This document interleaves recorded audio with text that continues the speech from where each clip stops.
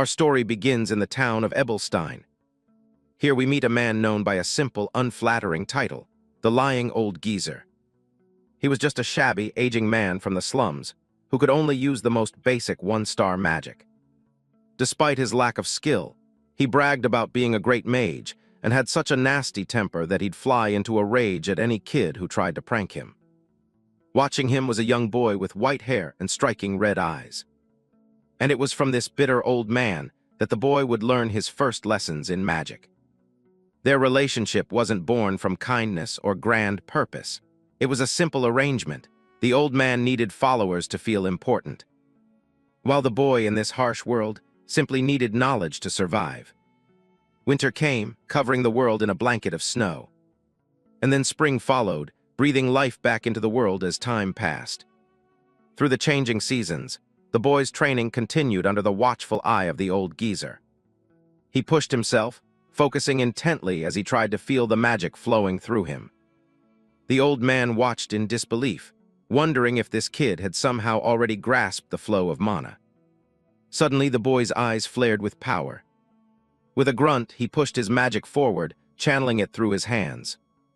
The energy took shape, forming a glowing blue shovel that shot out in front of him. The magical shovel flew through the air and slammed hard into a nearby tree. Both of them stood silently for a moment, looking at the result of his spell. The old man was completely stunned, sweating as he tried to process what he'd just seen. Just like that, a whole year passed by the old man's side. While running every kind of errand for him, the boy had managed to become a one-star mage. One night, the old geezer, drunk as usual, started ranting about the nobles beyond the city wall, complaining that some of their kids reach 3 stars before they even come of age. He sneered at the boy, telling him that a lowborn like him could spend his whole life trying and never reach that level, warning him not to get cocky. The boy listened in silence as the old man's bitter rant continued, his words echoing in the quiet night, that magic is all about bloodline, and that a commoner's struggle is ultimately futile. He was constantly hammering home the idea of an insurmountable wall between commoners and nobles, perhaps projecting his own lifetime of failures onto the young boy. As the boy sat by the fire, the old man's bitter words echoed in his thoughts. That night felt unusually long. The following day, a heavy rain began to pour from the sky. And when the boy returned to their usual spot, he found the old geezer lying motionless on the ground. He was dead. His entire body was covered in bruises, a clear sign that he had been brutally beaten. At first, the boy assumed he'd just picked a fight and lost. Without ceremony, he began digging a grave. But he would soon learn the truth. The old man hadn't died in a simple brawl. He was beaten to death by the city guards. He could only stand there over the makeshift grave, letting the cold rain wash over him. The story was that he'd been caught trying to steal a 2-star spellbook. No one understood why a man with no ambition would risk his life for something like that. But in that moment of loss and confusion, a glowing blue panel suddenly appeared right in front of him. The old geezer had always preached about bloodlines, but the boy knew that rule didn't apply to him. After all, he couldn't possibly have noble blood. The system window confirmed it. He had unlocked the basics of magic and now had to choose a primary school, a choice that could not be changed. Because he wasn't originally from this world. With this revelation, his new life truly began, and 4 years passed in the blink of an eye. His journey led him to a woman named Keisha Flameheart. She was the former mistress of the now-fallen House Flameheart. As a noble-born 3-star mage, her skills were highly sought after by mercenary groups. While staying in Ebelstein, she took on contracts with the Beldun Mercenary Corps. There, she met the boy who had joined young and was still only using 1-star magic. She decided to teach him. And that's how he began to learn from Keisha, a powerful 3-star mage, a world away from his first teacher. Time passed. Now a young man, he spent his days training and working out of a tavern called Beldun's Tier. During one of their lessons, Keisha praised his talent, telling Derek it was only natural for a mage like him to want to rise higher. However, she also offered a word of caution, warning him that excessive greed would only slow down his progress in the long run. Derek listened respectfully, assuring her he would keep her advice in mind. With the lecture finished, She moved on to the practical lesson, instructing him to close his eyes and focus on his mana. Derek concentrated, following her instructions to sense his mana's origin, understand its flow, and use it to bring his imagination to life. As he sat meditating, a powerful blue aura began to radiate from his body, and Keisha watched him closely. Watching him, Keisha was impressed. He possessed a huge amount of innate mana, and thanks to his field experience, his control was incredibly stable. But as he focused, the aura around him suddenly flared, his eyes glowing with an intensity that went far beyond simple practice. Keisha's eyes widened. The power Derek just displayed was far beyond anything she had anticipated from a mere training session. Suddenly, a massive bang echoed from right outside the tavern, shaking the building. The patrons inside jumped in alarm, shouting and wondering what was going on. Derek looked down at his hands, still shimmering with residual mana, as the mercenaries in the tavern yelled, thinking they were under attack. But before he could say a word, Keisha quickly grabbed him by the wrist. "Derek," she said urgently, "don't say anything and just follow me." As the other mercenaries rushed out to find the source of the noise, Keisha quickly led Derek away from the chaos. She pulled him through the streets and into a quiet alley, far from any prying eyes. Derek followed, questioning her sudden haste. Once they were safely alone, she stopped and turned to him, her expression grim. "Derek," she began, "listen carefully to what I'm about to say." He looked at her, sensing the seriousness of the moment, and simply replied, "Yes." Keisha explained the dangerous politics of their world. Nobles were incredibly sensitive about their privileges, and magic was the greatest one they had. While innate talent was seen as a blessing for a noble, it was a curse for a commoner. It was almost unheard of for commoners to reach 3 stars. The very few who did were old men who had devoted their entire, long lives to the craft, not a young boy. And then she revealed the truth. The explosion wasn't real. What he had just used was a 2-star delusion-type spell called auditory hallucination. And that was how, at only 14 years old, Derek had officially become a 2-star mage. After that day, Keisha and Derek traveled together. She passed down various spells to him and even taught him about the high society she was once a part of. A year passed, and the time finally came for Keisha to leave Ebelstein for good. Derek heard that she had been appointed as a private tutor by the powerful county of Elvester. House Elvester was a family of such high standing that even the Grand Duke of the capital had to treat them with respect. For Keisha, a noble from a fallen house, it was an offer she simply could not refuse. To become the magic teacher for a family of that level was a once-in-a-lifetime opportunity. As she said her goodbyes, she left him a 2-star spellbook as a parting gift. With the knowledge from the book and his own system, Derek's list of acquired magic grew, covering everything from combat and transformation to delusion and summoning. He clung to the book she gave him, studying it relentlessly. Another year later, at the age of 16, Derek had fully mastered 2 more 2-star spells through self-study and was ready to forge his own path. He was just 16 years old, but his journey was far from over. He had no intention of stopping here. Back at the Beldun's Tier Tavern, the mercenary master rushed over to Derek, ecstatic. "Derek," he shouted, "we finally got a proper request for once." Derek looked up from his seat, unimpressed. "What kind of request?" he asked calmly. The master's eyes gleamed with excitement. "It's a request from House Duplain, the Grand Duchy. Do you understand what that means?" Derek's expression sharpened. Duplain was one of the most powerful families in the Empire. He was immediately suspicious, wondering why such a powerful house would hire a small mercenary corps. But the master was completely blinded by the potential riches, shouting about how Duplain spends gold like other people spend water. He grabbed Derek, shaking him with excitement. This was their chance to open a path and build connections with one of the great houses. Derek remained calm, brushing the master's hands off him. "So what do they want us to do?" The master explained it was a simple request to subdue a few monsters on their territory. Derek's suspicion only grew. That's it, for a family of that stature. His instincts told him something was wrong. Why would a family as big as Duplain ask a mere mercenary corps to clear out monsters? It didn't add up. "I'm not doing it. Get someone else," Derek said, turning to leave as the master yelled for him to wait. He glanced over his shoulder. "You know I don't take shady jobs, just call someone else." The master was desperate. "If I could get someone else, I would," he yelled. "They said they need a mage, a mage. Don't you know how scarce they are in mercenary corps these days?" He insisted that Derek was the only one who could do it. But Derek was still skeptical, wondering why a mage was needed just to kill a few monsters. He didn't want to get involved. Just as Derek was about to walk away, the master slammed his fist on the counter. "1 gold coin," he roared. "This isn't even the fee, it's an advance payment." That gave Derek pause. A single gold coin as a down payment was an unheard-of amount. Whatever this job was, it was serious. Derek agreed to at least meet the clients. He was led to a table where 3 people sat. A haughty-looking man with a monocle, a woman dressed as a maid, and a young girl whose face was hidden by a deep blue hood. The master proudly presented Derek, but the noble dispatch officer immediately dismissed him with a sharp, "Absolutely not."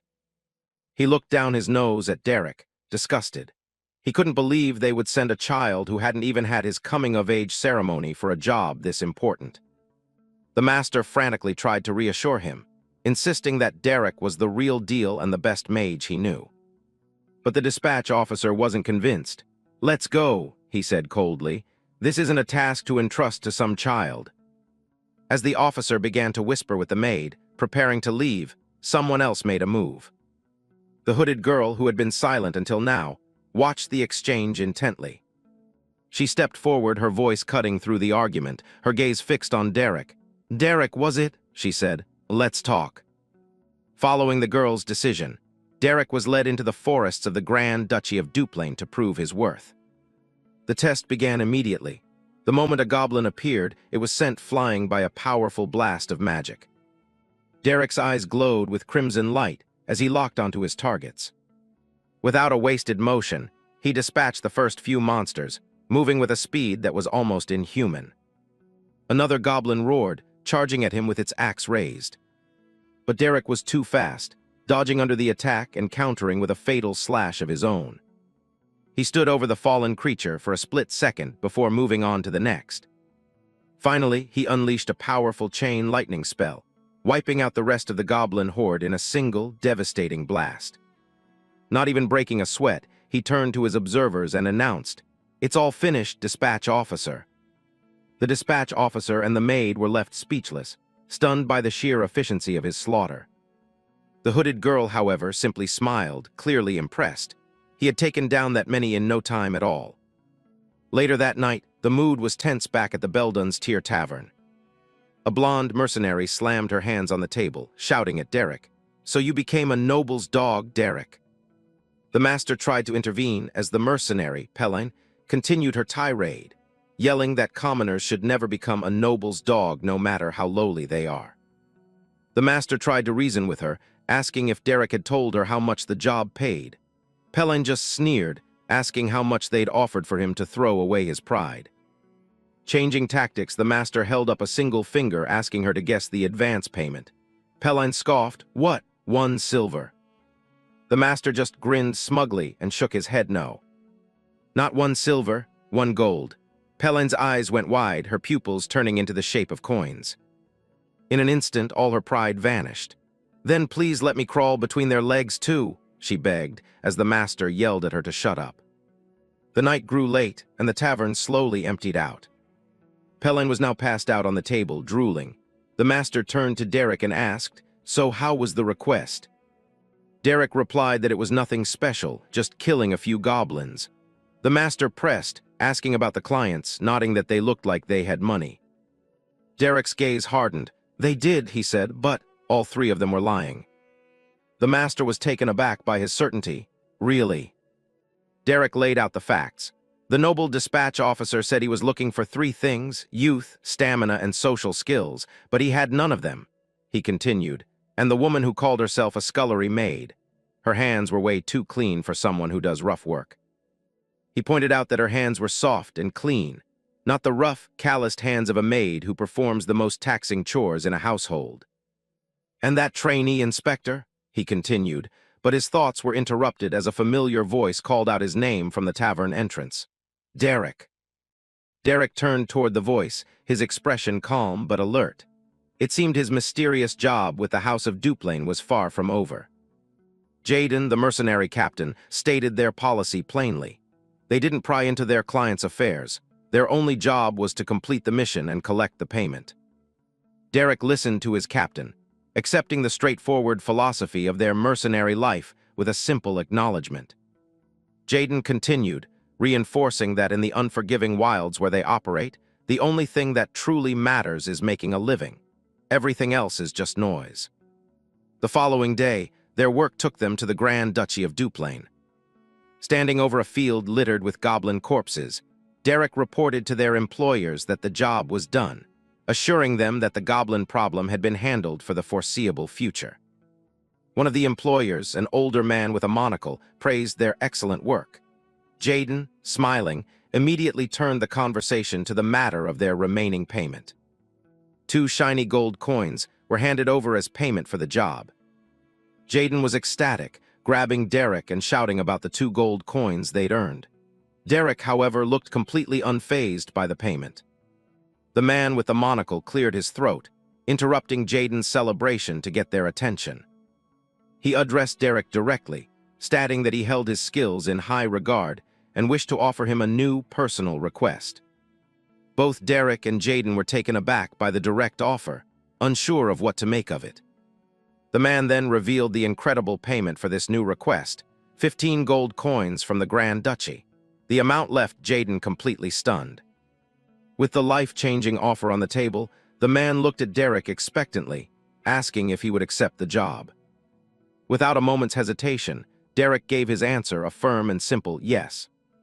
With the deal struck, they set off on a new journey. A carriage rattled down a path, taking them toward their next destination. Their journey concluded at the breathtakingly large residence of the Grand Duchy of Duplain. As they walked onto the grounds, Derek and Jaden couldn't help but be impressed by the sheer scale and grandeur of the Grand Duke's home. The man who hired them decided it was time for a proper introduction. Jaden, trying to keep the mood light, insisted there was no need for formalities. But the man insisted, revealing his true identity. He was Delon, the Grand Steward serving Grand Duke Duplain, and he apologized for concealing his high status. Jaden was completely flustered by the revelation, suddenly at a loss for words. Derek, however, remained as stoic as ever. Just then, another woman approached and introduced herself with a gentle smile as Katerina, the Grand Duke's head maid. Overwhelmed by the presence of such high-ranking officials, Jaden quickly bowed and formally introduced himself as the captain of the Belldone Mercenary Corps. Derek processed the new information internally. The dispatch officer was actually the Grand Steward, and the scullery maid was the head maid.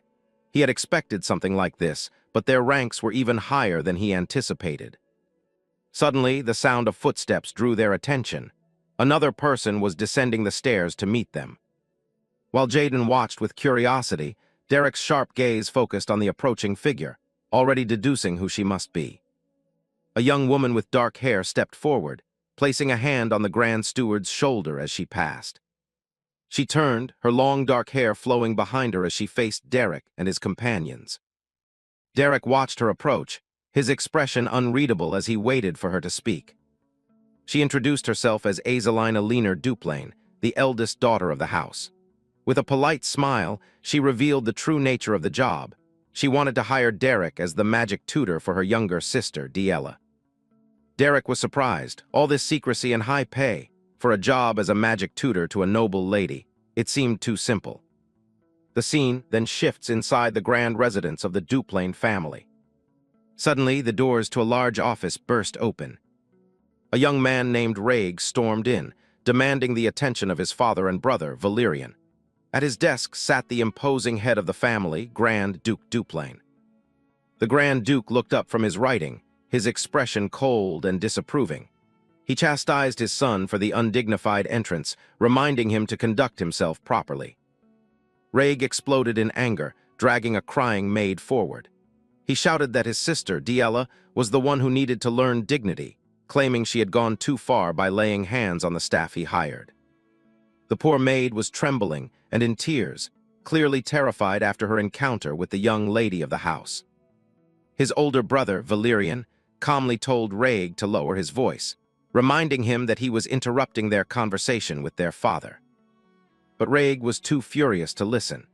He ranted that Diela's violent behavior had caused more than 10 servants to quit in the last month alone, and she would smash objects whenever she felt like it.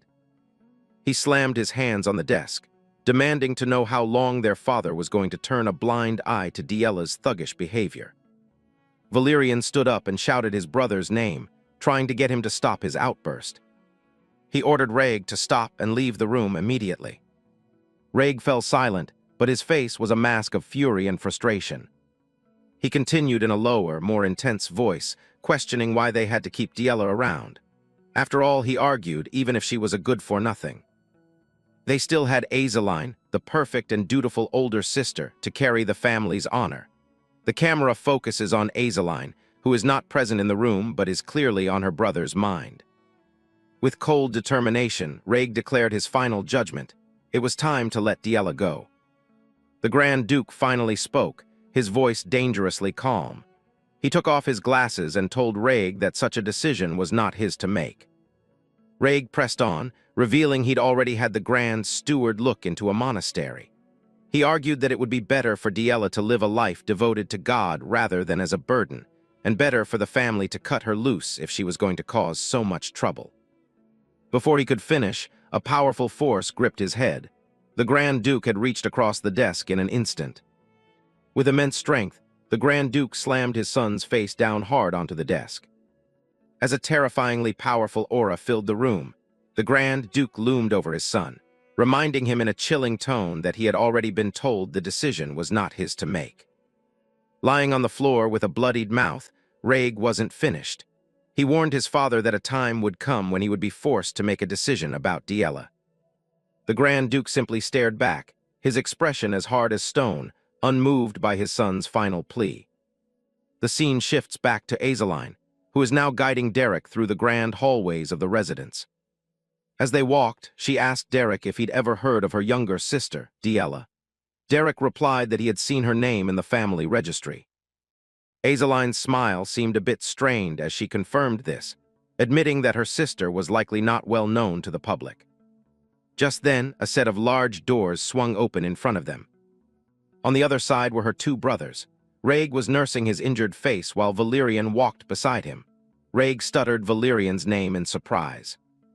Valerian, however, greeted his sister with a warm smile. He asked how her time in Ebelstein had been, showing genuine concern. Azaline returned the smile, assuring him that thanks to his care, she had been living comfortably.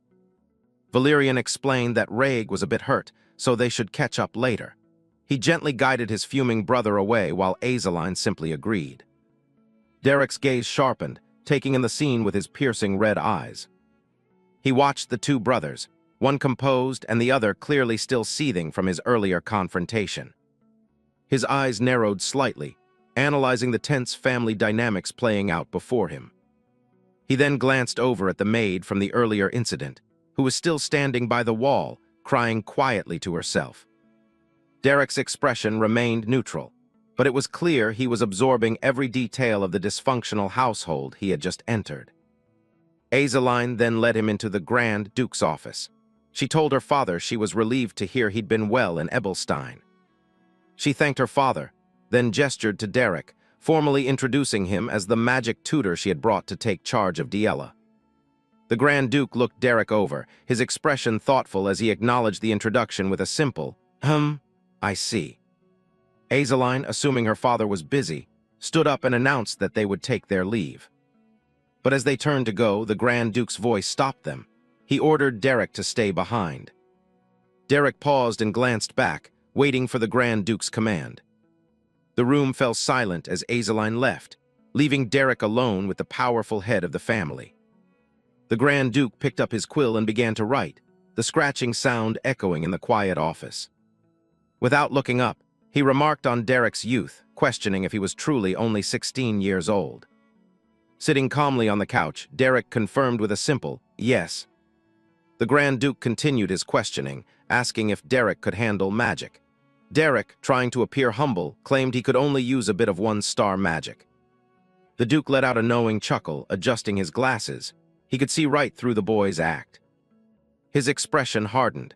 He told Derek that he had no reason to lie and that humility isn't always a sign of virtue. Derek remained silent, his face unreadable as he processed the Duke's words. Suddenly, an immense pressure filled the room. Derek realized that being humble wouldn't work on a powerful 5-star mage like Grand Duke Duplain. Changing his approach, Derek bowed and apologized if he came off as disrespectful.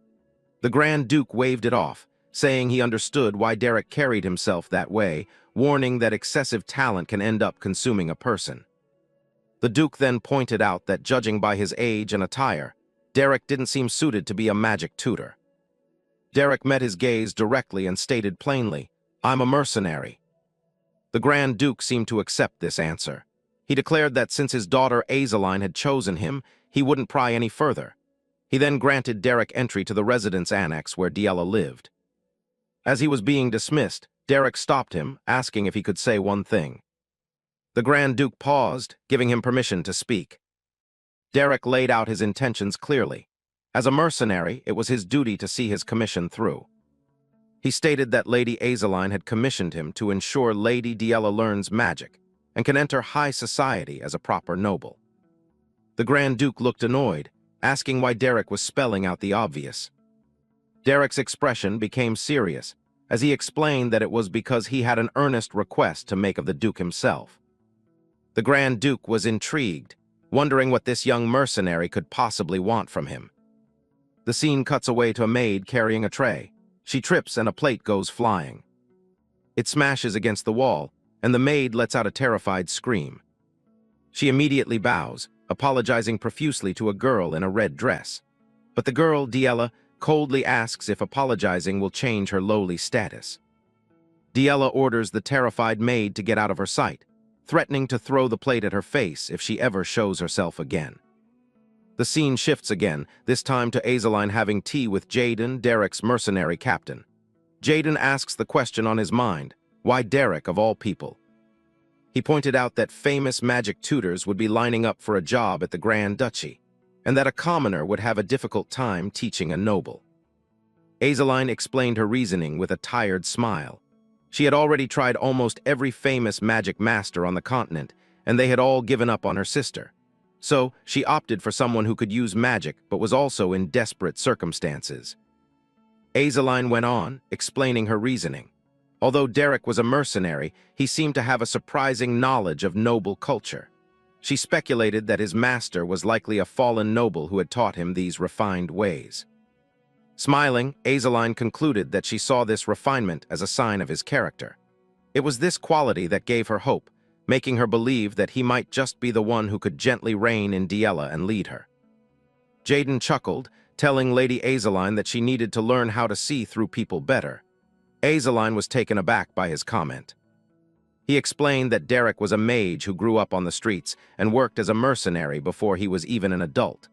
He then posed a sharp question. Do you think someone from the streets can survive from nothing but refinement and kindness? Azaline's confident smile faltered slightly as she absorbed the mercenary captain's harsh dose of reality. Meanwhile, Derek was being escorted by the Grand Steward and the head maid down a long corridor. They led him to a large set of doors, the entrance to the annex where the young Lady Diella resided. Derek raised his hand, preparing to announce his arrival. He knocked firmly on the door, the sound echoing in the silent hallway. When there was no response, he paused for a moment before deciding to proceed. He reached for the handle and turned it. Pushing the door open, he stepped inside and offered a polite greeting. He saw a young woman sitting with her back to him. He introduced himself as Derek and asked for a moment of her time.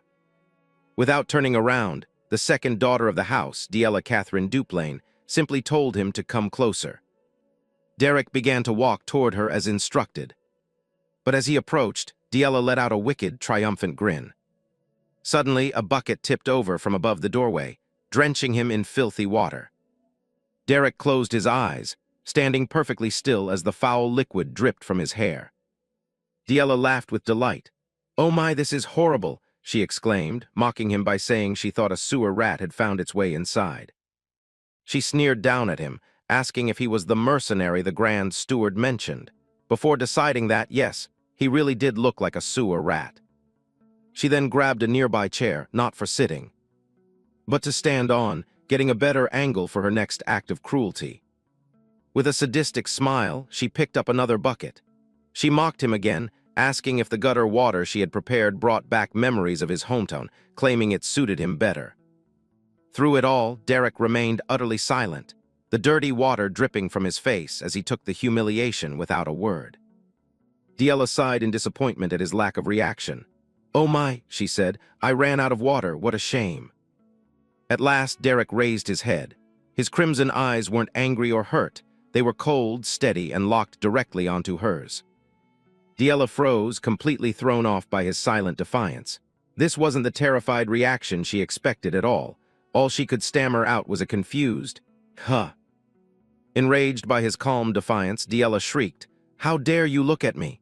and lashed out with a powerful kick directly to his chest. Derek stumbled back from the force of the blow, catching himself on one knee. Diella stood over him, hands on her hips, expecting a reaction that never came. Her frustration boiled over. "Damn it," she muttered, stamping her foot, unable to understand why her abuse wasn't breaking him. She covered her nose in disgust, adding one last insult. "You stink." Derek remained on the floor, looking up at her. His red eyes weren't filled with anger or fear, but with a cold, analytical focus. Diella finally seemed to run out of energy, leaning against a table for support. And in that moment, Derek's inner thoughts became clear. He wasn't looking at a spoiled young lady, he was observing a patient. His conclusion was simple: it was time to begin the treatment. In a flash, a memory of Lady Diella's arrogant voice fills Derek's mind. She had looked down on him, calling him a sewer rat, and questioning his ability to teach her. The scene shifts to the Grand Duke's office, a place of power and authority.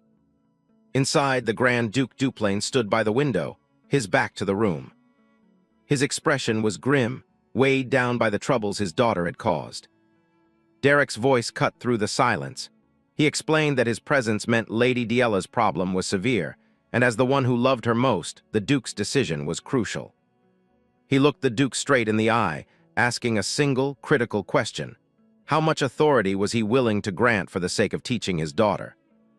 The Grand Duke listened, his gaze steady as he considered the young man's bold request.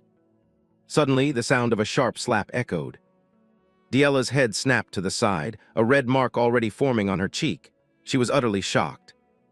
Derek stood over her, his hand still raised from the slap that had sent her sprawling to the floor. He looked down at the fallen lady, his expression unreadable as he put on his glove. Diella touched her stinging cheek, disbelief and humiliation warring in her eyes. No one had ever dared to treat her this way. His voice was as cold as ice as he gave his first command, "Get up." His mind flashed back 3 years earlier, to a time when he was the student. He remembered asking his teacher, Keisha Flameheart, how she would handle a stubborn student who refused to appreciate kindness. Keisha had answered thoughtfully, suggesting one should try to understand and embrace such a student. Derek had pressed her, finding her answer too idealistic. He wanted to know what to do with a student beyond that kind of help. Keisha explained that the essence of teaching was to find a different starting point if understanding and acceptance failed. Derek, confused, asked what that could be. Her expression had darkened, her voice dropping to a low, chilling tone. The answer was simple: by carving fear into them. Back in the present, that same fear was now carved into Diella's face. His teacher's words echoed in his mind as he looked at his terrified student. His lesson began.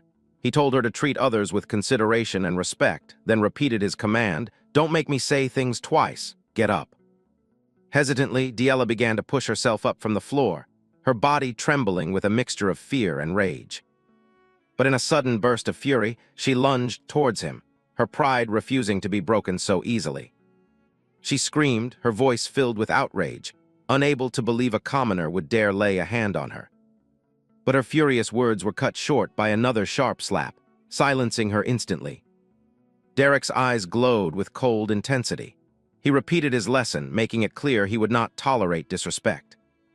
Diella could only stare back, a twisted smile of disbelief on her face. She couldn't comprehend what was happening. Finally finding her voice, she shrieked for the Grand Steward, enraged that a commoner had dared to lay hands on her. Alerted by the screams, the steward Delon rushed in with the maids, frantically checking if Lady Diella was all right. Delon grabbed Derek by the collar, threatening him with the Grand Duke's wrath for daring to touch the young lady. Unfazed, Derek simply reached into his coat and pulled out a rolled-up document. He held out the contract for all to see, declaring that the Grand Duke had granted him full authority over Diella's education, allowing him to use any method he saw fit. The steward adjusted his monocle, his eyes widening in shock as he recognized the Grand Duke's official seal on the document. Diella watched, her last line of defense crumbling before her. The authority she relied on was now being used against her. Later that night, the mansion was bathed in moonlight. But the quiet was shattered as another figure stormed through the halls. It was Diella's older brother, Valerian, and he was furious. His aide, Reg, desperately tried to hold him back. Valerian burst through the door, his eyes locking onto Derek as he yelled, "So you're the mercenary." Derek sat quietly, his gaze unwavering as he faced the angry young lord. Valerian lunged forward, ready to strike, screaming about how Derek dared to hit his sister. Reg struggled to restrain him, urging him to calm down and talk. Derek's response was calm and simple. He just told him it was something the Grand Duke had permitted.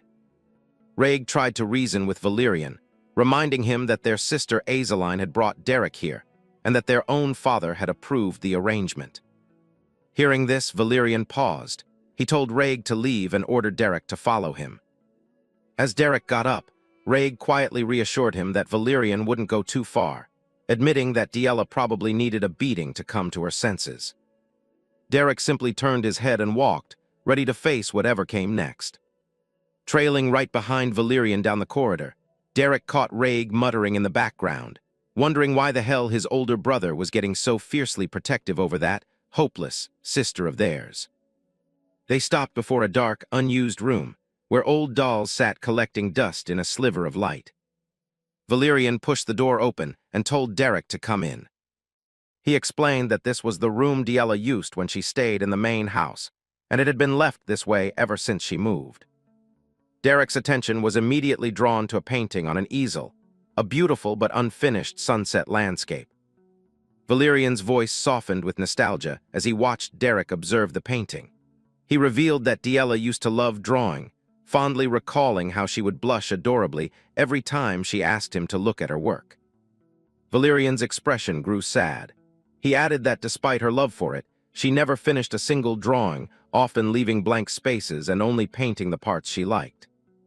He then apologized for his earlier outburst, but Derek simply told him not to worry about it.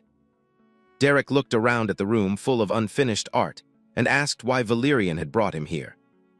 Valerian wanted to show him that Diella wasn't always the person she is now. She used to be a good kid, but at some point, she became obsessed with her bloodline. Her obsession grew so bad that she was eventually driven from the main house and locked away in the annex. Valerian admitted he had no idea what caused such a drastic change. He revealed the true stakes. They had to stop Diella from being sent to a monastery. If she could learn even a single one-star magic spell, he believed he could persuade their father to let her stay. Grabbing Derek by the shoulders, Valerian's composure broke. He begged him, please save Diella. Derek held up a hand, processing everything he had learned. Something wasn't adding up. He picked up one of Diella's books. Looking at the countless notes scribbled in the margins, he realized she hadn't given up on magic at all. She had been studying and studying hard. He asked Valerian if all the books were from the School of Regulations, and Valerian confirmed it was the standard way nobles learned magic. Derek's eyes narrowed. He was beginning to understand the root of the problem. His gaze fell upon another unfinished painting, this one of a forest. A plan began to form in his mind. He closed the book with a decisive snap. Turning to Valerian, he gave his answer, "I'll give it a try." Night fell over the estate, casting long shadows through the windows. In her room in the annex, Diella was fast asleep, oblivious to what was coming. Suddenly, a bucket of ice-cold water was thrown over her. She woke up with a scream, shivering and soaked. Standing over her was Derek, holding the empty bucket.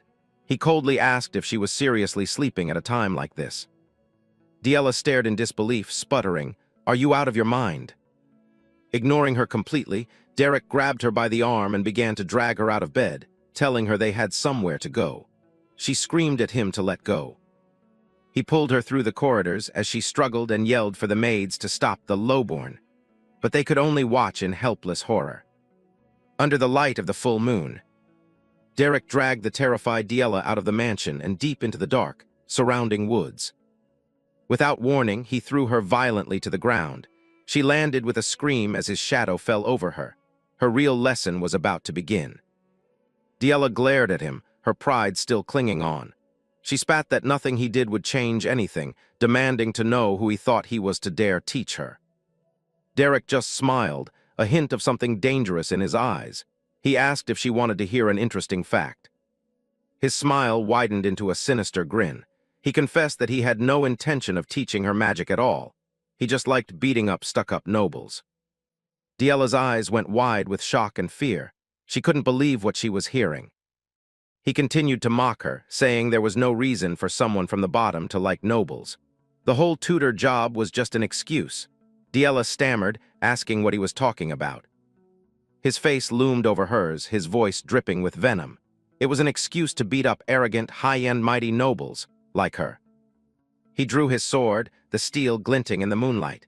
He mused aloud about how beautiful the screams of nobles were. Panic began to set in. Diella tried to threaten him, asking if he thought he'd be safe after doing something like this. He just laughed it off. He pointed out that she was going to be sent to a monastery soon anyway, so who would even believe anything she said? His words struck a chord of terror in her. He taunted her, saying a commoner's life was cheap, and if anything big happened, he could just apologize with his life. Her reflection appeared in the cold steel of his blade, as he added that killing her would be doing her family a favor, getting rid of their headache once and for all. The horrifying realization finally hit her. I'm going to die.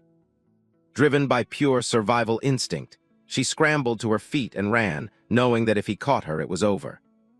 Her mind raced. She couldn't run straight for the residence. He'd catch her easily. She had to lose him in the forest.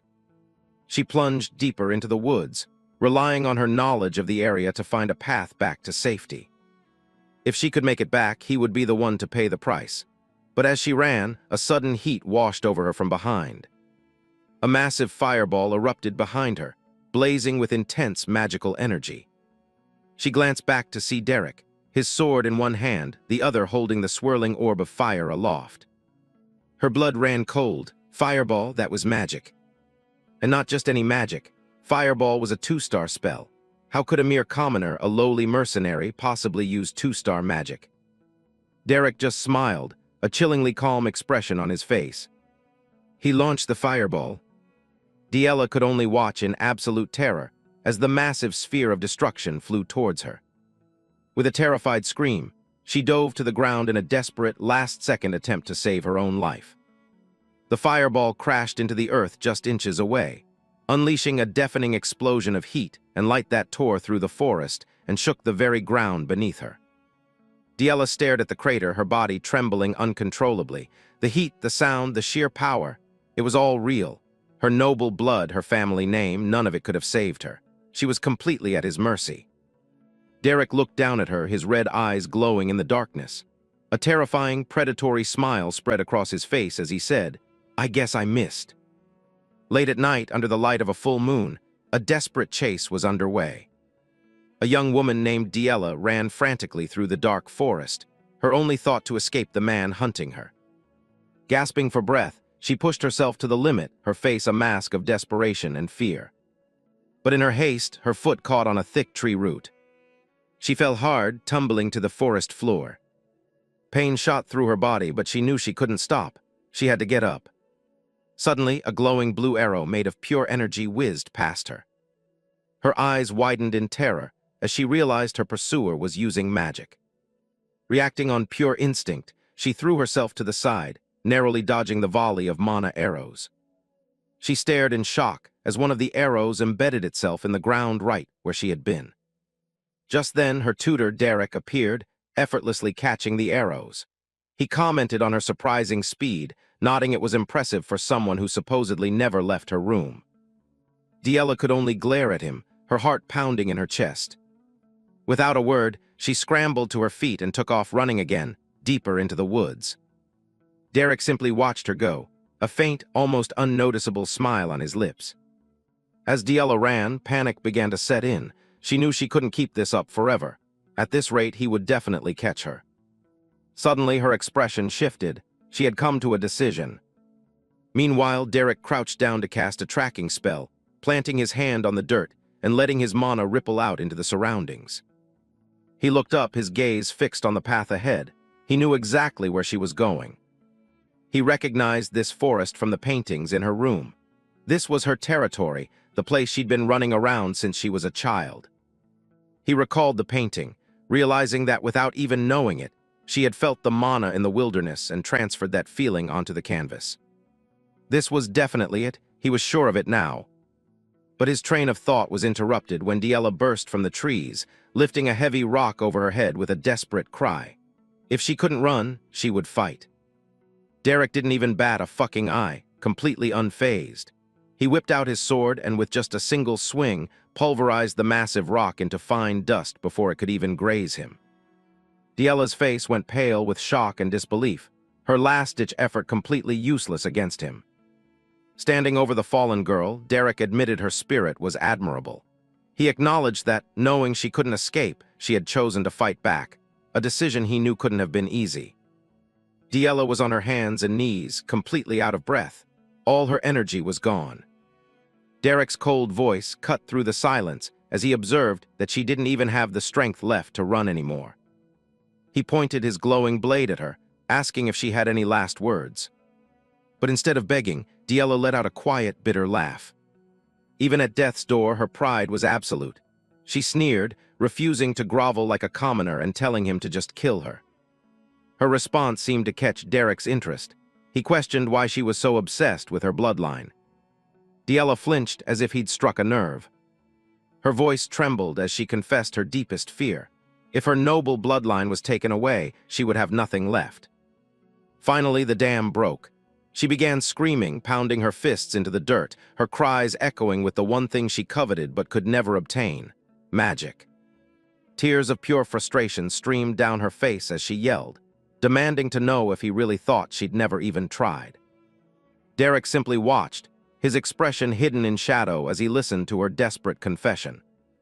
Diella collapsed forward, sobbing that no matter how hard she tried, it never worked. She was terrified of being left behind in everything, from magic to her passion for painting. Her voice cracked as she repeated her question, wondering what she had left besides her family name. If even that was gone, then what was she? Her entire identity was crumbling. Derek stood in silence for a long moment, taking in her complete breakdown. Then the blue aura around his sword flared to life once more. Tears continued to roll down Diella's cheeks as she watched, believing this was the end. He raised his weapon high, declaring he had heard enough. With a final, chilling goodbye, Diella braced herself for the impact. He swung the sword down with incredible force. But instead of a sharp cut, the air filled with the sound of cracking ice. Diella squeezed her eyes shut, waiting for a pain that never came. Hesitantly, she opened them. The sword hadn't struck her. Instead, it rested on a massive, jagged pillar of magical ice that had erupted from the ground right in front of her. She looked up, completely stunned, surrounded by the beautiful and terrifying display of power. He hadn't been trying to kill her at all. Derek loomed right in front of her, his sword still resting on the massive block of ice Diella had just summoned, which had now formed a full-blown protective circle wrapping entirely around her. Staring at the glowing mana enveloping her hands, Diella could hardly believe it. She had produced magic. His test now over, Derek sheathed his sword. His entire demeanor changed. With a gentle expression, he commended her for her hard work and formally apologized for his harsh methods. Diella looked on, still trying to process the sudden turn of events. He explained that while it wasn't true magic yet, just a simple manifestation of mana, the important thing was that she had finally done it. The weight of his words, of her first success after a lifetime of failure, finally hit her. All the pain, frustration, and despair she had bottled up for years came pouring out in a flood of tears. She cried her heart out, not from sadness, but from overwhelming relief, right in the center of the ice circle he'd made for her. Sometime later, after she had calmed down, the mood in the forest had completely shifted. Sitting together on a fallen log, Derek finally revealed the truth. He told Diella that she belonged to the School of the Wild, a term she had never heard before. He went on to explain that most nobles learn from the School of Regulations. While all magic is the same at its core, the way it's understood and mastered is completely different for each school. The reason she'd always failed was because she was trying to learn magic using a rigid, theory-based method that was completely incompatible with her nature. It was like forcing herself into clothes that would never fit. Diella was stunned by the revelation. She asked him how he could have possibly known something so specific about her. His answer was simple. He saw the drawings she made. He told her that when he looked at her art, he could feel the mana flowing through nature that she had instinctively captured on the canvas. It's a common trait. Mages born with a temperament for the wild can often sense the mana in nature from a very young age. Everything finally clicked into place. All those years she hadn't been a failure, she had just been taught the wrong way. Derek stood up, telling her the lesson was over and she should be able to walk now. Still trying to maintain her pride, Diella huffed that this was nothing. He informed her that she had successfully manifested mana, and starting the next day, he would begin teaching her how to do it naturally.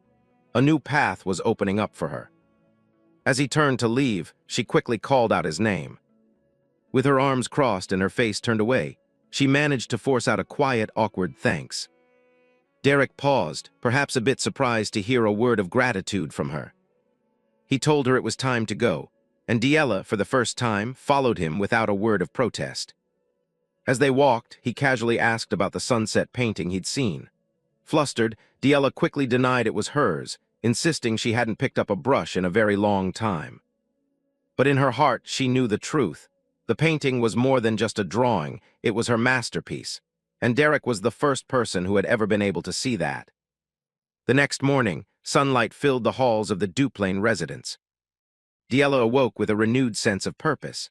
For the first time in a long time, she had hope. She held up her hand, focusing intently, trying to recreate the feeling from the night before. A faint blue wisp of mana flickered into existence.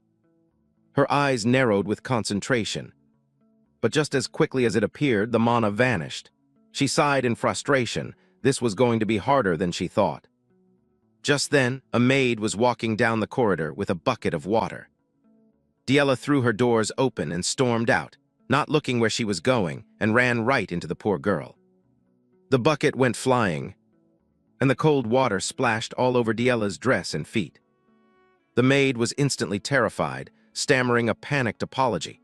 Everyone in the household knew what happened when you angered Lady Diella. Diella glared down at her, her expression as cold and stormy as ever.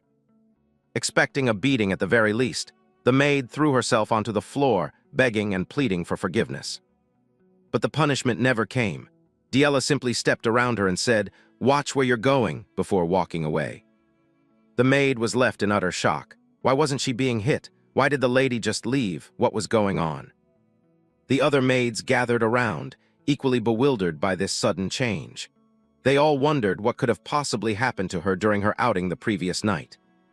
Meanwhile, in another room, Derek was sleeping soundly. His peace was shattered by a loud, insistent banging on his door, and Diella shouting his name. He sat up groggy and annoyed, wondering what all the noise was about.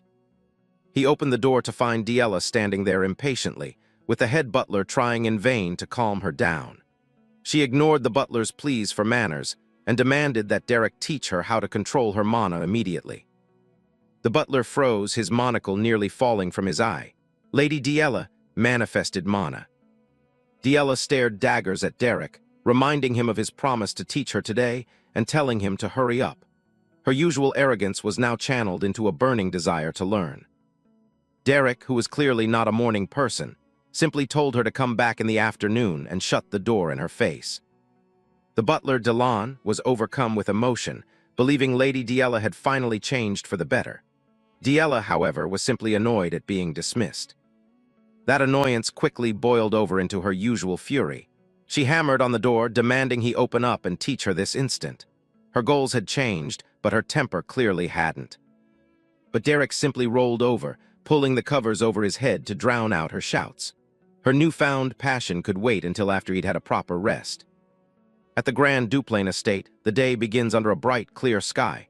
But inside, something unusual is stirring. Inside the mansion, hurried footsteps echo through the halls. The maids gossip as they work, whispering in disbelief about the recent changes in the household. One of them mentions that Lady Diella didn't break a single plate, and another adds she didn't get hit for splashing water. But the biggest news sends a shockwave through the staff. Rumors are spreading that Lady Diella has manifested magic. Just then, a figure passing by freezes in his tracks, having overheard their conversation. It's the second young master, Reg. He turns, his expression sharp as he demands to know what they just said. The scene shifts to the Duke's office, where the matter is being formally discussed. Valerian reports to his father, Grand Duke Duplain, confirming the news. He explains that he has repeatedly questioned the head butler and the servants, and they all say the same thing. Diella has manifested magic. Hearing this, the Grand Duke lets out a small sigh of relief. But Reg remains skeptical. He warns his father not to jump to conclusions just because she's shown a hint of power. His older brother, Valerian, quickly scolds him. He insists that Reg should be praising their sister for such an achievement. The Grand Duke watches his son's debate, his expression unreadable. Reg presses on, reminding his father of all the terrible things Diella has done. In his eyes, this one small feat isn't nearly enough to change their plan of sending her to the convent. The Duke remains silent, lost in thought as he considers the difficult situation. The scene then shifts, rewinding to an earlier time. We see a younger Diella, sitting alone in her room with her knees hugged to her chest. Her tutor, Derek, walks in, hands on his hips, and asks if she's sulking. With her back still turned, Diella corrects him immediately. She's not sulking, she's angry. Derek sighs, telling her that acting spiteful won't change anything. But Diella stubbornly repeats herself, insisting she isn't being spiteful, just angry. He tries a different approach, telling her there's nothing they can do even if she keeps pouting, because there's an order to things. That finally gets a reaction. Diella whips around, her frustration boiling over as she yells, "I'm not pouting, I said I'm angry." Her sudden outburst leaves Derek speechless for a moment. After letting out her anger, Diella's expression shifts. She seems to relent, cautiously saying, "Fine, let's say I'm pouting." This sudden change of tune leaves Derek momentarily confused. Seeing his chance, Derek takes a seat, ready to begin the day's training now that she seems more willing to cooperate. Derek sits down, book in hand, and warns her that manifesting magic doesn't mean she can use it recklessly. He speaks from experience, telling her it could backfire. He tells her that rest is just as important as learning, but now that she's rested, it's time to study. Diella scoffs, mockingly calling him a stuffy magic teacher. A dark glint appears in Derek's eyes. He smirks, offering to teach her in a way that's anything but stuffy. Diella's mind flashes with images of Derek's immense power, recalling the terrifying chase through the woods. The memory alone is enough to make her break out in a cold sweat. She immediately backs down, flopping into her chair and grumbling, "Forget it." Derek gets the lesson started, explaining that they'll practice magic manifestation. Once she masters that, she'll be able to learn one-star magic soon. He describes his teaching method, the School of the Wild, as a style with no rigid system, perfect for self-study because it pursues freedom over strict regulations. He then looks at her and says that honestly she's a perfect fit for it. Diella is taken aback, stammering in confusion. Derek explains that her free-spirited nature is compatible with his methods. On top of that, he tells her, the Duplain bloodline means she's overflowing with talent. His words hit their mark. For the first time, someone is acknowledging her potential. Diella looks down, a blush creeping onto her cheeks as she quietly asks, "You're saying I'm talented?" Derek confirms it, stating that anyone who can conjure an ice wall the moment they manifest magic is certainly talented. Diella's eyes widen as she excitedly asks if that makes her some kind of genius. Their light-hearted debate continues, with Derek insisting that talent and genius are different things, while Diella argues they're the same. Finally, Diella gives in, happily admitting he's amazing before eagerly asking what's next. Unseen by them, her brother Raig watches from a distance, overhearing their conversation. Raig clenches his jaw, clearly displeased with what he's witnessing. The next day, a completely transformed Diella begins her training with surprising enthusiasm. She bursts into Derek's room, proudly showing that she can manifest magic but is struggling to control its direction. The following day, she finds him during a meal, excited to report that she tried imbuing her magic with cold, though it feels a bit off. And the day after that, she chases him down the hall, eager to tell him she can now feel the magic, but the sensation is strange. Her relentless pursuit continues. She even tracks Derek down while he's trying to read peacefully outside, demanding to know what he's doing there. She scolds him for being so far from the annex, questioning if he thinks their father lent him spellbooks just so he could slack off. Without looking up from his book, Derek calmly replies that yes, that's exactly why he was given them. But Diella is too excited to be annoyed. She proudly announces that she succeeded in letting the magic flow like he instructed and demands that he hurry up and check her progress, grabbing his arm and pulling him along. Elsewhere in the mansion, the eldest brother, Valerian, stands by a window looking troubled. He seems to have something on his mind. Having made a decision, he turns and walks with purpose toward Derek's room. He enters Derek's room, where the tutor is already waiting. Valerian invites him to sit down for a talk. Once they are seated, Valerian gets straight to the point, asking how his sister, Diella, has been doing lately. Derek reports that she's made quite a bit of progress, but admits that learning one-star magic will likely take more time. Valerian accepts the report and then changes the subject, informing Derek that his mother will be returning from a social gathering next week. He gives Derek a serious warning. His mother is not someone to be taken lightly. He explains that while the people in the estate are fine, nobles by nature, don't like commoners holding key positions. Derek's expression remains neutral. He acknowledges the warning and asks if that's all Valerian wanted to discuss. Valerian hesitates for a moment before continuing. He stands up and begins to philosophize, explaining that as the next head of the house, he must be sincere with every member of his household. He rambles on about how difficult it is to understand people's hearts and how different everyone's values are. Tired of the vague speech, Derek cuts him off, asking him to get to the point. Valerian pumps his fist in the air, a look of anguish on his face. Finally, the real reason for the meeting comes out. With tears in his eyes, he cries out, "Diella won't play with me, Derek." Derek stares back at him, utterly dumbfounded by the childish complaint. Valerian continues his dramatic lament, reminiscing about how Diella used to welcome him with a smile when they were little, calling her an angel. All the while, Derek just sips his tea, unimpressed. Leaning over the couch, Valerian desperately asks Derek if there's some way to win back Diella's favor. Derek dryly asks why he's being consulted on this. Valerian explains it's because Derek is the only one Diella follows around anymore. His point is proven by a flashback of Diella frantically searching for her tutor. Changing tactics, Valerian excitedly tells Derek to look at something he made, explaining that he learned how to make dolls from the maids. He proudly presents a crude, creepy-looking doll, asking if it doesn't look exactly like Diella and if Derek can feel his brotherly love. Derek's face darkens. He looks at the doll, then at Valerian and deadpans, "Are you trying to curse someone?"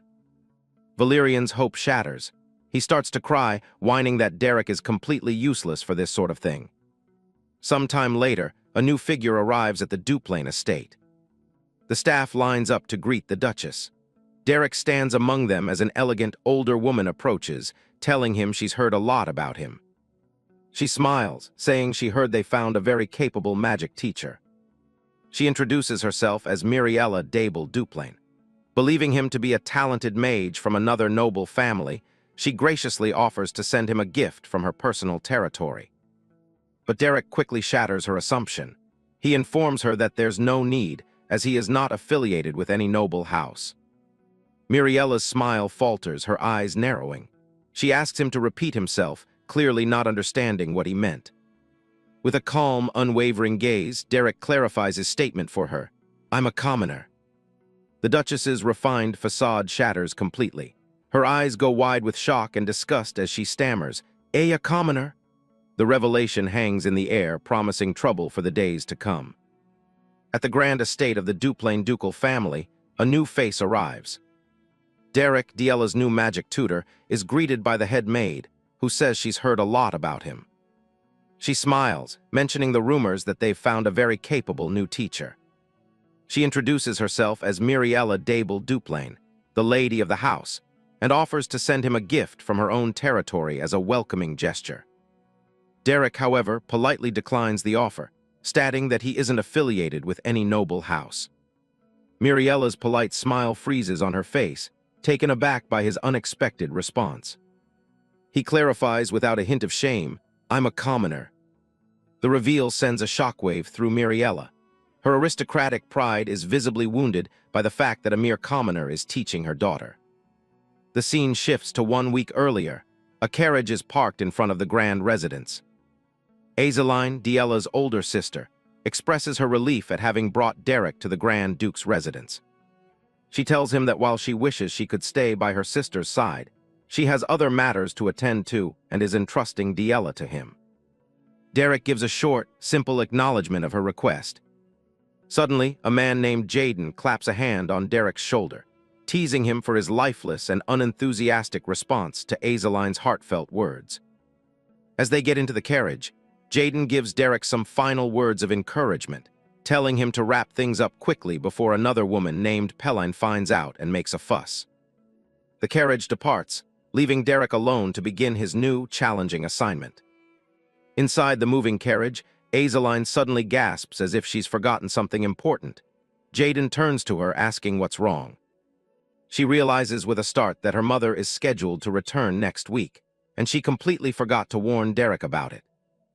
Jaden doesn't see the big deal, questioning if that's really something Derek needed a heads-up about. As Azeline begins to explain, the memory of her mother's temper flashes by.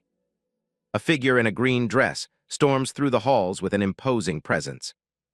Azeline describes her mother as a god of anger. In the flashback, Miriella slams her fist on a desk, outraged that a commoner is teaching her daughter, Diella. Her husband, the Grand Duke, remains unfazed by her outburst, calmly asking her to lower her voice since he can hear her perfectly fine. But Miriella refuses to be calmed, shouting that the real problem is their beloved youngest daughter, Diella. The Grand Duke takes off his glasses and calmly addresses his wife, admitting that he isn't fond of appointing commoners either. However, he reminds her that every single teacher with a prestigious bloodline had already given up on Diella. Still, Miriella is furious, unable to accept that they've hired a man who used to be a mercenary. The Grand Duke defends his choice, explaining that finding a decent magic teacher is difficult, and more importantly, Derek came highly recommended by their own daughter, Azeline. But Miriella is not convinced. She slams her hand on the desk, insisting that there has to be a certain standard for their family. Frustrated, she suggests bringing in her younger brother, Flam, as a tutor. Now that Diella has manifested magic, she argues, he should be able to teach her. The Duke immediately dismisses the idea as impractical. He questions the logic of pulling the person managing their entire territory just to turn him into a private teacher. Miriella loses her temper, shouting that the social circle of Ebelstein is just as important and that it's a war zone in its own right. She declares that in high society, a teacher's reputation is everything. She can't believe he would want Diella to become a laughingstock by debuting with a commoner teacher who doesn't even have a family name. Just as the argument reaches its peak, the grand doors to the office swing open. A young man with long blonde hair, Valerian, enters the room. He calmly asks his mother to calm down, hoping she didn't come just to fight with their father. Miriella tells Valerian to step aside, stating that the issue is too important to ignore. For her, the only question that matters is whether that commoner is truly qualified to be Diella's teacher. Suddenly, a new voice cuts in, agreeing with Miriella's point. Miriella's expression softens as she sees her other son, Raig. Valerian, however, seems less pleased by his brother's arrival. Raig walks in, calmly acknowledging that a commoner teaching a noble is unusual. However, he adds that if the man truly has the necessary qualifications, then he doesn't see it as a major problem. He then addresses his father directly, offering to test Derek's qualities himself through a magic spar. The Grand Duke immediately shuts down the idea. With a stern look, he states firmly that Derek is the real deal as a mage. Raig falls silent, his jaw tightening slightly at his father's authoritative tone. Thwarted, Raig quickly changes his approach. If he can't test the teacher, he'll test the student. He proposes they test Diello instead. Valerian looks over at his brother, a hint of confusion and concern in his eyes. Raig argues that if Derek is such an excellent teacher, then Diella must have achieved excellent results. He declares that he will personally spar with her to verify her progress. The Grand Duke hesitates, considering his son's cold proposal. Seeing his father's silence as approval, Raig turns to leave. Valerian rushes after him, calling his name in disbelief. Valerian catches up to him, demanding to know what he's thinking by challenging Diella to a magic spar. Raig turns back, his expression cold. He asks Valerian if he truly believes Diella has changed, reminding him of all the trouble she has caused in the past. Valerian insists that Diella is their only sister. He believes that as family, it's their duty to protect her no matter what. Raig lets out a short, bitter laugh, scoffing at the mention of blood ties. He explodes in anger, shouting that Diella's very existence threatens to bring down their entire house. He's convinced that if she debuts in high society in her current state, it will be the end of them all. Valerian looks at his brother in stunned silence, unable to believe the cruelty in his words. "Is that truly how you feel, Raig?"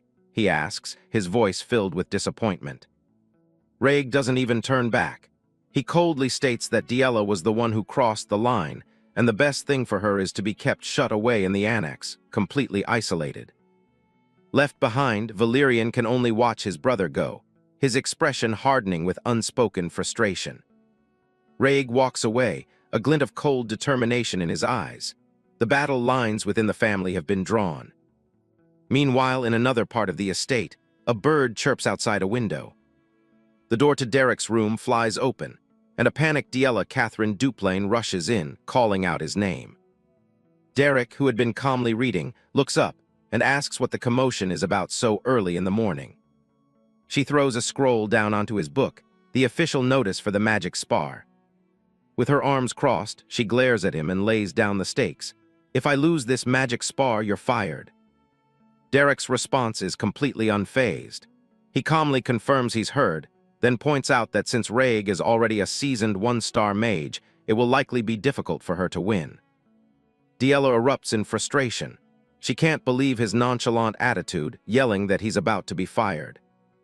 He gives her a slight, almost condescending smile. "I'm a mercenary," he says simply. "He does the jobs he's hired for and takes the pay. That's all there is to it."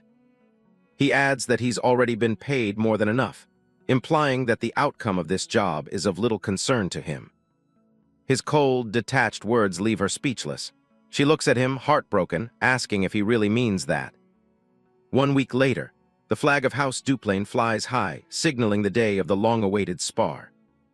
At the ducal sparring grounds, the family and their attendants make their way to the viewing area. The Grand Duke and Miriella walk forward, their expressions stern and unreadable. The Grand Duke noticed Derek had already been posted up at the sparring ground since who knows when. "You've arrived, Your Grace," he said, offering a respectful bow to the Grand Duke. Derek bows respectfully, his hand over his heart in a formal greeting. The Grand Duke observes him closely, noting that the commoner doesn't seem nervous at all. He wonders if it's a sign of confidence. Leaning back in his seat, the Duke is intrigued. He thinks to himself that someone with this kind of nerve isn't a person they should be so quick to cut loose. On the field below, determined footsteps echo across the stone. A figure in a flowing cape strides forward, clenching their fist with resolve. It's Raig. A cruel smirk plays on his lips as his true intentions surface. This won't be a simple spar. Today he plans to break Diella completely. He ascends the steps to the dueling platform, his thoughts dark with malice. He vows to make Diella regret every moment of her past, down to her very bones. Then, from the other side of the arena, another challenger approaches. It's Diella, her face shrouded by a red hood, her expression set with grim determination. The scene flashes back to her conversation with Derek. She's repeating his earlier words, asking if he truly doesn't care what happens as long as he gets paid. In the flashback, Derek tells her that her magic growth is already on the right track. While she can't use one-star magic yet, he assures her it won't be long.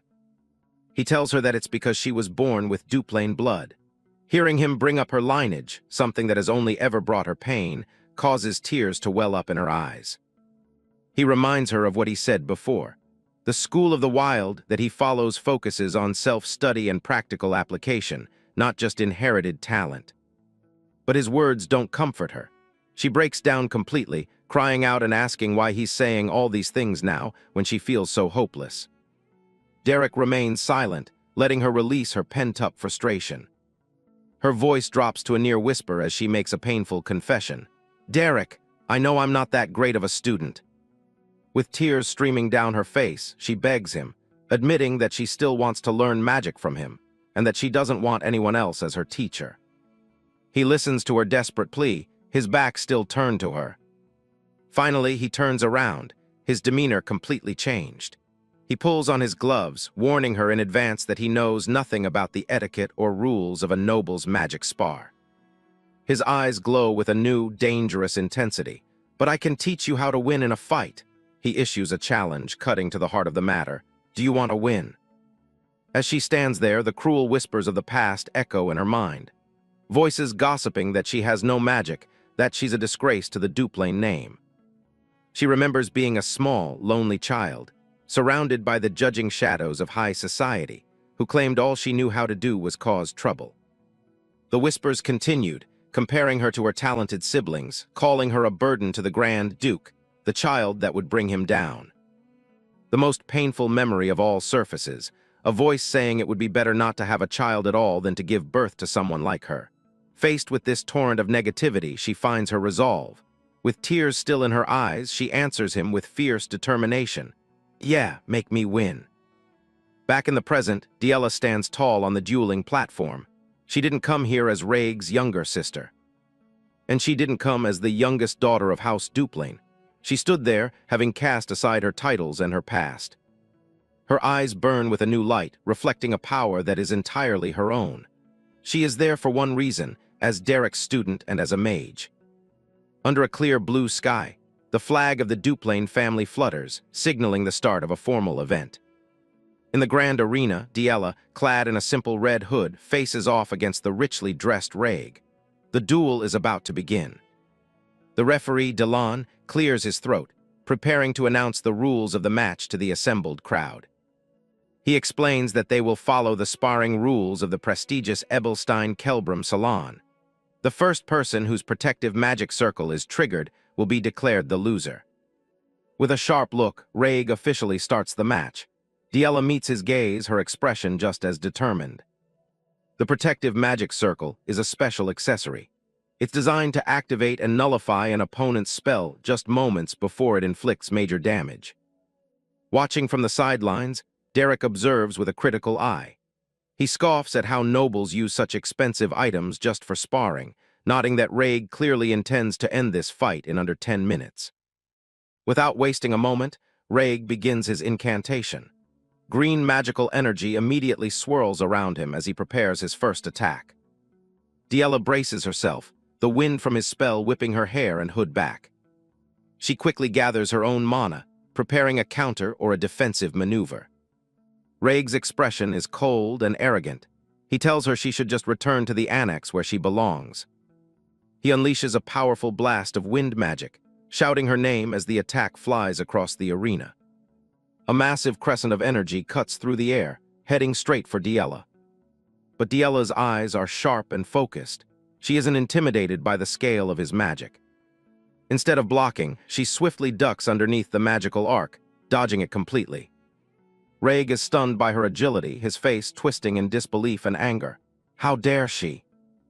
Annoyed, he immediately launches another barrage of attacks without letting up. More blades of wind magic slice through the air, but Diella continues to expertly weave through them. She keeps her eyes trained on her opponent, calmly assessing the trajectory of each attack. Derek analyzes her movements. While she can handle basic magic, she's a total beginner in a real fight. By forcing the path of her dodges like this, she's burning through her mana far too quickly. Suddenly, one of the wind blades smashes into a wall of ice that appears out of nowhere.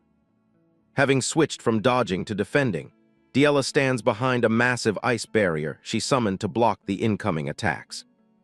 Raig sneers at her defense. He recognizes it isn't even proper star-ranked magic, just a raw manifestation of power. He can't believe she thinks such a simple trick could ever stop him.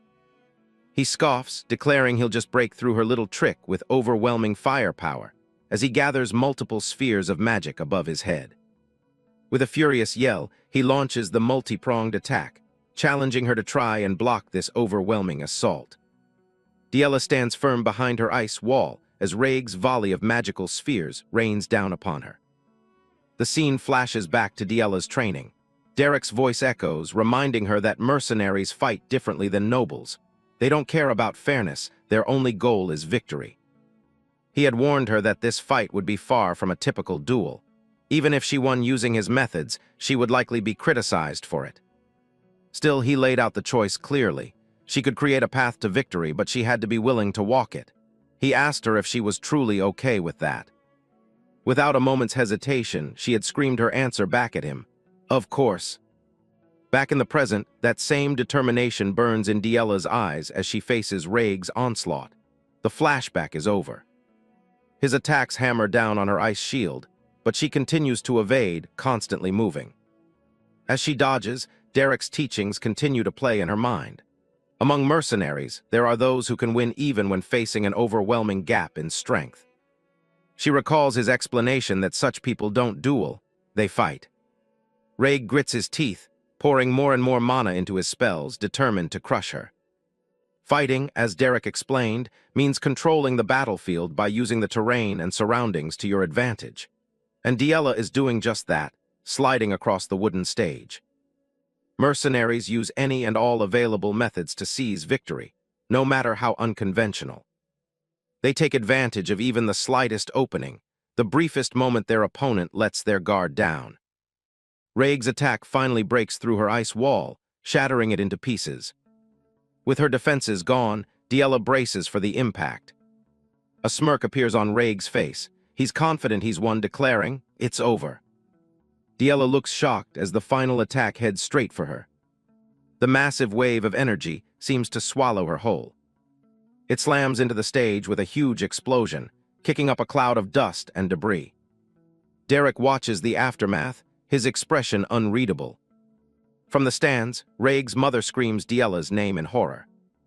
Panicked, she shouts at the referee, Delon, demanding to know why he isn't stopping the spar, convinced that Diella is seriously hurt. But a calm, firm voice cuts through her panic. It's the Grand Duke Duplain telling her to sit down because it's not over yet. She turns on him, bewildered, insisting that she saw Diella get hit by the attack. But the Grand Duke calmly corrects her, pointing out the most crucial detail. Wrong, General Pelham's magic circle didn't activate. His words hang in the air as he continues to watch the arena, his gaze sharp and analytical. If the protective circle didn't go off, it could only mean one thing. Derek continues to watch calmly from his seat, completely unfazed by the massive explosion. The Grand Duke notices his composure. Derek hadn't even blinked. This could only mean he had expected Diella to grow this much all along.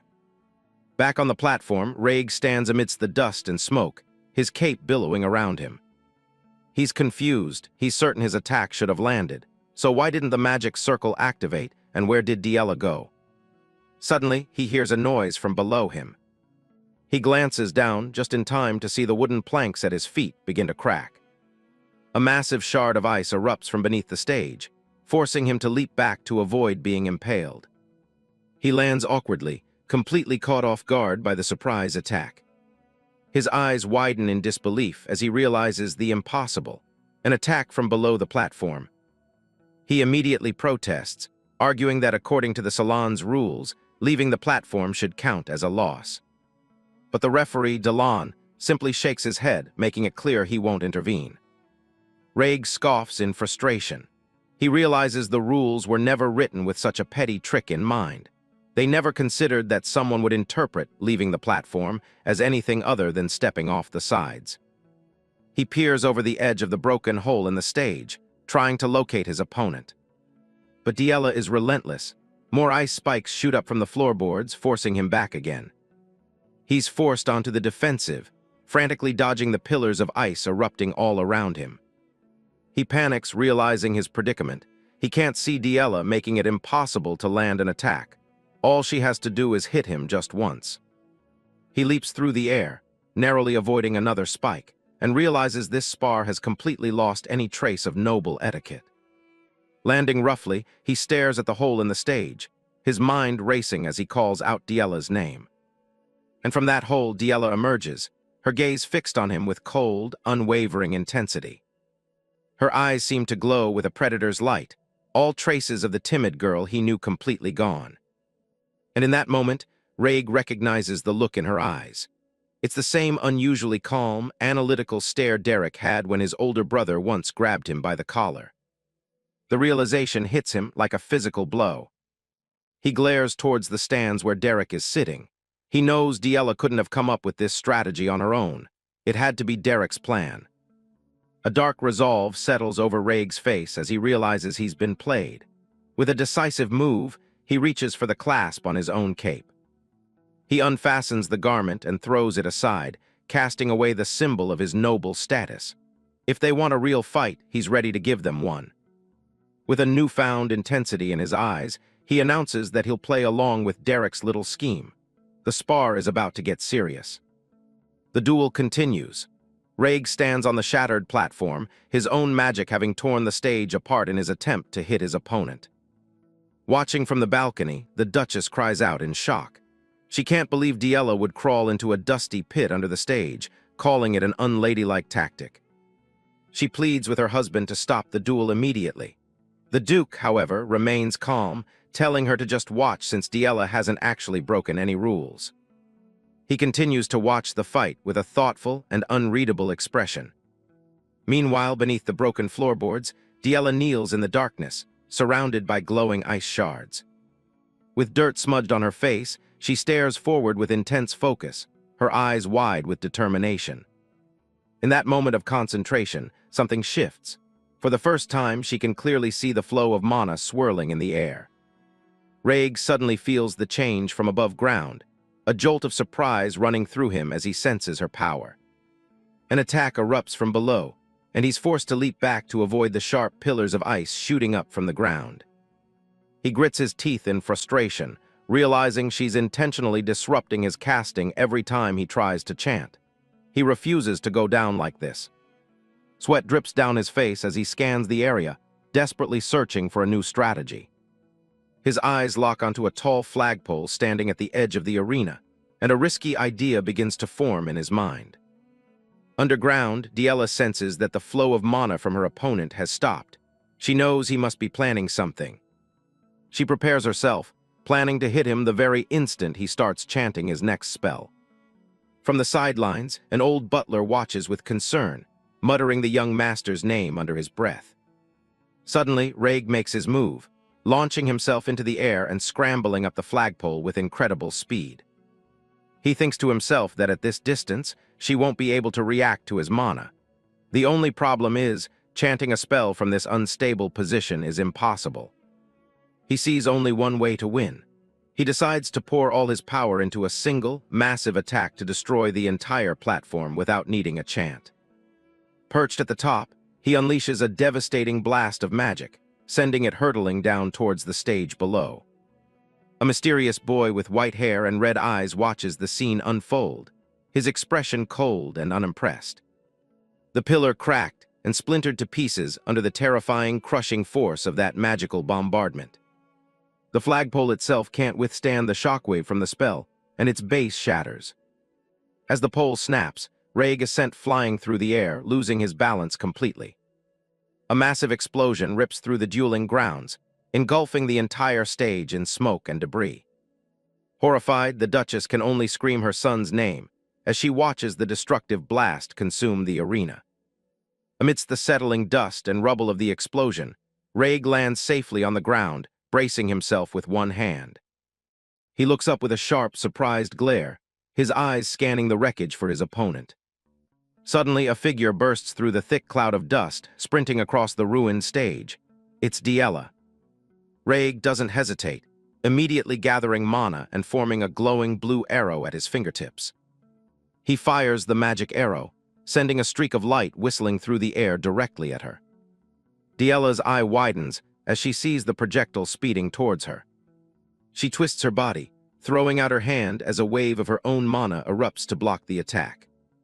The magic dissipates just before impact, but the effort was clearly immense.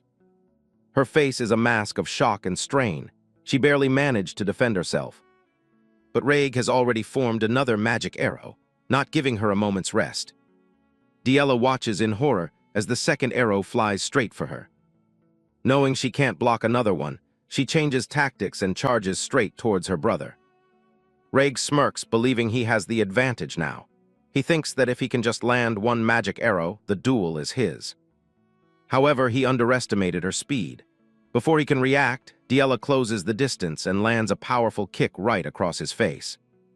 The blow sends Raig stumbling backwards in shock, while Diella grits her teeth, a bit of blood dripping from her lip. He falls to one knee, clutching his chest and gasping from the unexpected physical attack. While he was desperately struggling to regain his balance, Diella planted one hand on the ground and scooped up a handful of dirt and mud. Seeing her chance, Diella scoops up a handful of sand and dirt from the ruined stage. And in a move completely unheard of in a noble duel, she throws it right into his eyes. Raig recoils, cursing as he tries to wipe the grit from his eyes, momentarily blinded while Diella escapes to a safer distance. As his vision clears, he realizes what her actions mean. Using physical attacks and throwing sand, she must be completely out of mana. A thought crosses his mind. He can't believe she's willing to go this far, fighting so desperately to win even when she knows it's impossible. Standing up, Raig finally understands. This duel wasn't just a simple fight for her. It was a battle to prove her own worth. With new resolve in his eyes, he decides to honor her desperate struggle. He will meet her head-on with everything he has, not as a superior mage, but as her brother. The sun shines down on the ruined stage, signaling a pivotal turn in the battle. Diella stands tall across the ruined courtyard as Raig slowly gets back to his feet. Exhausted and out of mana, she clutches her head, her eyes burning with frustration. She's at her limit. As a drop of blood runs down her chin, her mind flashes back to a memory from long ago. A voice from her past echoes in her head, telling her to think of magic as painting with a brush. The memory continues, explaining the analogy. Mana is the paint and the spell itself is the brush. You don't force it, you simply gather the paint that's scattered all around you. And paint a picture. In her memory, a man with white hair demonstrates, creating a swirl of blue mana under a starry sky. He turns to her and tells her that this act of creation, that is magic. The younger Diella looked up at him, his words opening up a whole new world to her. The memory of that peaceful night, learning under the stars, fills her with a new sense of purpose. Back in the present, Diella closes her eyes. A small smile plays on her lips as she lets the memory guide her. She focuses, recalling the lesson. Mana is the paint and the spell is the brush. A faint blue aura begins to surround her. Ignoring the rigid chants she was forced to learn, she reaches out, not with her voice but with her will. The blue light around her intensifies. She can feel it now, the raw mana in the air swirling and gathering at her fingertips. She opens her eyes, her gaze sharp and clear. With this paint, she decides she'll paint a picture. In a brilliant flash of light, the mana coalesces. A perfect, shimmering ice spear materializes in the air next to her, hovering inside a complex magic circle. She has done it. That is magic. The butler stares, his jaw slack and a sweat drop rolling down his temple. He can't believe what he's seeing. The Duchess is just as shocked, turning to her husband and stammering that Diella, their daughter who they thought was a failure, is using one-star magic. Raig watches with a concerned expression. He mutters her name, worried that she's losing control and is about to cause a serious accident with a spell of that level. But Diella stands perfectly calm, her hand steady as she channels the immense power of the ice spear. Seeing her spell, Raig immediately gathers his own mana, preparing to counterattack. He charges forward, convinced that the outcome won't change. Even with one-star magic, he believes he's still one step ahead of her. He's determined to hit her before she can hit him. He believes victory is within his grasp. Diella holds her ground, her gaze unwavering as she faces his charge. Her own powerful spell is ready to be unleashed. Raig unleashes his counter, firing a volley of glowing magic arrows. He's aiming to overwhelm her before she can launch her ice spear. Diella's powerful ice spear meets Raig's volley of magic arrows head-on. Two opposing forces of magic are about to collide. The spells crash into each other, erupting in a massive, blinding explosion of pure magical energy that engulfs the entire dueling ground. The Duchess screams Diella's name in terror, her face pale with fear for her daughter caught in the blast. As the smoke and dust begin to settle, a mysterious, glowing sphere is revealed at the center of the impact zone. On this side, another sphere packed with chaotic mana appeared, having flawlessly pulled off its job as a ridiculously op shield. Raig lets out a shaky breath, exhausted from the immense magical energy he just expended. Across from him, Diella also breathes heavily. She's battered and bruised, but she is still standing, her expression calm and resolute. The final image lingers on the face of the mysterious man with white hair and red eyes, his intense gaze watching over the events that just unfolded. The story shifts back to 1 year ago. High in the trees, a mother bird carefully feeds her hungry chicks. Grand Duke Duplain walks through the estate with an official, who mentions a letter that arrived that morning from House Belmierd. The official asks how the Duke would like to handle the incident mentioned in the letter. The Duke glances toward a room where young Diella is sitting all by herself. She looks completely isolated, staring out the window with a lonely expression. Back in the present, the Grand Duke watches the end of the duel in silence. Diella is stunned, her face scratched and dusty from the intense battle. She stands alone in the middle of the broken stage, surrounded by the remnants of her magic. Something internal had been triggered during the clash. Raig is on one knee, breathing hard and clearly exhausted from the fight. Derek watches from a distance, his expression calm and unreadable.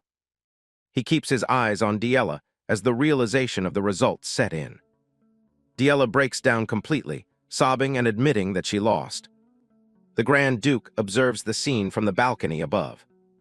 Duchess Miriella suddenly appears, absolutely livid and demanding to know what's going on. She looks down at her daughter crying on the ground, calling the duel vulgar and nonsensical. She's disgusted that a so-called master would teach such filthy magic to a lady of House Duplain. A flashback shows a young Raymond Oswald Duplain introducing himself as he joins the war effort. An older commander notes that Raymond's eyes look exactly like his father's. Eyes filled with ambition, the commander says, as Raymond offers a polite thanks. Back in the present, Diella is still a mess of tears and frustration.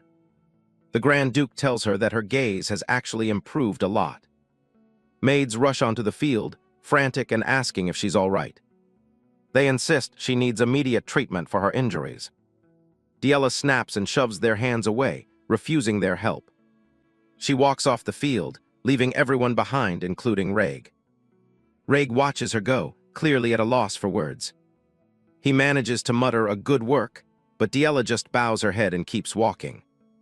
A maid quickly offers to guide her back to the inner chambers. Diella walks away in silence, her shadow trailing behind her.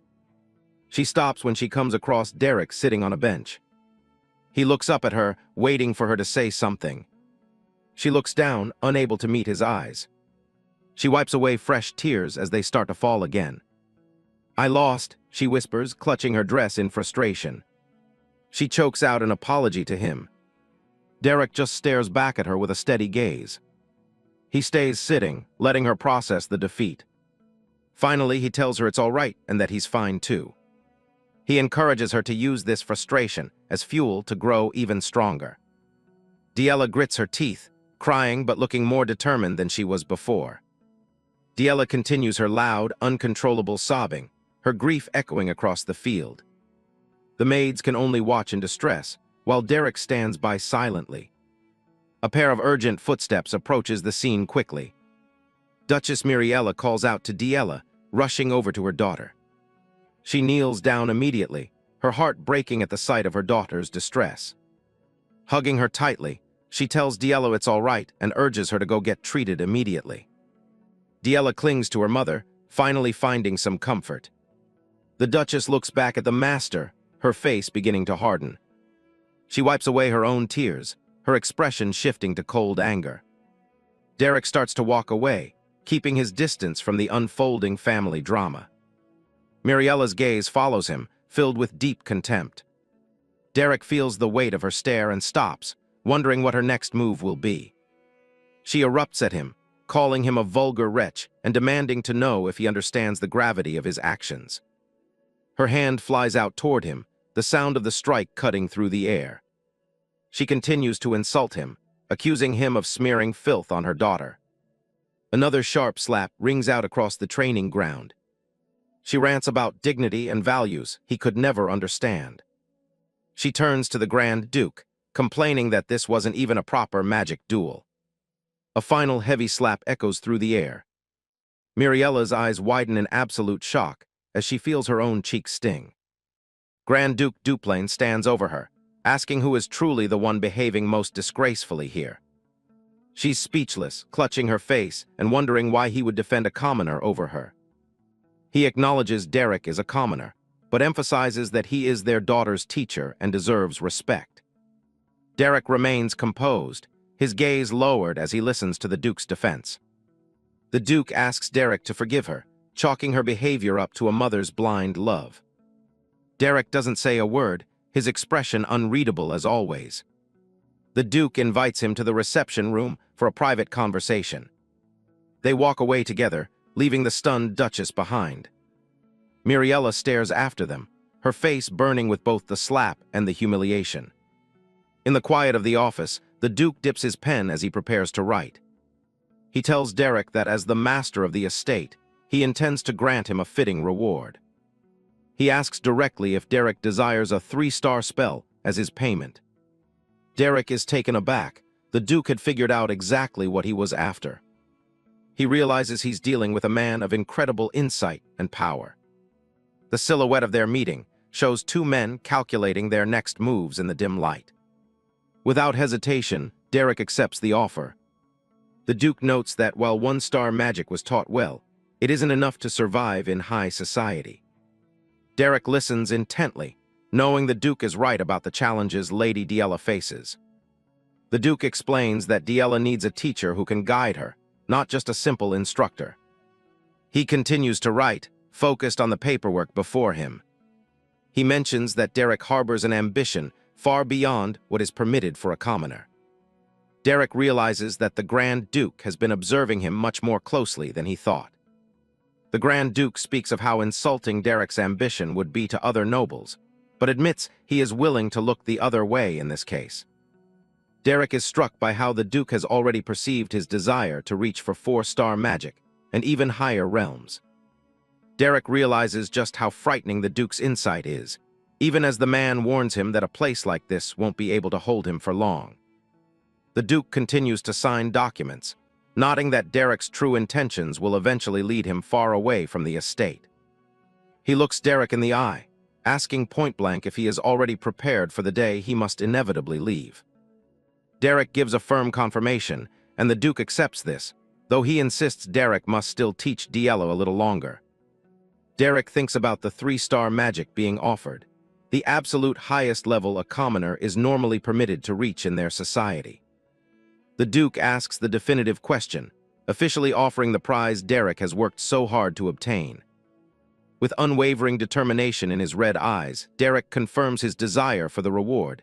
"Yes, I want it."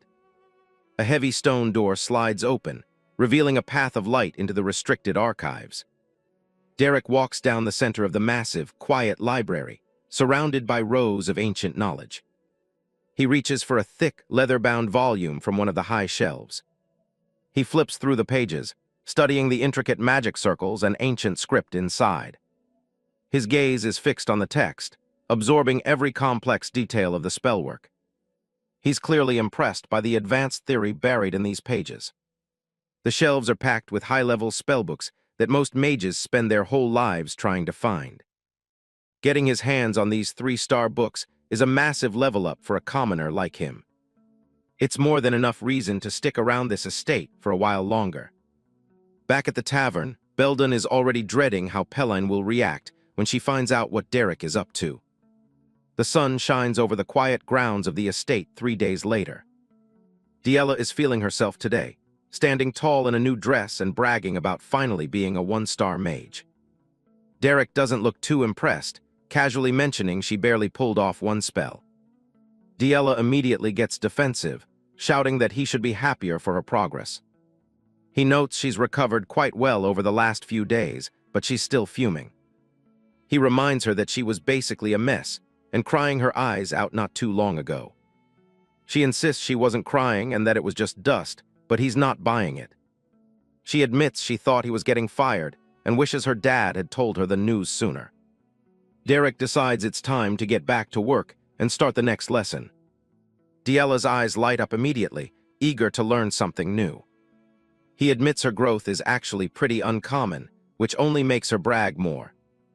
She's already picking out flashy spells she wants to master, like magic arrow or wind blades. She's convinced that with a little more practice, she could even take down her brother, Reg. But Derek shuts her down, telling her they're going back to the basics. He explains that no matter how far she goes, the foundation is the most important part. It all comes down to mana control, which is what they'll be focusing on from now on. Diella is visibly disappointed after getting all hyped up for something more exciting. She stares at him with a confused, slightly annoyed look. She asks why he's looking at her like that, wondering if she has something on her face. Derek admits he's just shocked to see her actually listening and being obedient for once. She claims she's always respected his words from the very start. That's a total lie, considering the time she literally dumped a bucket of water over his head. He reminds her that she did it twice, and she finally has the decency to look ashamed. She asks if he's really still holding on to that, and he tells her it's kind of hard to forget. To avoid the awkwardness, she starts shouting about how great the weather is and runs off to practice. Derek just watches her go with a faint smile, amused by her sudden energy. Training continues late into the night under the light of the full moon. Diella is completely exhausted, panting as she tries to push her mana further. Derek mentions he heard her schedule is about to get a lot more crowded. She collapses onto the grass, realizing the news about her classes has already reached him. She's stressed out because they're adding etiquette and general education to her plate next week. He asks if that's a good thing for a noble, but she's clearly not thrilled about the extra work. Diella is already losing it over her new schedule, listing off etiquette, history, and botany like it's a death sentence. She's completely baffled how anyone ever managed to survive through all of this. Derek just listens stoically, reminding her that this is the price of being at the center of high society. Under the night sky, Diella admits she just wants to focus on magic, but Derek points out they have plenty of leeway since her father was the one who hired him. Derek asks if she actually thinks anyone is bold enough to try and kick him out at this point. Diella gives him a knowing look, saying that while her father supports him, her mother definitely isn't the type to just let things slide. She explains that her mother is terrified that learning from a commoner will strip away Diella's noble dignity and turn her into a mercenary. Derek reflects on their recent spar, nodding that from a noble's perspective, there definitely wasn't any dignity in the way they fought. He tells her that silencing her mother isn't actually that big of a deal, though Diella looks at him like he's crazy. He explains the strategy is simple. They just have to remove her mother's pretext for complaining in the first place. Diella stares at him, her mind clearly racing as she starts to understand the plan. The sun rises over the Grand Duplain estate the next morning. Inside, Miriella walks through the halls with her head held high, looking every bit the stern mistress of the house. She's still agonizing over the fact that her daughter is being taught by someone she considers indecent.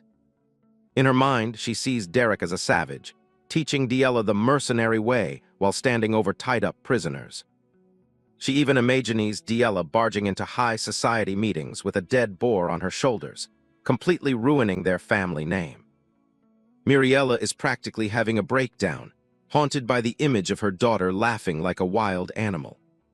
She resolves to find a way to get rid of that lowly commoner once and for all, reminding herself that she's the one who runs this house. The stress is clearly getting to her as she clutches her forehead, desperate for a solution. Suddenly, she hears Diella call out to her and puts on her best motherly smile. She greets her daughter with a warm, flowery expression, playing the part of the perfect noblewoman. Deep down, she admits she still loves it when her daughter acts like a child and runs to her. She waits for the usual loud greeting. But something feels off as she notices a change in her daughter's presence. Diella appears, but she's dressed perfectly in a blue gown and performs a flawless, elegant curtsy that leaves her mother speechless. Miriella can only blink in confusion, wondering what she's looking at. Diella apologizes for the delay in visiting while she was recovering, then politely mentions she has a piano lesson to get to. Miriella is completely caught off guard, barely managing to stammer out a response. Diella explains her schedule is packed with general education classes and bows gracefully before leaving. Miriella tries to catch up, asking if the etiquette lessons weren't supposed to start until next week. Diella just smiles brightly, saying she's actually looking forward to them thanks to her mother's consideration. Stunned, Miriella just tells her to hurry so she's not late, watching her daughter walk away like a complete stranger. The entire staff is frozen in place, unable to believe the girl they just saw was actually Diella. One maid is so shocked, she literally drops her tray, the loud clang echoing through the silent hallway. Instead of snapping, Diella stops to check on the maid, telling her to be careful and not to overstrain herself.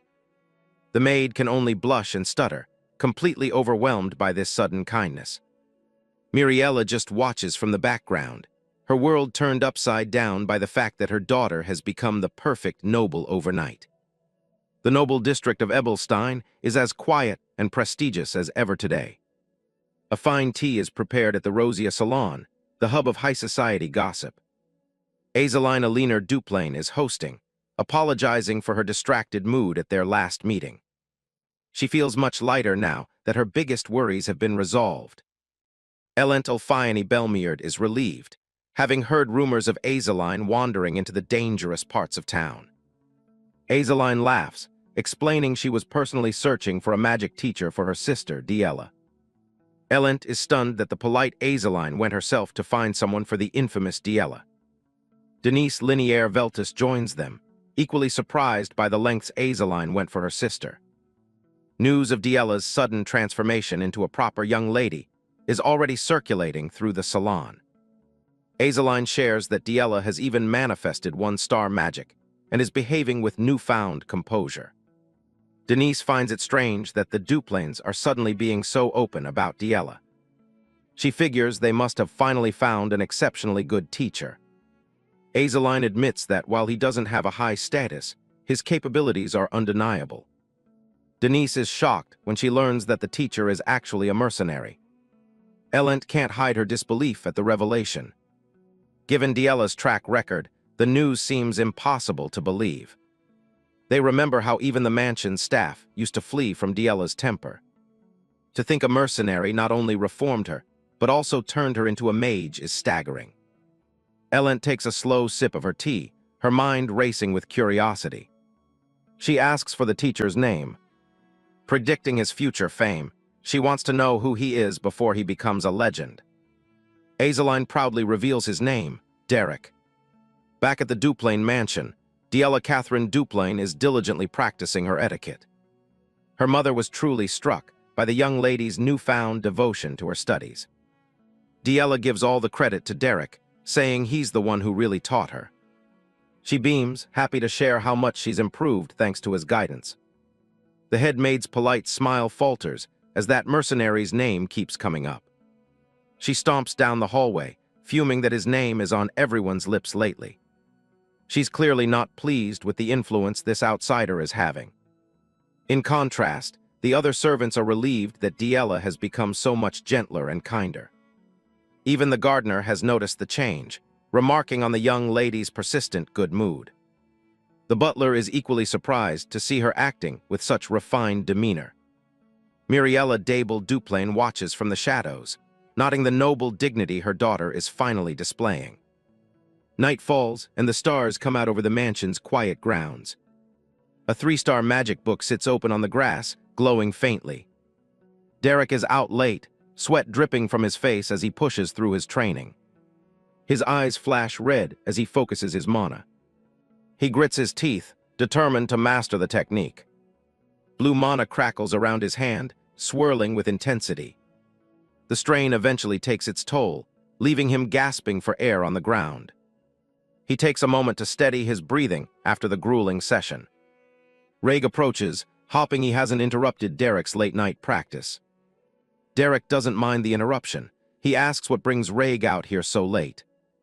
The moon hangs high over the silent mansion grounds. Reg sits beside him, confessing he wanted to talk about Diella. He notices the magic book in Derek's hand and is surprised to see it's a 3-star spellbook. He can't believe his father lent it out. That's a huge sign of trust. Derek admits it's a bit advanced for him, but he figures there's no harm in studying ahead. Reg thinks back to his father's high praise. The Duke acknowledged Derek as a true mage. It's an impressive feat, and Reg is clearly starting to respect him too. Derek shifts the talk back to Diella, but Reg gets a bit sheepish. He asks a complicated question. What do teenage girls even like these days? Derek stares at him, waiting for the punchline. Reg blushed, wondering if Diella would like a doll. He even considered handcrafting one himself for her. But as he thought of this family's masterpieces, he felt a chill. It was less of a gift and more of a waking nightmare. Derek gives a flat, immediate refusal. Reg quickly backtracks, laughing nervously while Derek agrees it's for the best. Reg stands up, suggesting they finally head back inside. They walk across the lawn, the tension of the day finally fading. Reg offers a quiet thanks, but Derek just listens. Reg comments on the improved mood in the house and how satisfied their father seems lately. He's glad to see the household at peace, even if the Duke is hard to read. Their footsteps are the only sound in the quiet night. Reg realizes he needs to accept the changes he's seeing, especially since people can truly evolve. He admits he might have been looking away before, but seeing Diella's growth makes him want to change too. He gives Derek one last sincere thank you before they part ways. Derek watches him go, keeping his thoughts to himself. Reg mentions that Diella's magic feels unique, almost like she's painting a picture. Derek is impressed. Only a natural genius would notice her School of the Wild technique.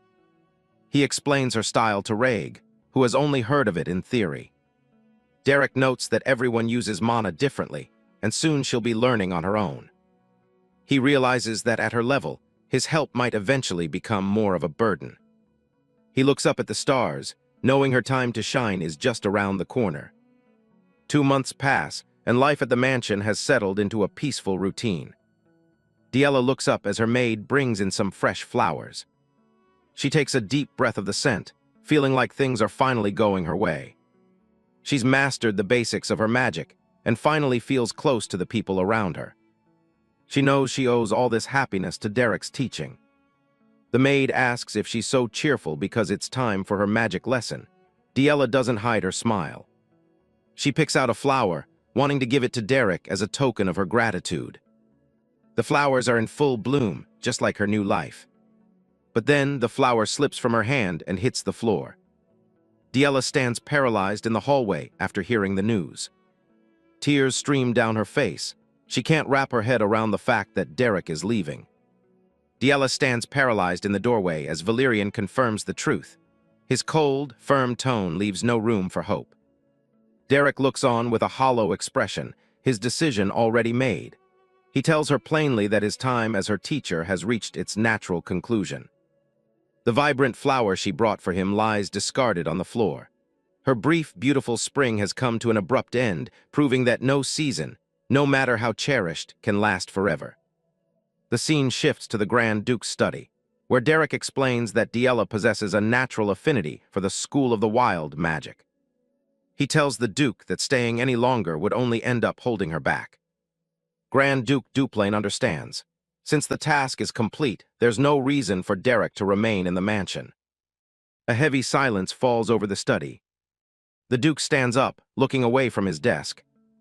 He finally admits that Derek has brought real change to his daughter and the household. He confesses that his focus on territory management made him a distant father, but he's relieved by Diella's progress. He asks when exactly Derek plans to depart. Derek mentions he'll hitch a ride back to Ebelstein with Lady Azeline when she visits. The Duke tells him he needs to return the library key immediately. He insists on taking it back right now rather than going through the butler. Derek remains silent for a moment. The Duke tells him he's free to go if there's nothing else to discuss. Derek looks down, absorbing the finality of it. He gives a respectful bow and turns to leave the study. Derek walks down the long, quiet hallway of the mansion. Suddenly, a voice stops him. Diella is standing right there, accusing him of leaving as quickly as he arrived. She stares him down, her composure clearly shaken. Derek stands his ground, telling her his departure is unavoidable. She looks up at him, her eyes pleading as she asks if he can just stay. He looks away, unable to give her the answer she wants. He takes a step closer to her. He tells her he's returning to his life as a mercenary, but promises to keep studying magic. He suggests that once she builds up her skills, they can meet again when she debuts in Ebelstein. Diella looks down, her eyes full of mixed emotions. Derek gives her a small smile, saying he'll have something new to teach her by then. She just grumbles that he's being annoying. She can't even argue because he's always right. Later that night, a full moon hangs over the silent Duplain mansion. Diella tosses and turns in bed, her breathing labored and sweat on her brow. Nightmarish shadows swarm her, calling her incompetent and a failure to her bloodline.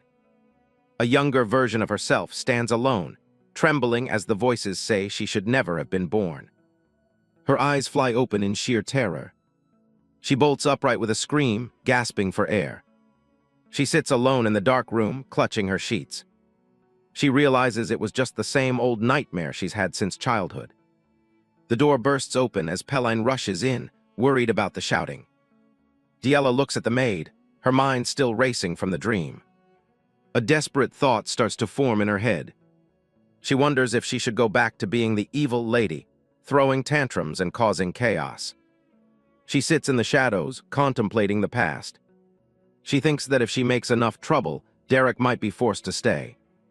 Pelline rushes to Diella's side, asking if she's all right or feeling unwell. Diella stays silent for a moment, her expression heavy with thought. Pelline looks startled, sensing the sudden change in her lady's demeanor. Diella resolves that she won't resort to her old, violent habits just to keep Derek around. She puts on a gentle smile and tells Pelline not to worry, deciding she wants to become someone truly valuable instead. Outside, the morning sun rises over the massive Duplain estate. By the carriage, Lady Azeline asks Derek if dropping him off near the commercial district is fine with him. She smiles, reminding him that they'll be departing soon, so he should finish his goodbyes. Derek stands by the carriage, looking as stoic as ever as he prepares to leave. The household staff and the Duke's family gather in the courtyard to see the tutor off. Valerian asks if he's really leaving, and Derek confirms he's going back to where he came from. Raig smiles kindly, acknowledging how hard Derek worked and offering his help should anything happen. Derek gives a deep, formal bow and simply says, "Thank you for everything." He catches Diella's eye, nodding her intense, unreadable gaze. She stands with her arms crossed, watching him with a remarkably calm expression. She demands to know why he's looking at her like that, her pride still very much intact. She tells him not to get the wrong idea. She wasn't going to beg him to stay like some child. Derek smiles and says it was truly an honor to teach her, hoping she'll remember the magic they practiced. Diella lets out a light laugh and says she's going to brag to everyone about him being her teacher. Derek just looks at her, perhaps realizing she's matured in her own unique way. She goes silent for a moment, her tough exterior softening. She warns him to take care of himself and not go doing anything stupidly dangerous.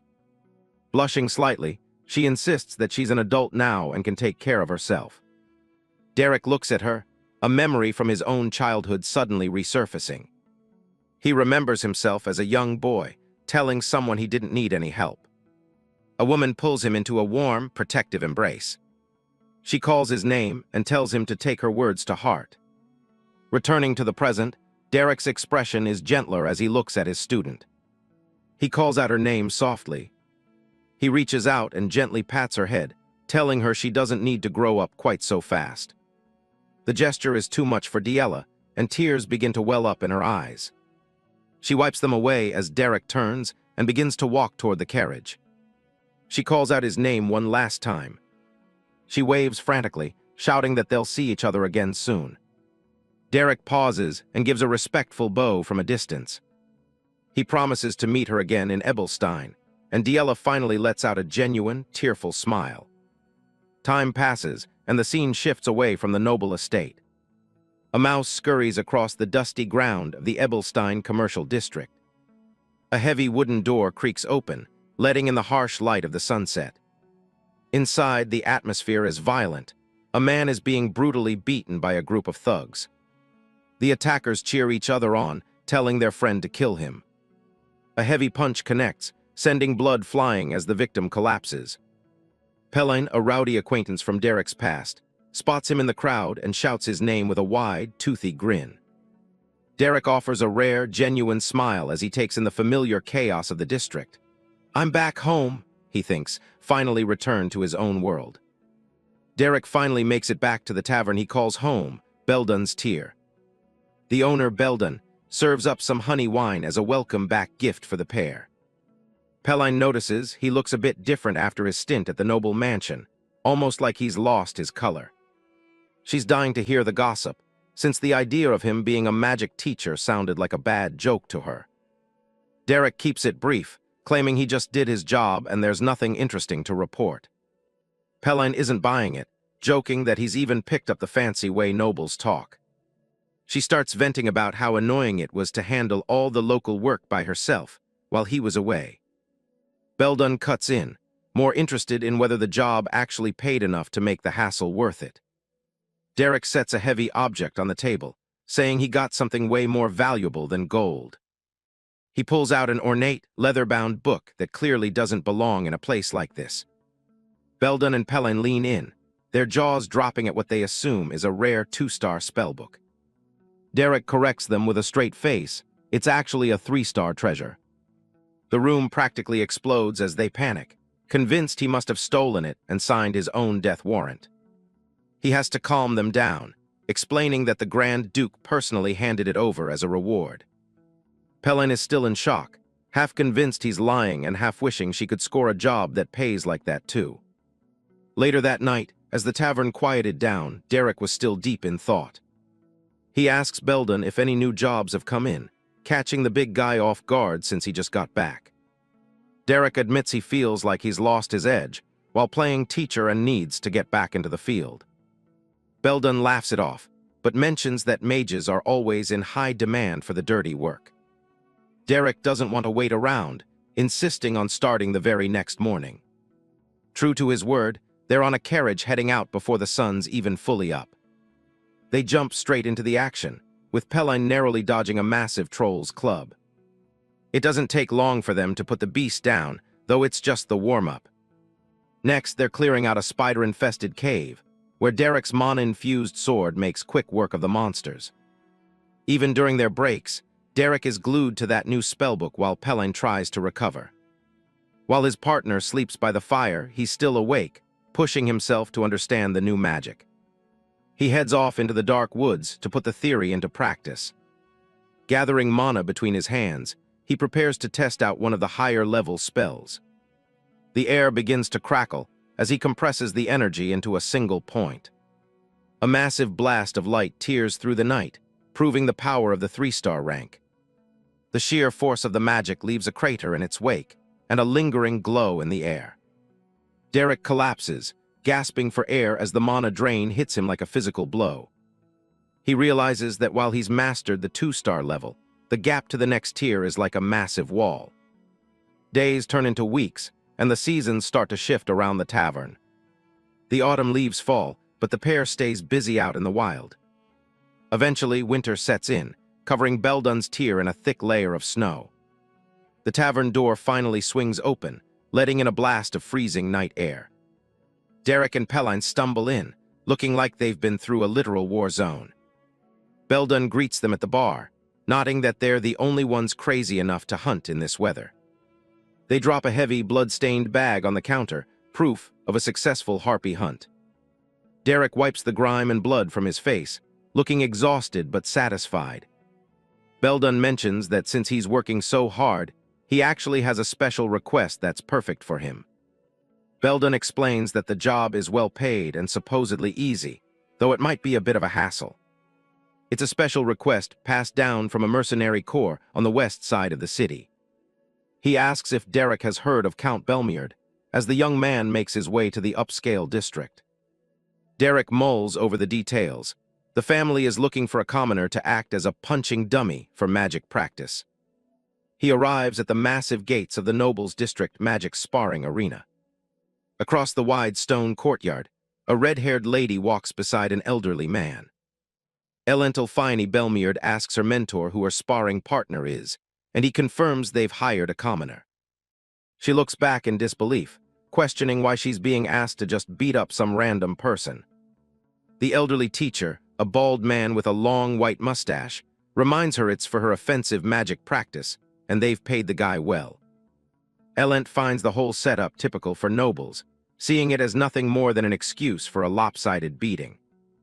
Her teacher mentions the guy knows basic magic, but she scoffs, confident her near 2-star status makes him no challenge at all.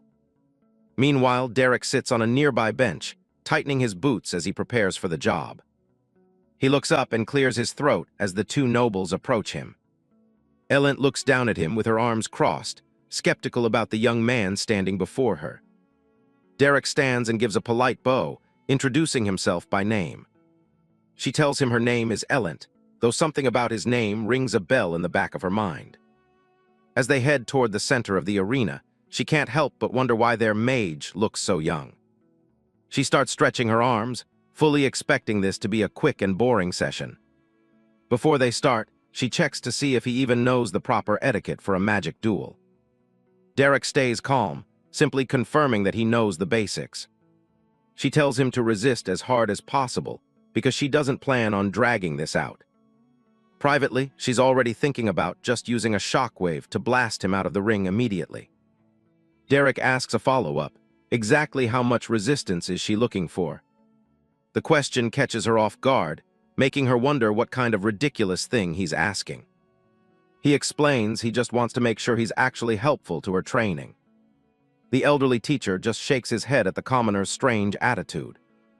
Elent lets out a little scoff at his confidence. She tells him he has a weird way of talking, but repeats her order: resist with everything he's got. Derek's expression shifts. He is utterly speechless at this arrogant noblewoman who thinks the world revolves around her. Blue mana begins to swirl around his hand as he accepts the command. Derek stands ready while Elent Belmiard preps her magic. She's already getting annoyed by his confidence. Elent charges her mana, thinking that reaching the 1-star rank at his age is decent for a commoner, but he's still way too cocky. She's determined to show him the real gap between their social standings. She lets loose a sharp blast of wind and ice magic. Derek doesn't even blink as the attack approaches. He shifts slightly, letting the magic whistle right past him. The wind magic shatters a massive tree trunk standing far behind him. Elent freezes, stunned that he managed to move that effortlessly. Derek just looks at her, asking what she's got for her next move. That look really gets under her skin. She admits he has a reason to be confident, but that won't change the outcome. Elent starts chanting, summoning a whole array of ice spears in the air. The spears hover around her, glowing with blue mana. With a sharp gesture, she sends the whole lot flying at once. The projectiles tear through the air toward Derek. To counter that barrage of ice spears, Derek hurls a crystal fragment straight ahead. Elent's face contorts in horror as her magic is utterly crushed by the commoner's spell. The ice spears either whistle harmlessly past him or are shattered to pieces by Derek's crystal. After shattering the barrage of ice, Derek doesn't even bother launching the crystal at her. Instead, he lets it drop mockingly right at Elent's feet. Elent can't believe a commoner has this level of magic control. The teacher watches from the sidelines, impressed that a commoner can manage this much precision. Elent drops the act and admits she underestimated him. She starts heating things up literally. She decides to stop holding back and goes for a serious strike. Derek notices the shift in her strategy immediately. He realizes she's stopped aiming for him specifically and is just going to level the whole area. She summons a massive rain of fire spears this time. She brings her hand down, and the sky seems to fall toward him. Derek looks up as the arena is swallowed by the massive area of effect spell. He knows there's nowhere to run from an attack this wide. Derek throws up a blue mana barrier to brace himself. The fire spears slam into his shield, causing a chain of heavy explosions. The spot where he was standing is completely engulfed in smoke and fire. The dust starts to settle over the ruined arena floor. Derek emerges from the cloud, already charging a spell in his hand. He catches sight of Elent moving in fast through the wreckage. She lunges forward, closing the distance in a heartbeat. She prepares an ice spear right in front of his face at point-blank range.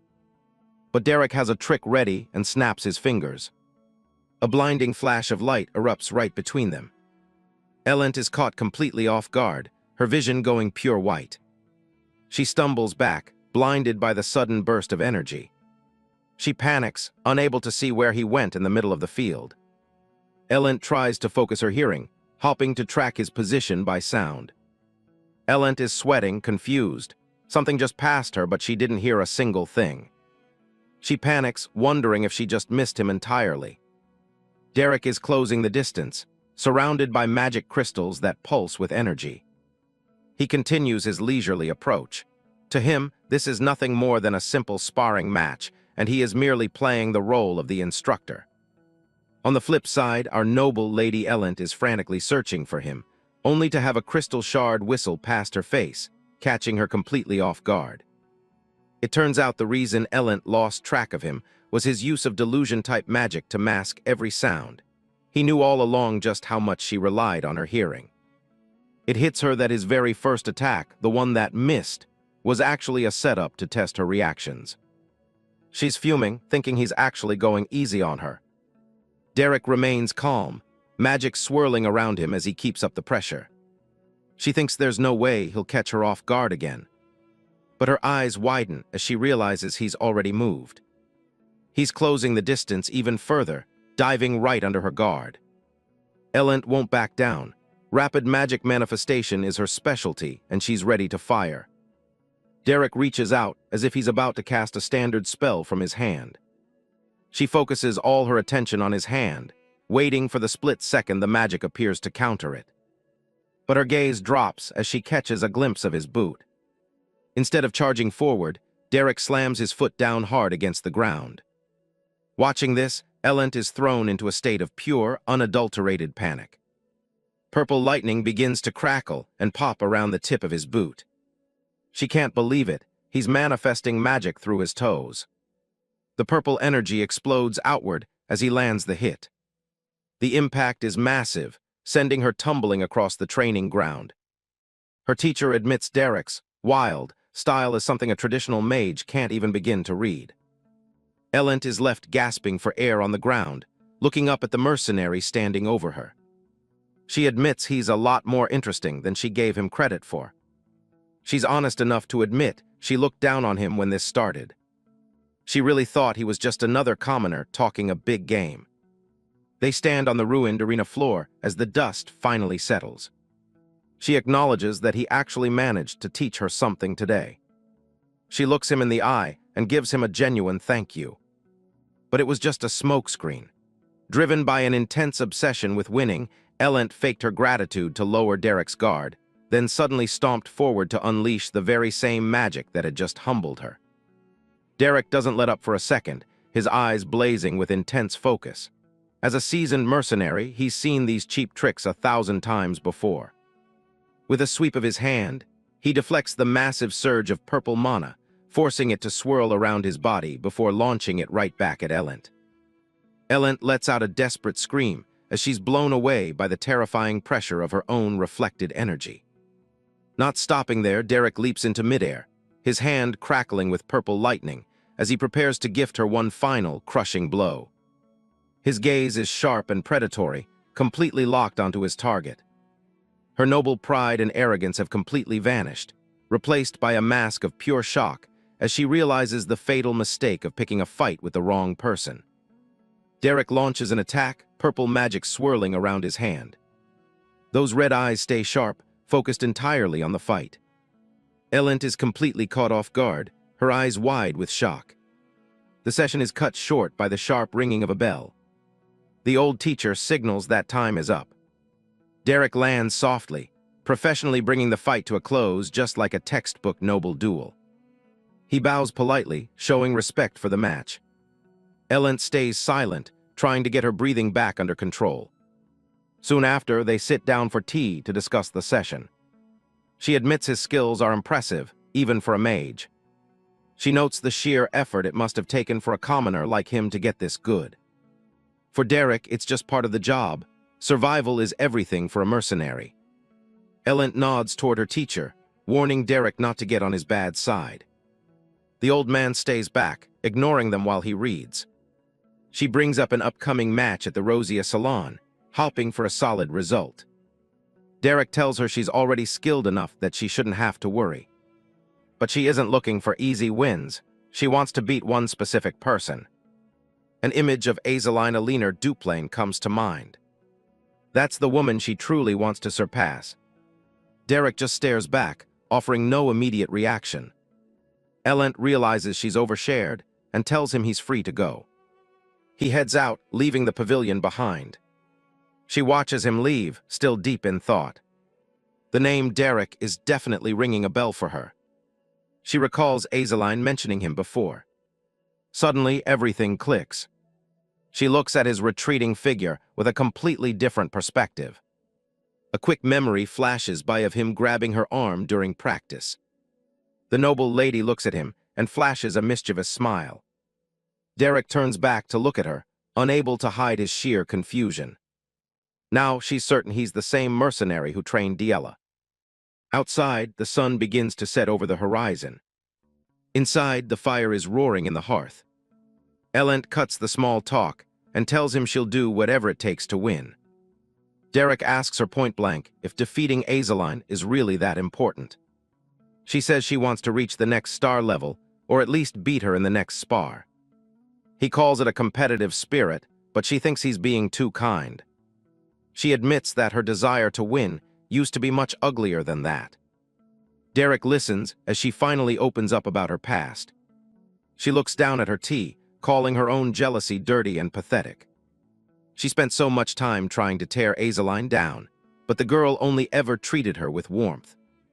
Derek stares at her, wondering why she's sharing these secrets with him. Elent sets her tea aside, her gaze sharpening. She's ready to cast aside her pride and show him how serious she really is. Derek tells her to go ahead and speak her mind. She knows his history with the Duplain family and asks for his honest assessment of Azaline's skill. She wants a clear comparison to understand where her own abilities stand. That's the real reason she's seeking his guidance. Her mind is completely focused on the one thing that matters, defeating Azaline. Derek takes a moment to think before answering. He acknowledges that while Azaline is incredibly gifted, Elent is no slouch herself. He tells her that her talent is real and just needs the right refinement. He can see the raw determination burning in her amber eyes. It's clear to him that she isn't just fishing for a compliment. He realizes she's truly desperate, willing to take advice from a lowly mercenary like him. The silence in the grand room is only broken by the crackling of the fireplace. He looks at her, ready to give her the cold, hard facts. He drops the bombshell. He tells her flat out that she can't win. Elent takes the hit without flinching, her resolve only strengthening. Derek watches her intently, gauging her reaction to the news. Even with the odds against her, she isn't ready to give up. She declares that she'll find a way to win, even if it seems impossible. Derek is genuinely surprised by her sheer force of will. She reminds him that he managed to turn the good-for-nothing Diella into a mage. If he did it for her, she's certain he can do it for her too. Derek stays silent, considering the weight of her request. He finally admits there might be a way, but he has a few concerns. Elent leans forward, her eyes lighting up at the glimmer of hope. He tells her there are two things they need to settle first. He starts by asking if she knows exactly how he trained Lady Diella. He flashes back to the brutal lessons, where he used a real sword to keep Diella on her toes. He was a terrifying teacher, pushing her to the absolute limit. Elent admits she doesn't know the details, but she's prepared for anything. Then he moves on to the second point, his identity as a mercenary. She assumes he's worried about the scandal of a noble learning from someone of his station. She cuts him off, insisting she's serious about making a name for herself in the Empire. She explains that winning in their social circle is her top priority. She tells him to stop judging her sincerity, as she knows exactly what's at stake.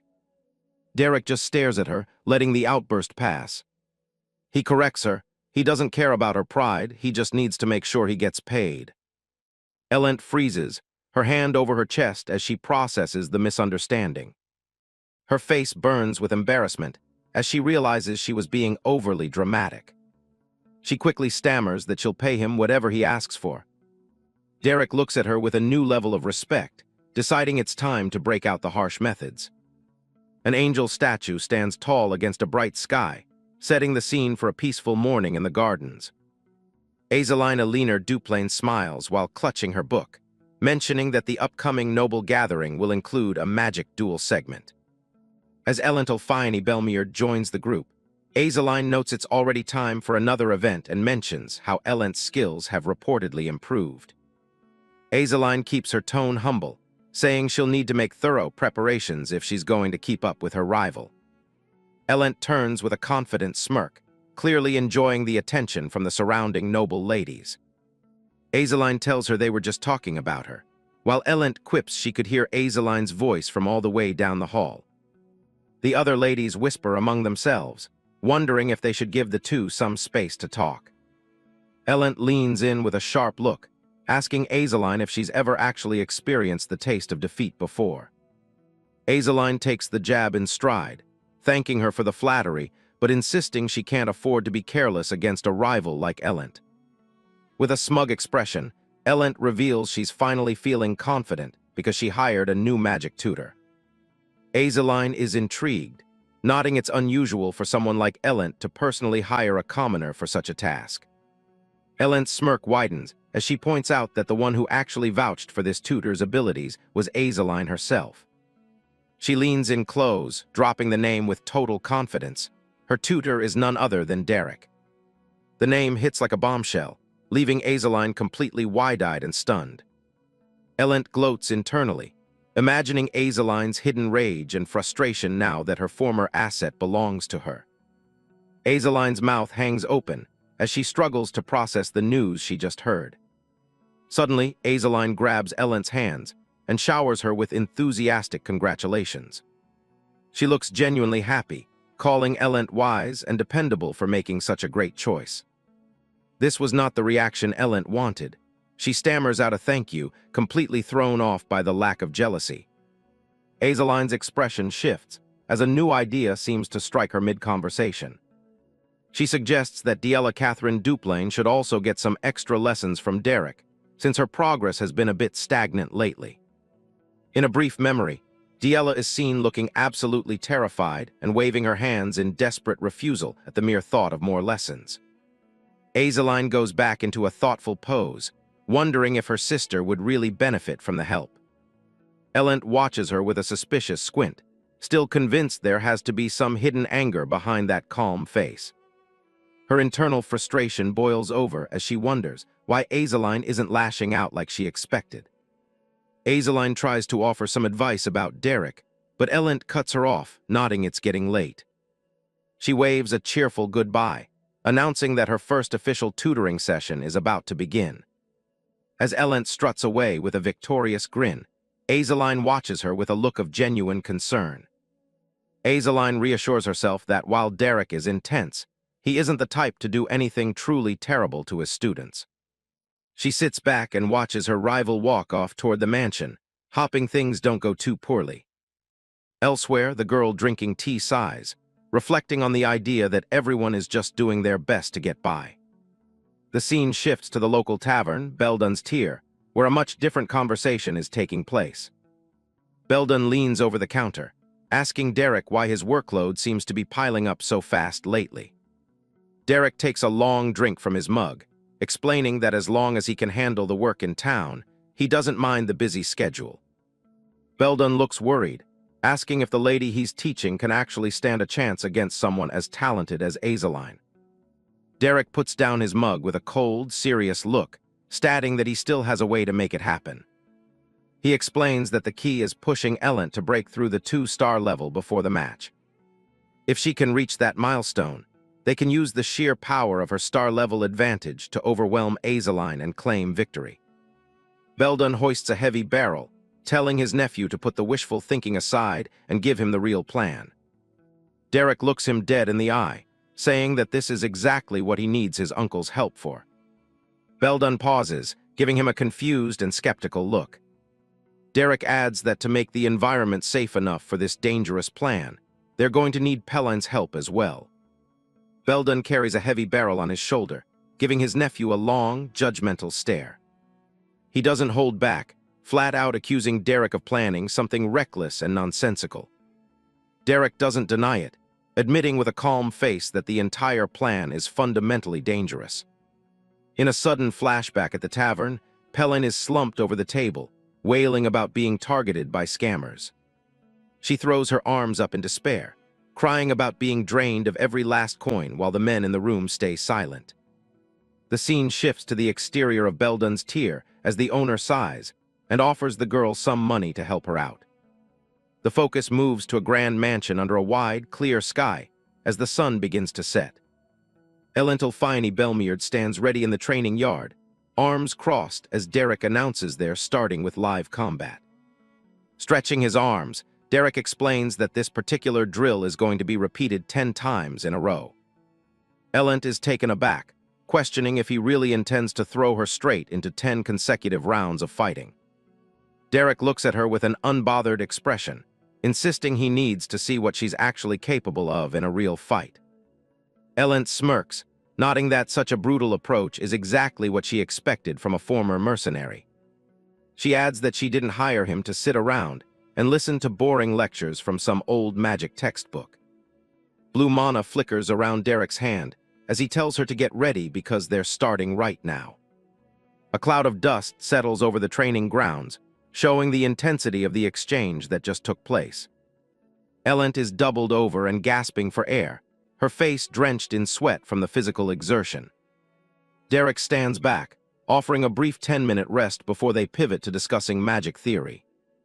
Barely able to speak, Elent complains that her mana reserves are completely dry. Derek doesn't give an inch, telling her that if she digs deep enough, she'll find more mana to use. He harshly critiques her form, demanding 10 more ice spears as Elent struggles to focus her remaining energy. He continues to push her, asking what use she is if she can't handle this and nodding she's still 5 spears short of the goal. Next, he demands 100 magic arrows, ignoring her silent pleas that she has nothing left to give.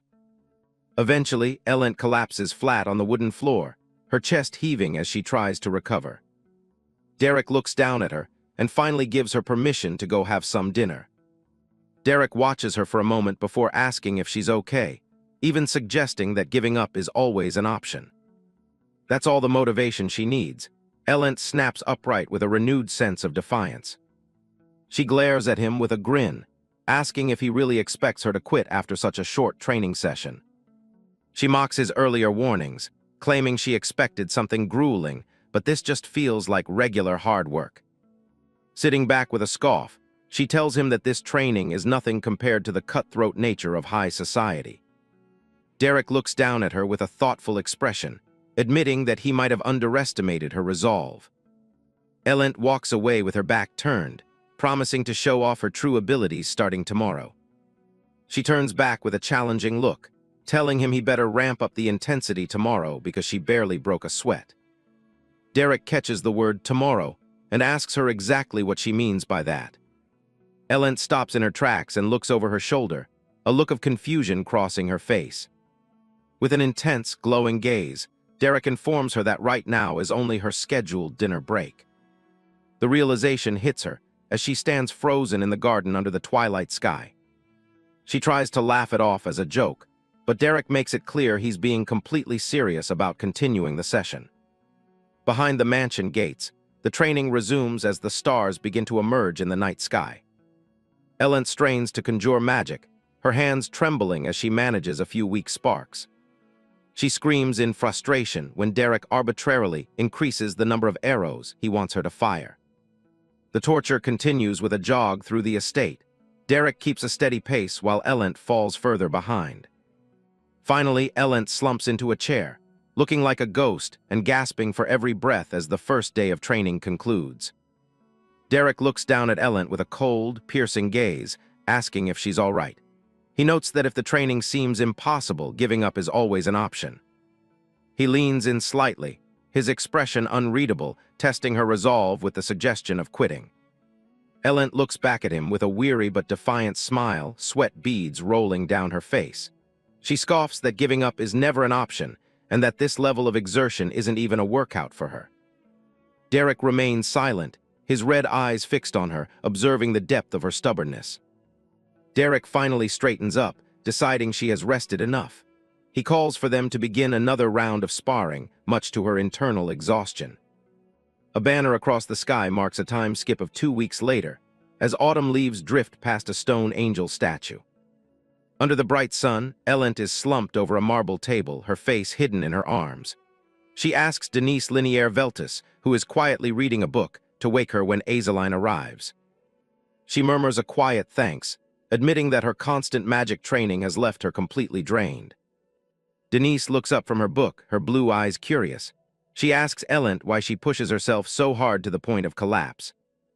Ellen doesn't move, her silence hanging heavy in the afternoon air. Ellen lifts her head just enough to show a sharp, determined look. She simply states that she does it to win because she wants to win more than anything. Denise stares back at her, surprised by the raw intensity in her friend's voice. Denise smiles softly and encourages her to hang in there, promising to cheer for her success. Denise blinks as she notices someone approaching in the distance. A group of noble ladies approaches the garden terrace. Denise announces that Azaline Aliner Duplain has finally arrived. Ellen immediately snaps upright, her posture rigid as she desperately tries to mask her exhaustion. Azaline Aliner Duplain appears, her long dark hair flowing behind her as she looks toward the table. With panicked movements, Ellen quickly tries to fix her hair and smooth her clothes, unwilling to let her rival see her in a weakened state. Azaline smiles radiantly, mentioning a newly opened clothing store and inviting everyone to check it out, and the other young ladies quickly agree. As the group walks away, Ellen remains seated to quickly fix her appearance, her eyes wide with anxiety as if terrified of exposing her exhausted state to Azaline. She watches them leave, asking Denise if Azaline had seen her. Denise confirms that she has left. Ellen lets out a long, shaky sigh of relief. She worries that Azaline might have seen her sprawling on the table like a commoner. Azaline glances back over her shoulder as she walks away, a pensive look in her blue eyes. It seems Ellen's little act couldn't fool Azaline's eyes at all. She thinks to herself that Lady Ellen seems unusually tired and begins to wonder if she is actually okay. Night falls over the estate, the glowing windows of the mansion standing out against the dark, cloudy sky. In her private chambers, Ellen sits before a large mirror while a maid brushes her red hair. The maid informs her that a gift has arrived from House Duplain. The gift is an ornate wooden box filled with bottles of potions and delicate flowers. A handwritten letter and an envelope lie beside it. The maid explains that the items are from Azaline and are intended to help Ellen recover her mana. Ellen stares at the box with a cold, unyielding expression. When the maid mentions they are high-quality items that would be a great help, Ellen cuts her off. She commands the maid to throw them away immediately. Ellen turns her back on the gifts, her voice icy as she demands that the maid throw them all away and never let her see them again. The maid is left bewildered. Later, Ellen stares into the mirror as she finishes her preparations, asking if Derek has arrived yet. The maid confirms he arrived at dawn and is waiting for her. The contents of Azeline's letter are revealed, addressing the dear young ladies of Rosia Salon and nodding the approach of winter. The maid continues to brush Elent's hair, as the letter asks after the ladies' well-being in the cold weather. The letter explains that House Duplain has produced many quality goods that Azeline wanted to share with her friends. Elent's expression remains grim. In another part of the city, other noble ladies are seen laughing and blushing as they open their gift boxes from Azeline. The letter ends with a wish for their peace. Elent clenches her jaw, the kindness of the gift clearly feeling more like an insult to her pride. Outside, the sky is still dark and overcast as Derek sits at a table, focused on a book while he waits for his student. He senses her presence, his red eyes glancing sideways with a serious expression. Elent arrives, ready for training. Derek notes that she is early, but she dismisses any need for pleasantries. She looks him in the eye and asks for his assessment, catching him slightly off guard. As she stretches her arms, Elent notes that several weeks have passed since they began. She asks him to be honest about what he really thinks of her. Derek remains silent, his gaze fixed on her as he prepares to give his honest opinion on her progress. Derek stands calmly with his hands behind his back, his expression neutral as he suggests that giving up might actually be a good strategy in certain situations. Elent stands several paces away with her back turned, her hands on her hips as she remains silent, absorbing the weight of his suggestion. She looks back at him over her shoulder, her eyes narrowing as she asks why he continues to offend her with such dismissive comments.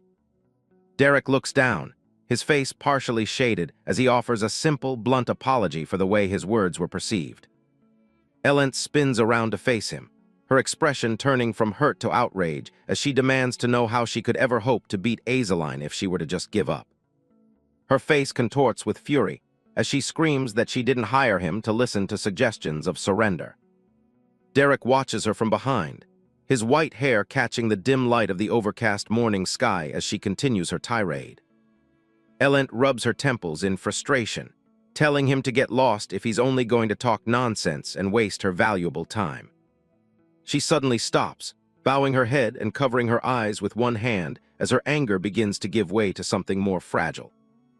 Derek looks at her with a steady, unblinking gaze, explaining that obsessing over victory can hinder growth and that there is a place for humbly accepting defeat. A single tear rolls down Elent's cheek as she gasps that if she gives in now, she would truly be a pathetic person. Derek says nothing, his red eyes fixed on her as he witnesses the raw vulnerability she has been trying to hide. Elent continues to weep, hiding her face behind her hand as she confesses to being a petty, shameful person who only knew how to gossip about Azeline. She clenches the fabric of her blouse near her heart, her voice strained as she admits she was nothing more than a person driven by jealousy. Chinese letter, Chinese letter. She looks up at Derek, her eyes wide and filled with tears as she screams that she accepts and admits just how lacking she really is. Her hand trembles against her chest, the red jewel of her brooch glinting as her breathing becomes ragged with sobs. Elent hunches over, her long red hair falling forward as she acknowledges there's no logical reason to hate Azeline, yet she knows she still does. She looks down with a hollow, pained expression, wondering aloud why her petty inferiority complex refuses to disappear even after she has admitted everything.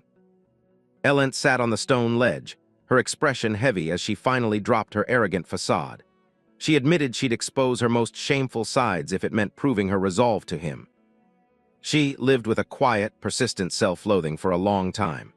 Looking back at the memory of her perfect rival, she asked Derek what she truly needed to do to beat Azeline. Derek had originally figured her motivations were simple. He thought this was just another case of a noble girl's jealousy or a standard competitive streak. But as they stood together in the garden, the real picture started to emerge. The person this girl truly hated wasn't actually Azeline. Tears streamed down her face as she clutched at her chest, her pride finally breaking. It was herself she couldn't stand. This training wasn't fueled by some petty grudge or a light sense of envy. Derek watched her, seeing the depth of the internal struggle she was fighting. Winning was the only way she could think of to escape her own feelings of inferiority. She tried to wipe away the tears, but her voice stayed shaky as she confessed. Derek looked at her, his usual coldness replaced by a steady resolve. He didn't offer empty comfort. He offered a path forward, telling her they were going to win. He made a firm promise to the girl, his gaze locking onto hers. He was going to make sure she finally defeated Azaline. Ellen looked up toward the bright sky, the light reflecting in her tear-filled eyes. She took a breath and gave a quiet, determined okay. A carriage rolls through the golden fields under a bright blue sky, heading toward a distant estate. The horse's hooves clatter steadily against the stone road as the carriage finally arrives at the gate. The door swings open, and the unnamed butler steps out onto the pavement with a weary expression. He looks around the familiar grounds of the residence, adjusting his round glasses after the long journey. The butler returns to the grand estate in Count Belmierd's territory, a sprawling residence of stone and towers. Tristan Analt Belmierd strides out to meet him with open arms, welcoming his butler back home. Tristan invites him inside to rest, nodding that the long trip to Eberstein must have been quite exhausting. Once they're settled over tea, the lord immediately asks about his daughter Ellent and how she's doing. The butler keeps a straight face, reporting that the young lady has been putting a great deal of effort into her training lately. Tristan can't help but brag, convinced that his daughter's incredible talent will soon see her surpassing even him. The butler chuckles nervously, hiding the fact that he's sweating internally. He knows that if Tristan finds out Ellent is training under a commoner mercenary, they'll both be in deep trouble. Tristan then mentions he has some business of his own to attend to in Eberstein very soon. He twists his mustache with a mischievous look, wondering how Ellent will react if he surprises her with a gift. The butler forces a smile and agrees she'll be thrilled, while silently praying he survives the visit. The scene shifts to the outskirts of Eberstein, where the sun has set over the ominous entrance of the nameless labyrinth. A heavy boot steps onto the grass as the group approaches the dark dungeon entrance. Gunnar and Pellein stand ready while Ellent Ulfini Belmierd looks visibly tense, questioning the safety of the mission. Ellent stares at the dark ruins, her heart sinking as she realizes she actually has to go inside. She asks Derek for a plan, wondering if she's just supposed to charge in and start attacking monsters. Derek gives her a cold look, telling her she needs to sharpen her instincts through actual lethal combat. He assures her they'll have her back, but reminds her that the duel is only a few days away. Derek manifests a ball of blue mana light to lead the way into the shadows. Ellent stands frozen for a moment, her face pale as she stares into the dark abyss of the labyrinth. The group descends into the stone ruins, their footsteps echoing through the long, dark hallways. Ellent shivers, looking at the damp, mossy walls and wondering what kind of monsters are hiding in the dark. Derek leads the way with his light spell, warning her to stay on guard even in this low-ranked area. He keeps his eyes fixed on the path ahead, his expression completely serious as they move deeper in. Suddenly, Pellein stops, her sharp eyes scanning the shadows ahead of them. She warns that a horde of goblins is heading their way, but Derek has already heard them coming. Gunnar spots something even bigger behind them. A massive ogre is closing in on their rear. He draws his massive sword with a grin, asking if the budget covers taking down an ogre as well. Derek stays calm, telling him they can settle the fee later as blue mana begins to swirl around his body.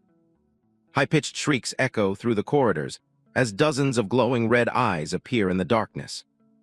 Ellent starts to tremble, her worst fears coming to life as the monsters finally show themselves. A goblin lunges out of the shadows with a spear, screaming a piercing battle cry. Derek doesn't hesitate, leaping into the air to meet the first wave of enemies head-on. Ellent gasps, her eyes wide with terror as the chaos of battle erupts right in front of her. Derek commands Pellein to stay back and protect the young lady while he handles the front line. He charges into the horde, his blade glowing with mana as the goblins swarm him from all sides. Pellein quickly draws her bow, her expression focused as she takes aim at the approaching threats. An arrow whistles through the air and plants itself right in a goblin's head, sending the creature tumbling to the ground. Derek grips his sword tightly, his gaze fixed on the enemy ahead. He draws the blade in one smooth motion, the steel catching the dim dungeon light as he prepares to strike. With a violent swing, he cuts straight through a goblin's torso. Blood sprays across the stone floor as the creature is cleaved in two by his overwhelming force. Not slowing down, Derek unleashes a burst of flame from his free hand. The goblin shrieks in agony as it's swallowed by the intense, magical heat. Peline provides cover from the rear, drawing her bow with practiced ease. She remains calm and focused, her eyes narrowed as she tracks the moving targets through the chaos. Derek's blade sinks deep into another goblin's chest, the impact sending dark blood splattering against the stone walls. He doesn't waste a second, already looking for the next threat in the narrow corridor. Peline's arrow finds its mark, piercing a goblin's skull with lethal precision. The creature drops instantly, another one down in the relentless skirmish. Amidst the carnage, Elent Ulfini Belmeard is frozen, her breath coming in shallow, ragged gasps. Sweat beads on her forehead as she watches the brutal efficiency of the mercenaries with growing terror. A piercing shriek echoes through the corridor, making her heart hammer against her ribs. She's completely overwhelmed, her wide eyes darting between the monsters and the pooling blood on the floor. In the back, Gunnar faces down a massive blue-skinned ogre that towers over the rest of the group. The beast's glowing red eyes are fixed on the lone swordsman standing in its path. Gunnar just grins, looking up at the monster with zero fear in his expression. He wonders aloud how high the bounty on this thing's head will be once they're finished. The ogre roars, raising its club for a bone-crushing blow. The sound vibrates through the entire chamber, signaling a fight on a whole different scale. Gunnar leaps into action, swinging his massive blade with incredible force to meet the ogre's strike. The impact sends a shockwave through the air as the two titans clash. A limb flies through the air as another monster is dismantled in the fray. The mercenaries aren't holding back, turning the narrow passage into a grim slaughterhouse.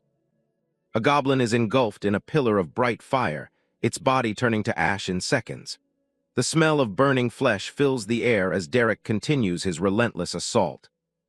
Suddenly, a spear of pure blue mana light erupts through a goblin's head. The magic is jagged and raw, distinct from the refined spells usually taught to nobles.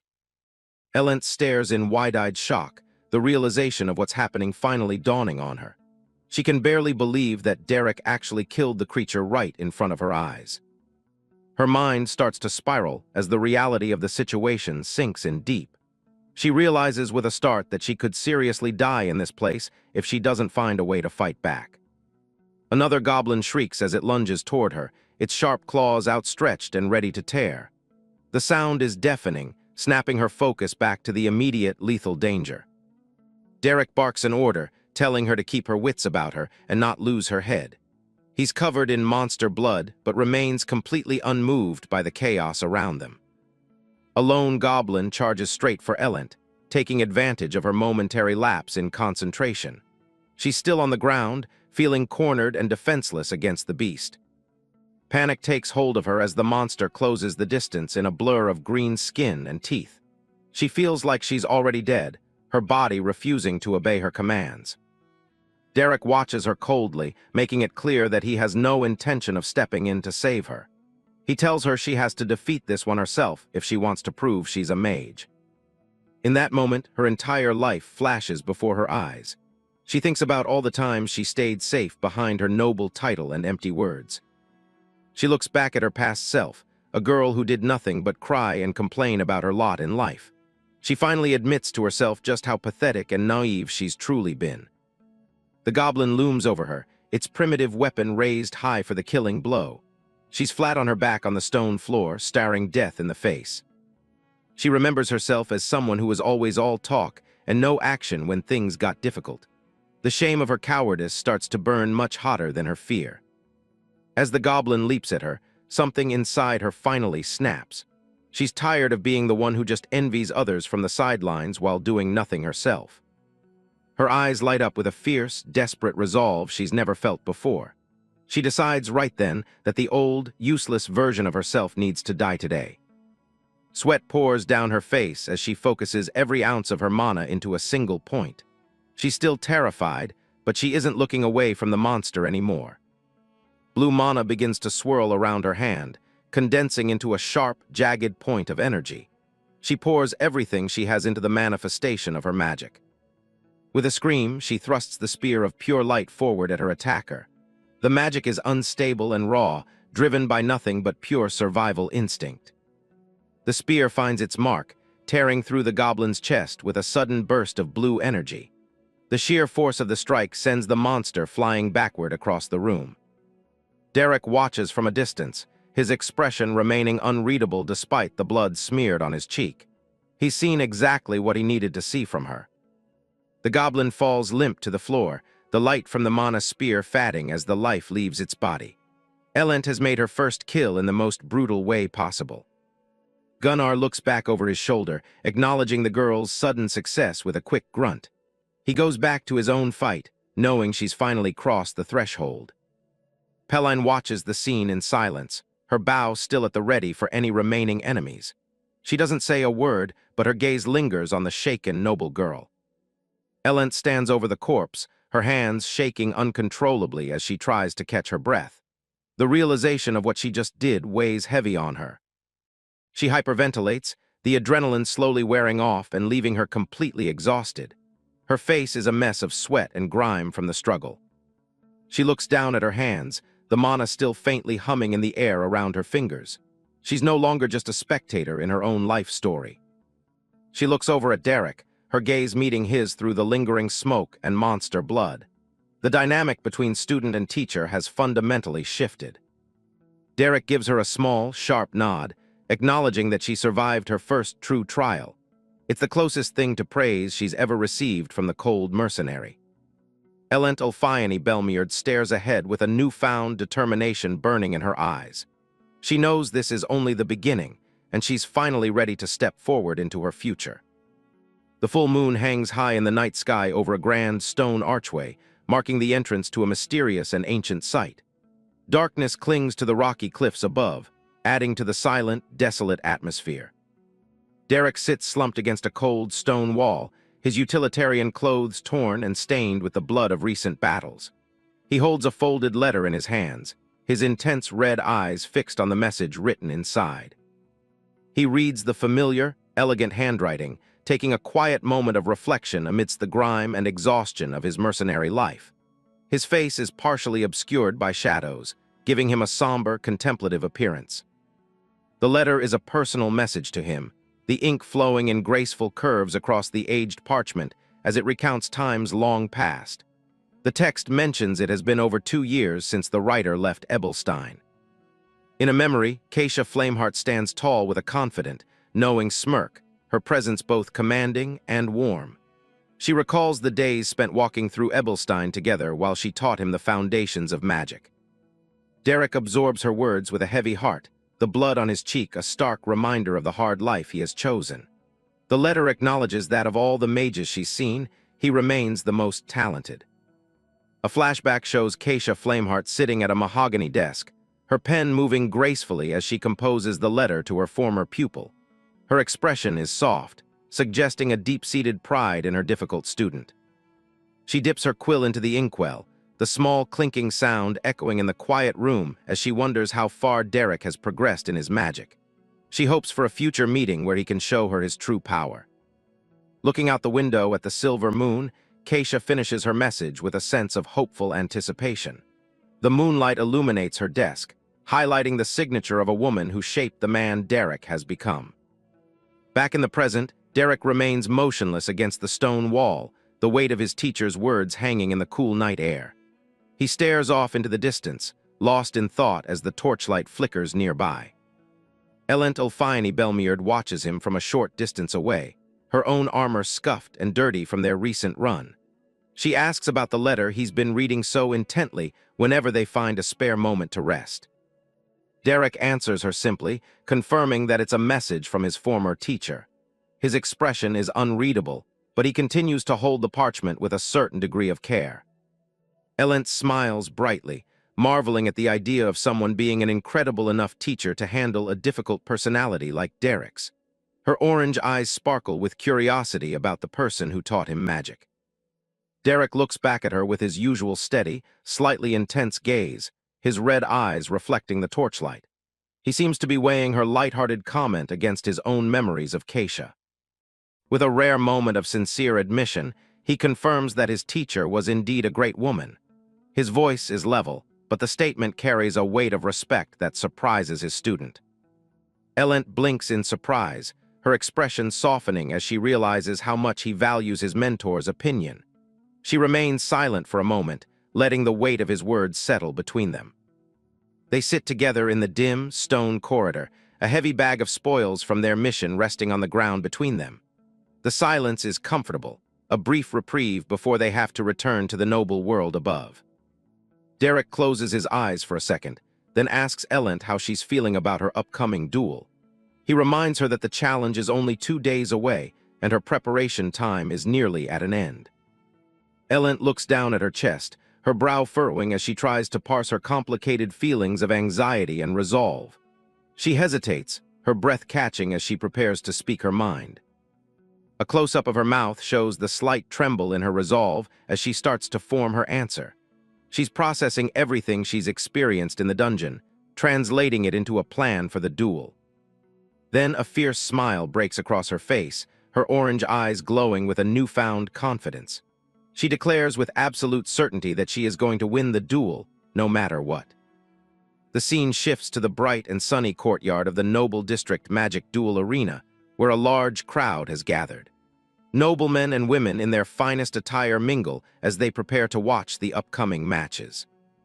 A group of young noblewomen gathers in the courtyard, their light-hearted laughter carrying through the warm morning air.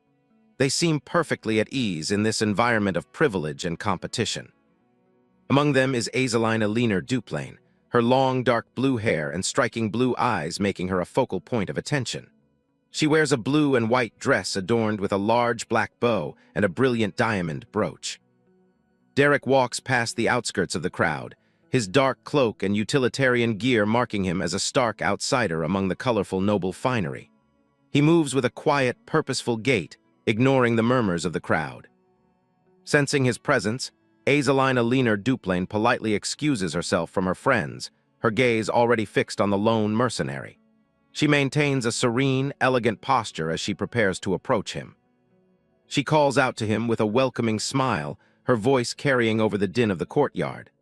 Derek stops and looks back at her, his expression remaining as neutral and guarded as always. Azeline approaches him gracefully, expressing her delight at crossing paths with him again after so much time has passed. The bright sky behind them emphasizes the contrast between their social standings. She mentions having heard the rumors that he is currently tutoring Elent Ulfione Belmeard in magic. Her eyes are bright with interest, suggesting she's been following his activities closely. Derek closes his eyes briefly, simply acknowledging that their paths have indeed crossed for a short time. He keeps his response concise, offering no more information than necessary. They stand a few paces apart near a stone wall, two figures from very different worlds meeting in the shadow of the arena. The height difference between them is notable as they continue their brief conversation. Azeline laughs softly, teasing him by asking if he's been being too harsh on the young Lady Elent lately. She seems to be testing his reactions with her playful questioning. Derek looks at her steadily, noting that even Diella Catherine Duplain had mentioned his unconventional teaching methods. He points out that Elent has been looking quite exhausted under his demanding tutelage. Azeline looks a bit taken aback by his directness, her blue eyes widening as she processes his observation. She seems momentarily surprised that he would be so blunt about his student's condition. He leans in slightly, his gaze sharp and uncompromising as he delivers a stern piece of advice. He tells her that no matter who the opponent is, she should never let her guard down during a duel. Azeline looks up at him with a flicker of apprehension on her face, feeling the weight and intensity of his warning. She remains silent, her hands clasped together as she considers his words. High above the arena, the bright sun hangs in a clear blue sky, the air filled with the mounting excitement and murmurs of the gathering crowd. The day of the duels has finally arrived in all its splendor. Denise Linier Veltus sits on a stone bench, her long silver-white hair catching the light as she remains absorbed in a book. Nearby, other girls gossip about who will win the day's matches. Denise continues to read, seemingly indifferent to the chatter around her about Elent's frail appearance. The gossip suggests that Elent stands little chance unless she can perform higher-rank magic. A set of elegant shoes ascends the stone steps of the arena, the rhythmic tapping drawing the attention of those nearby. The person's stride is confident and poised, marking their arrival as someone of importance. Azaline Alina Duplain makes her grand entrance, walking with a poise and grace that immediately commands the entire courtyard's attention. Several maids follow closely behind her, their presence emphasizing her high status. The crowd is awestruck by her beauty, whispering in hushed, admiring tones as she moves past them with a gentle, serene smile. Her presence alone seems to heighten the anticipation for the upcoming magic duels. The rhythmic tapping of boots echoes through the arena corridor as a contestant makes her way toward the light of the battlefield. The steady pace reflects a mind focused entirely on the challenge ahead. Elentalfine Belmiard whispers a mantra of resolve to herself, her lips barely moving as she stares ahead with unshakable intent. A large, faceted red gemstone at her collar catches the light, its deep crimson hue matching the fire in her eyes. She emerges from the tunnel into the vast, open arena, her red ponytail swaying with every determined step. The shadow of the arena walls looms over her, but her posture remains upright and confident as she approaches the center stage. Close up on Elent's face, her amber eyes wide with a fierce, unwavering determination that she has never shown before. She repeats her vow once more, the words, "I will absolutely win," carrying the weight of all her grueling training under Derek. From the sidelines, Derek watches his student with a neutral, observing gaze, his white hair contrasting against the dark cloak wrapped around his shoulders. Elent doesn't look back, her focus entirely on the opponent waiting for her on the stone floor. Elent walks across the sun-drenched courtyard, her shadow trailing behind her as she nears the woman who stands as the final obstacle in her trial. Standing before a wrought iron fence, her opponent waits with a calm, poised elegance. Azaline Alina Duplain greets her with a gentle, close-eyed smile, her dark blue hair and refined features radiating a sense of natural authority. Despite the high stakes of the duel, she maintains the perfect composure expected of a high-ranking noble. Elent offers a polite acknowledgement in return, her own smile appearing more strained but no less respectful. She admits that Azaline's constant composure has always been a source of inspiration, even as they prepare to face each other as rivals. Azaline turns slightly, looking back toward the center of the arena with a somber expression that belies her previous smile. She offers a short, honest rejection of the compliment, her gaze fixed on the battlefield. Looking directly at Elent, Azaline places a hand over her heart, her blue eyes reflecting a rare moment of vulnerability. She confesses that despite her outward calm, she has never felt this nervous for a duel in her entire life. Elent meets her gaze with a sharp, expectant smirk, the tension between them reaching its peak. With a quiet, challenging tone, she asks if they should finally begin the match they've both been preparing for. Azaline Alina Duplain responds with a single, decisive nod, her expression hardening as she shifts from a polite socialite into a focused combatant. The air around them begins to crackle with the first stirrings of mana. Flames erupt from Elent's hand, swirling around her arm in a violent, orange vortex as she channels her magic. Her eyes glow with the same intensity as the fire, marking her first aggressive move in the duel. Azaline counters instantly, summoning a swirling mass of cold, blue energy that whips around her like a localized blizzard. The clash of opposing elements creates a brilliant light that illuminates the entire arena floor. Wide shot of the arena as a massive pillar of blue light erupts, the sheer force of the magic sending shockwaves across the stone ground. The crowd watches in stunned silence as the duel begins with an overwhelming display of power. Elent is silhouetted against a backdrop of roaring fire, her arms outstretched as she manipulates the flames into a coordinated attack. Wisps of smoke and embers trail from her as she maintains her fierce concentration. Azaline Alina Duplain gasps in shock, her eyes widening as she realizes the sheer scale of the magic Elent is unleashing. A bead of sweat rolls down her cheek, her composure finally beginning to fracture under the pressure. Dozens of spears made of pure, molten light form in the air, their tips glowing with lethal intensity as they target Azaline. The sheer number of projectiles fills the sky, a testament to the brutal efficiency of Elent's training. Azaline stands her ground as the barrage of flaming spears rains down upon her from every direction. The brilliant light of the attack washes out the sky, leaving her a dark silhouette against a wall of inevitable fire. Elent Ulfione Belmiard stands at the center of the inferno, her face set in a mask of cold, unwavering focus as she commands the magic to strike. She has truly become the student Derek intended her to be, holding nothing back in her quest for victory. The scene shifts back inside the dungeon. The battle is over, but Elent can barely hold herself up among the mountain of monster corpses. Derek doesn't sugarcoat it. He tells her that if this comes down to pure skill, she has zero chance of winning. He says the only way she can bridge that gap is through pure, stubborn willpower. Derek reminds her that they've already practiced how to scrape together every last drop of mana she has.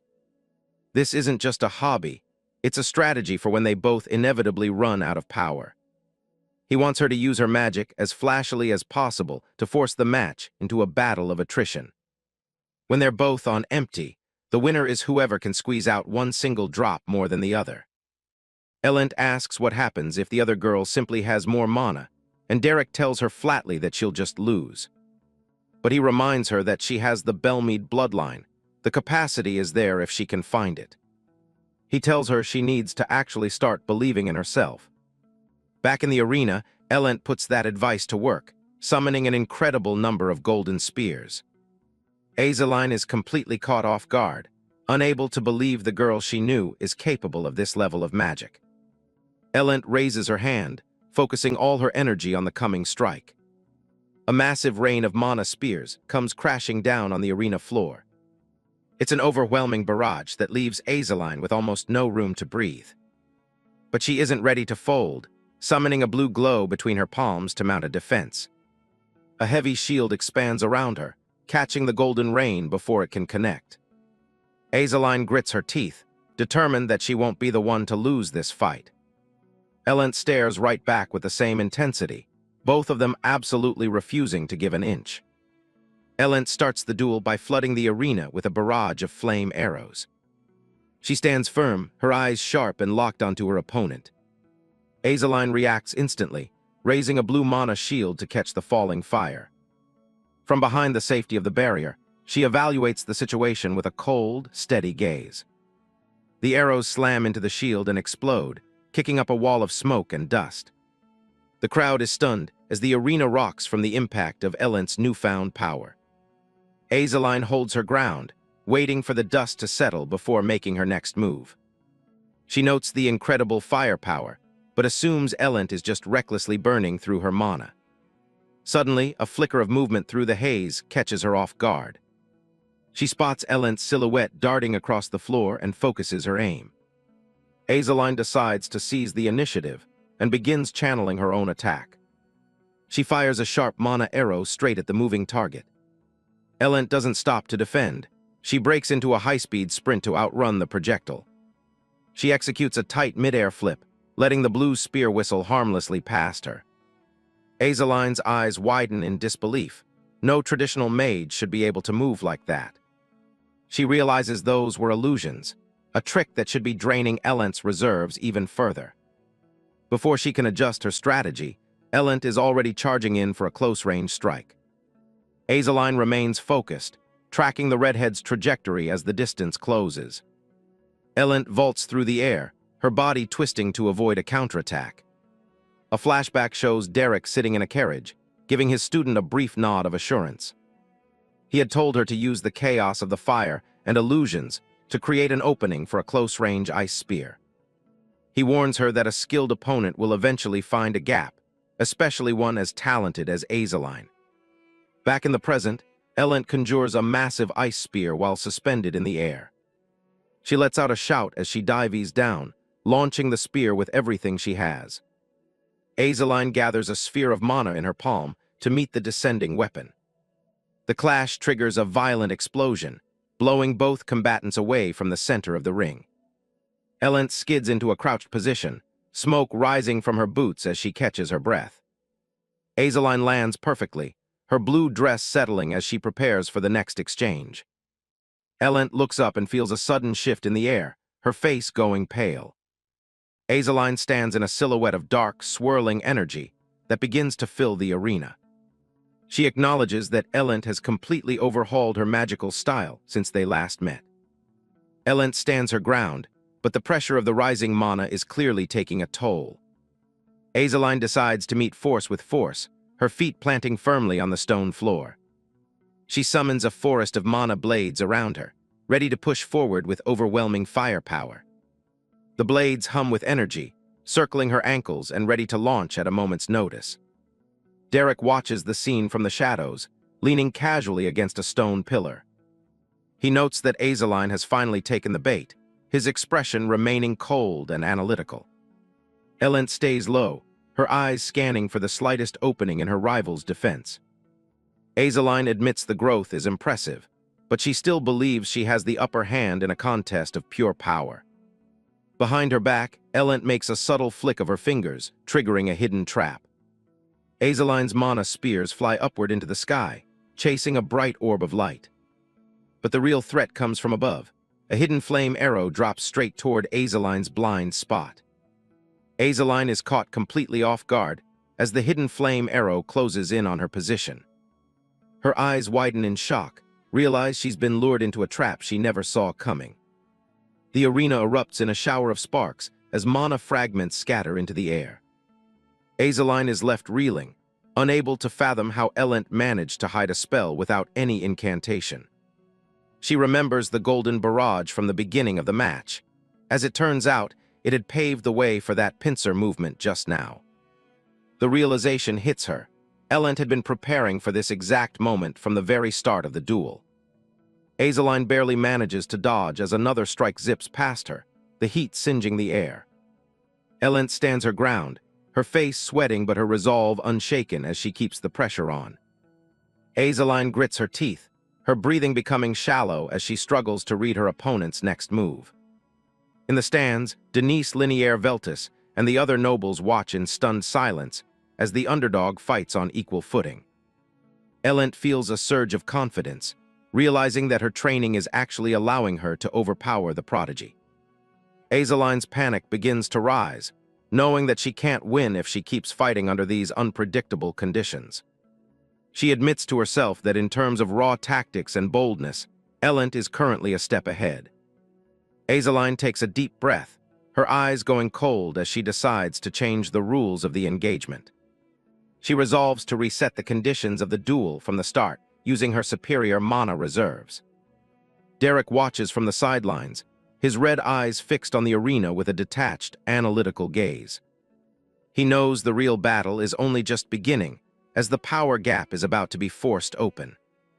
Azaline begins to exhale a massive amount of mana, the air around her distorting from the sheer pressure.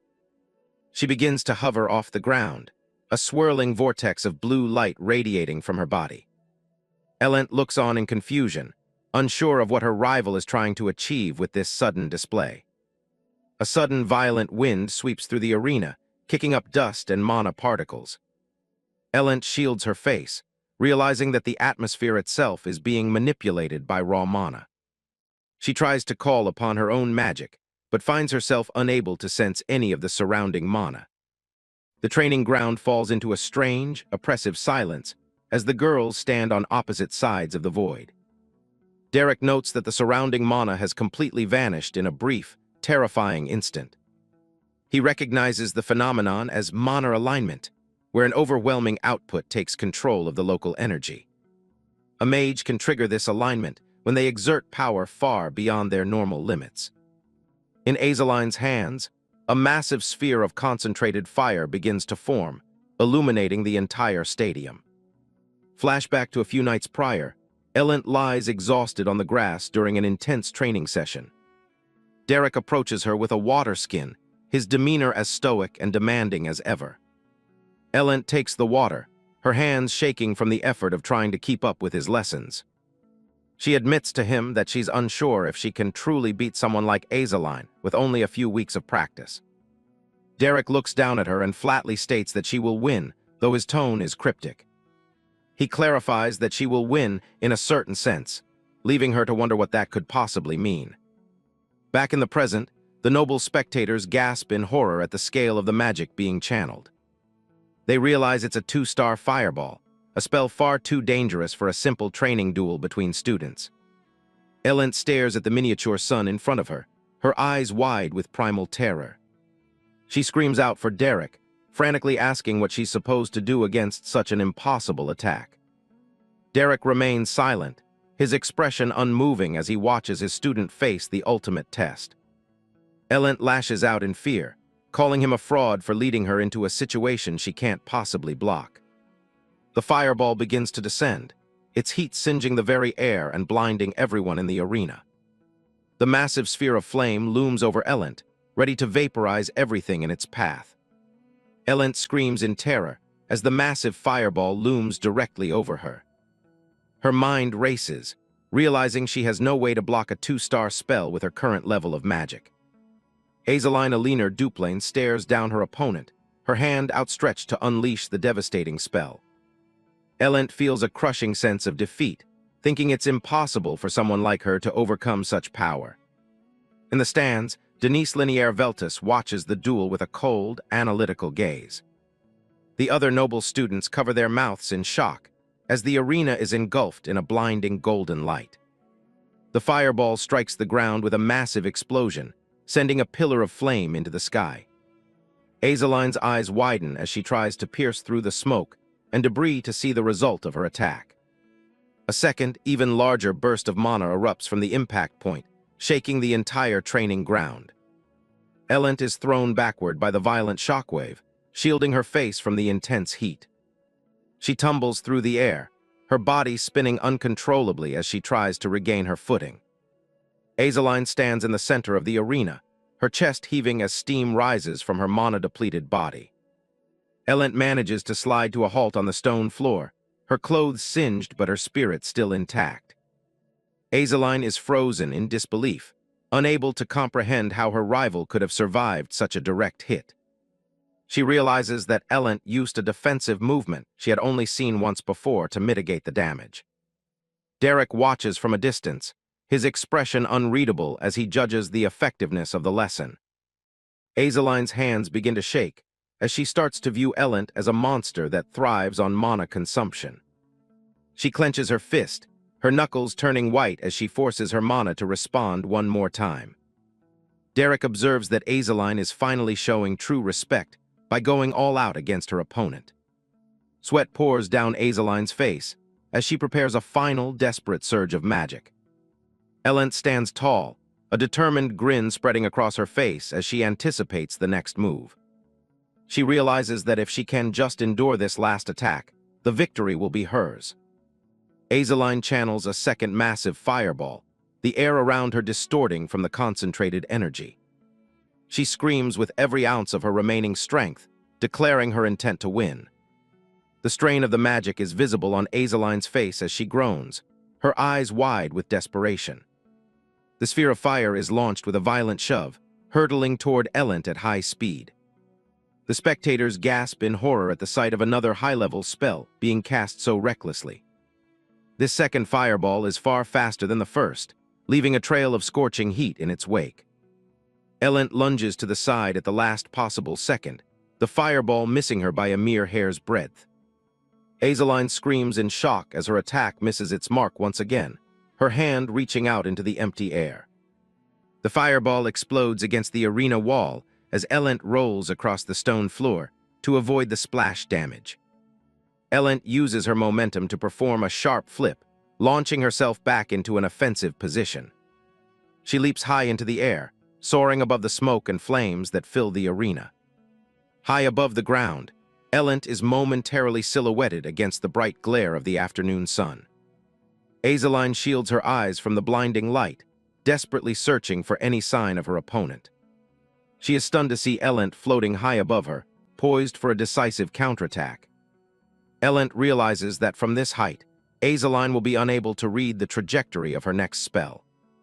She decides to bet everything on a single strike, refusing to waste mana on a defensive barrier. She hurls a massive ice spear downward, the blue crystal gleaming as it cuts through the air.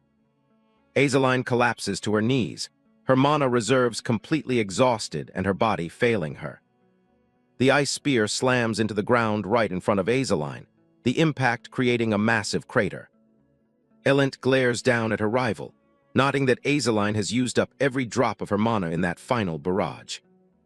Elent walks toward the massive, jagged ice structure she conjured, her shadow trailing behind her on the arena floor. Azaline Aliner Duplain hunches over, gasping for breath as sweat pours down her face and her energy fades. Derek watches from the sidelines with a cold, unwavering gaze, declaring that the match will be over soon. Elent stands tall with a confident expression, certain that she has finally cornered Azaline and drained her of all mana. She assesses her remaining strength, calculating that she still has enough mana to cast 2 more spells to end the duel.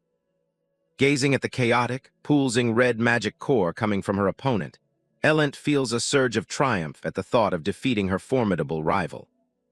Suddenly, Elent's eyes widen in alarm as she senses a sudden, violent shift in the atmosphere around her. A massive explosion of golden fire erupts above the arena, casting a blinding light and throwing Azaline backward into the air. Azaline hits the stone floor hard, following the backlash from the very magic she had just unleashed. Elent stares up at a small, concentrated orb of mana lingering in the sky, her confidence replaced by grim focus. She looks toward her opponent, Azaline, who is frantically unleashing a series of final attacks, her expression hardening as she prepares for any last-ditch counterattacks.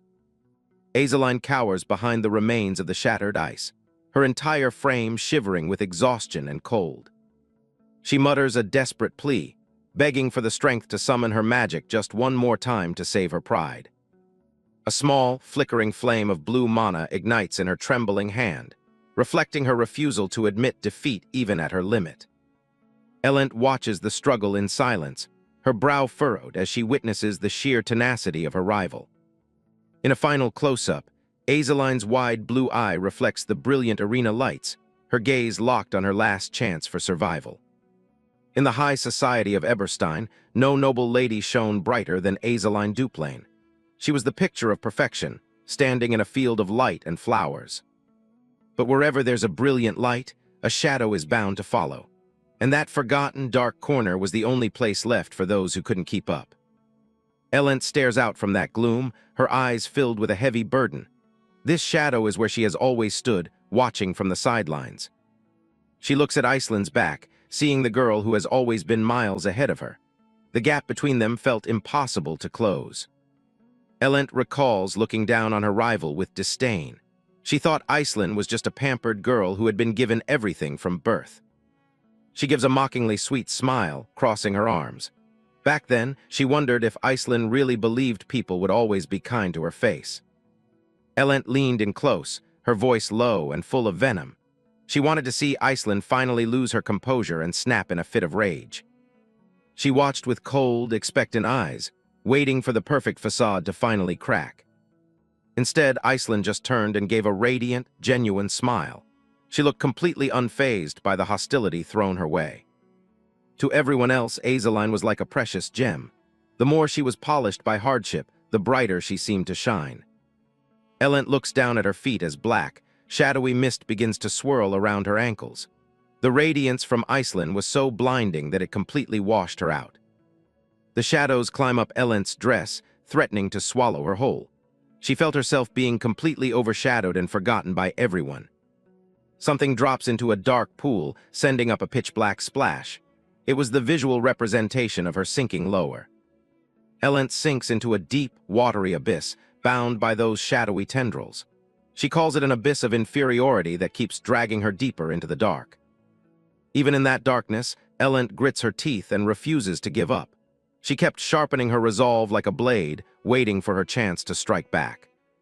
Far above the surface, Azaline stands in the light, oblivious to the girls struggling below.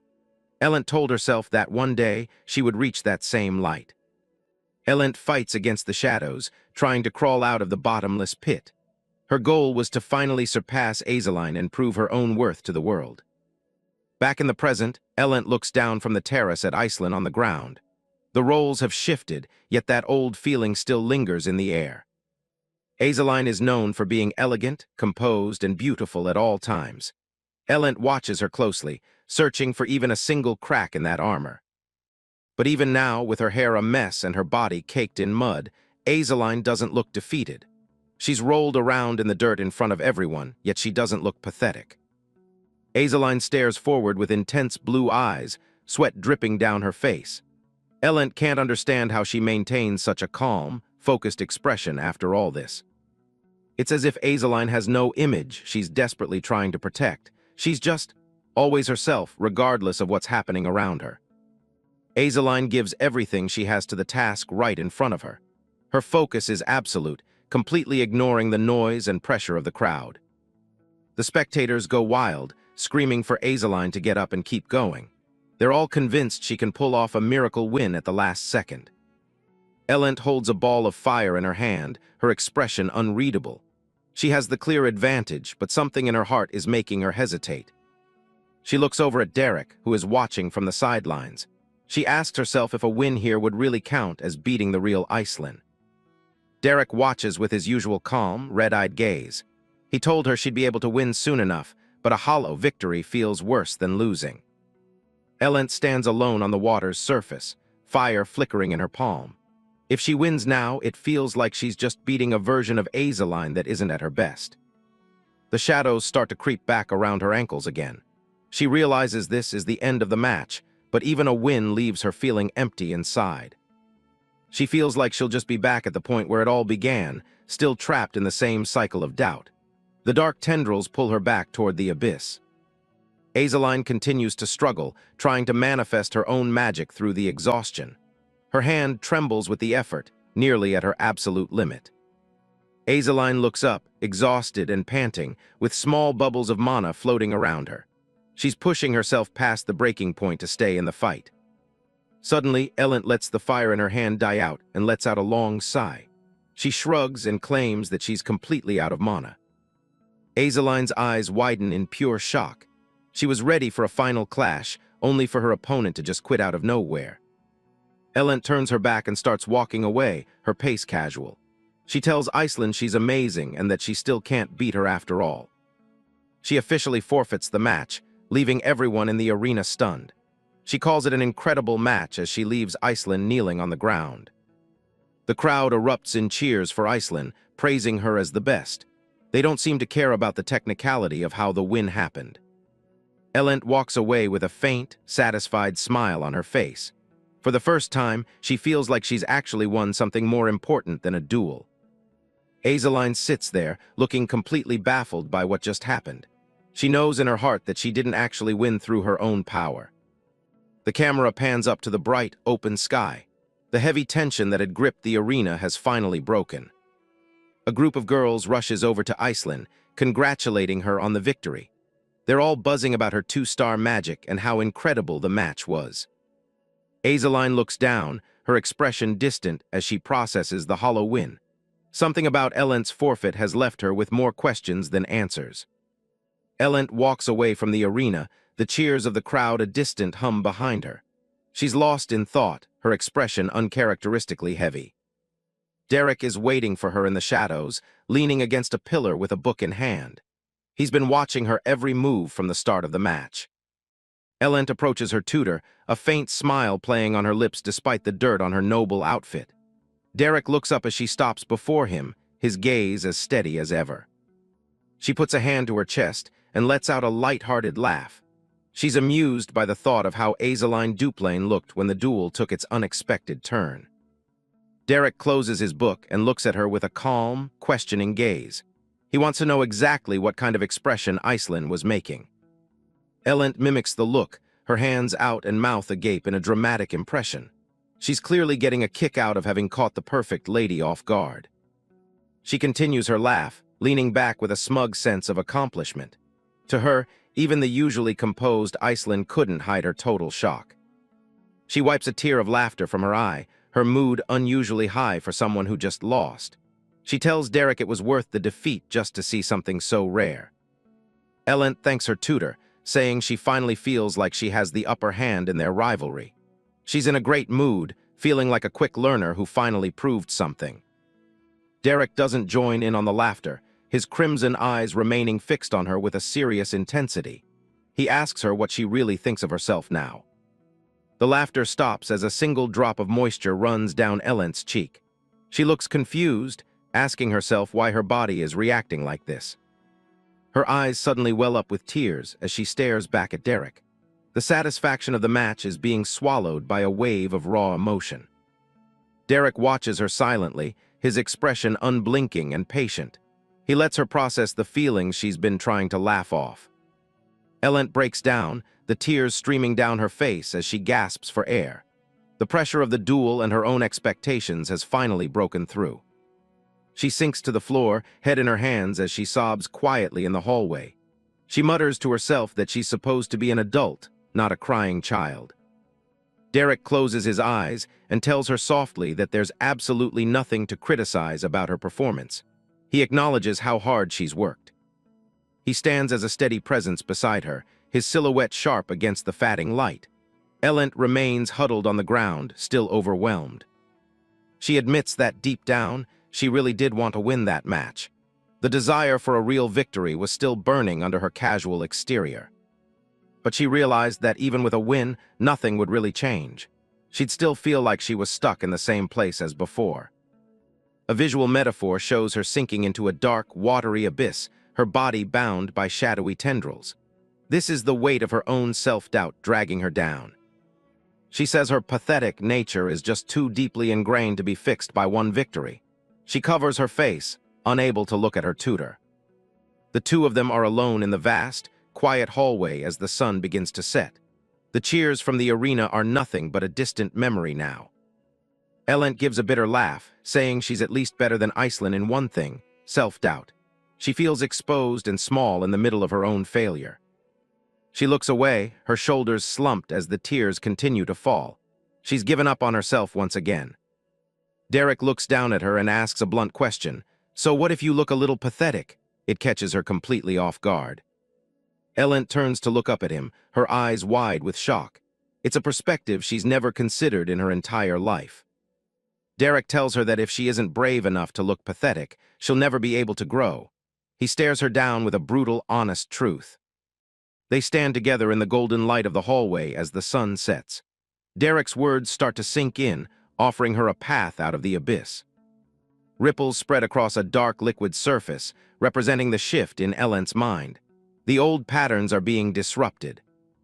Ellen stands on the water's surface, her reflection clear and steady. She's found a new level of balance within herself, standing tall. She looks toward the horizon, where Azaline Duplain is just a distant figure. She's no longer at a dead end, having finally looked her own weakness in the eye. A thought box reveals her resolve. Regardless of the result, she doesn't feel like her path is blocked anymore. She's finally ready to move forward. Meanwhile, Denise was still standing all alone, watching everything unfold from a distance. A group of girls offers their congratulations before taking their leave. Iceland thanks them with her usual, polite grace, but her mind is clearly elsewhere. Denise steps forward, once again praising her as brilliant. To her, the compliment rings completely hollow after what she witnessed with her own eyes inside the arena. She looks over at Denise and asks if she noticed it too. Azaline admits that she is absolutely not the real winner of this match. That hollow victory on paper could never capture the full truth of the story. Denise looks down, making no further comment as she silently acknowledges her deduction. Azaline stares into the distance, her composure deeply shaken like this by a victory for the first time in her life. Denise says that when it comes to raw magical talent, she believes Denise is far more gifted. She's trying to find some grounding in the talent she understands. Azaline thinks to herself that Iceland is completely wrong about what matters. Talent isn't the gap they need to close. She realizes that Ellen has surpassed them both in the one thing that truly counts, the will to move forward regardless of how it looks. Azaline stares into the distance, her mind racing. She can't stop thinking about how drastically Ellen's abilities improved in such a short amount of time. And the only answer that came to her mind pointed to just one person, Derek. And the only answer that came to her mind pointed to just one person. Derek looks down, the dust and grime from the duel still marking her face. Her expression is serious as she processes the day's surprising events. She calls for her maid, Daisy, who is standing dutifully behind her. The maid quickly responds, ready for whatever command her lady might have. Azeline's gaze is sharp and resolute as she speaks. She has decided that she needs to send a letter to the main estate immediately. She turns her head slightly, her blue eyes filled with a new sense of purpose. She has realized that to keep up with the competition, she needs Derek by her side. The camera pans out to show the grand, imposing architecture of the Duplain family's main estate. The white stone building stands tall under the vast, blue sky. Inside his opulent office, Duke Duplain sits at his desk with a letter in hand.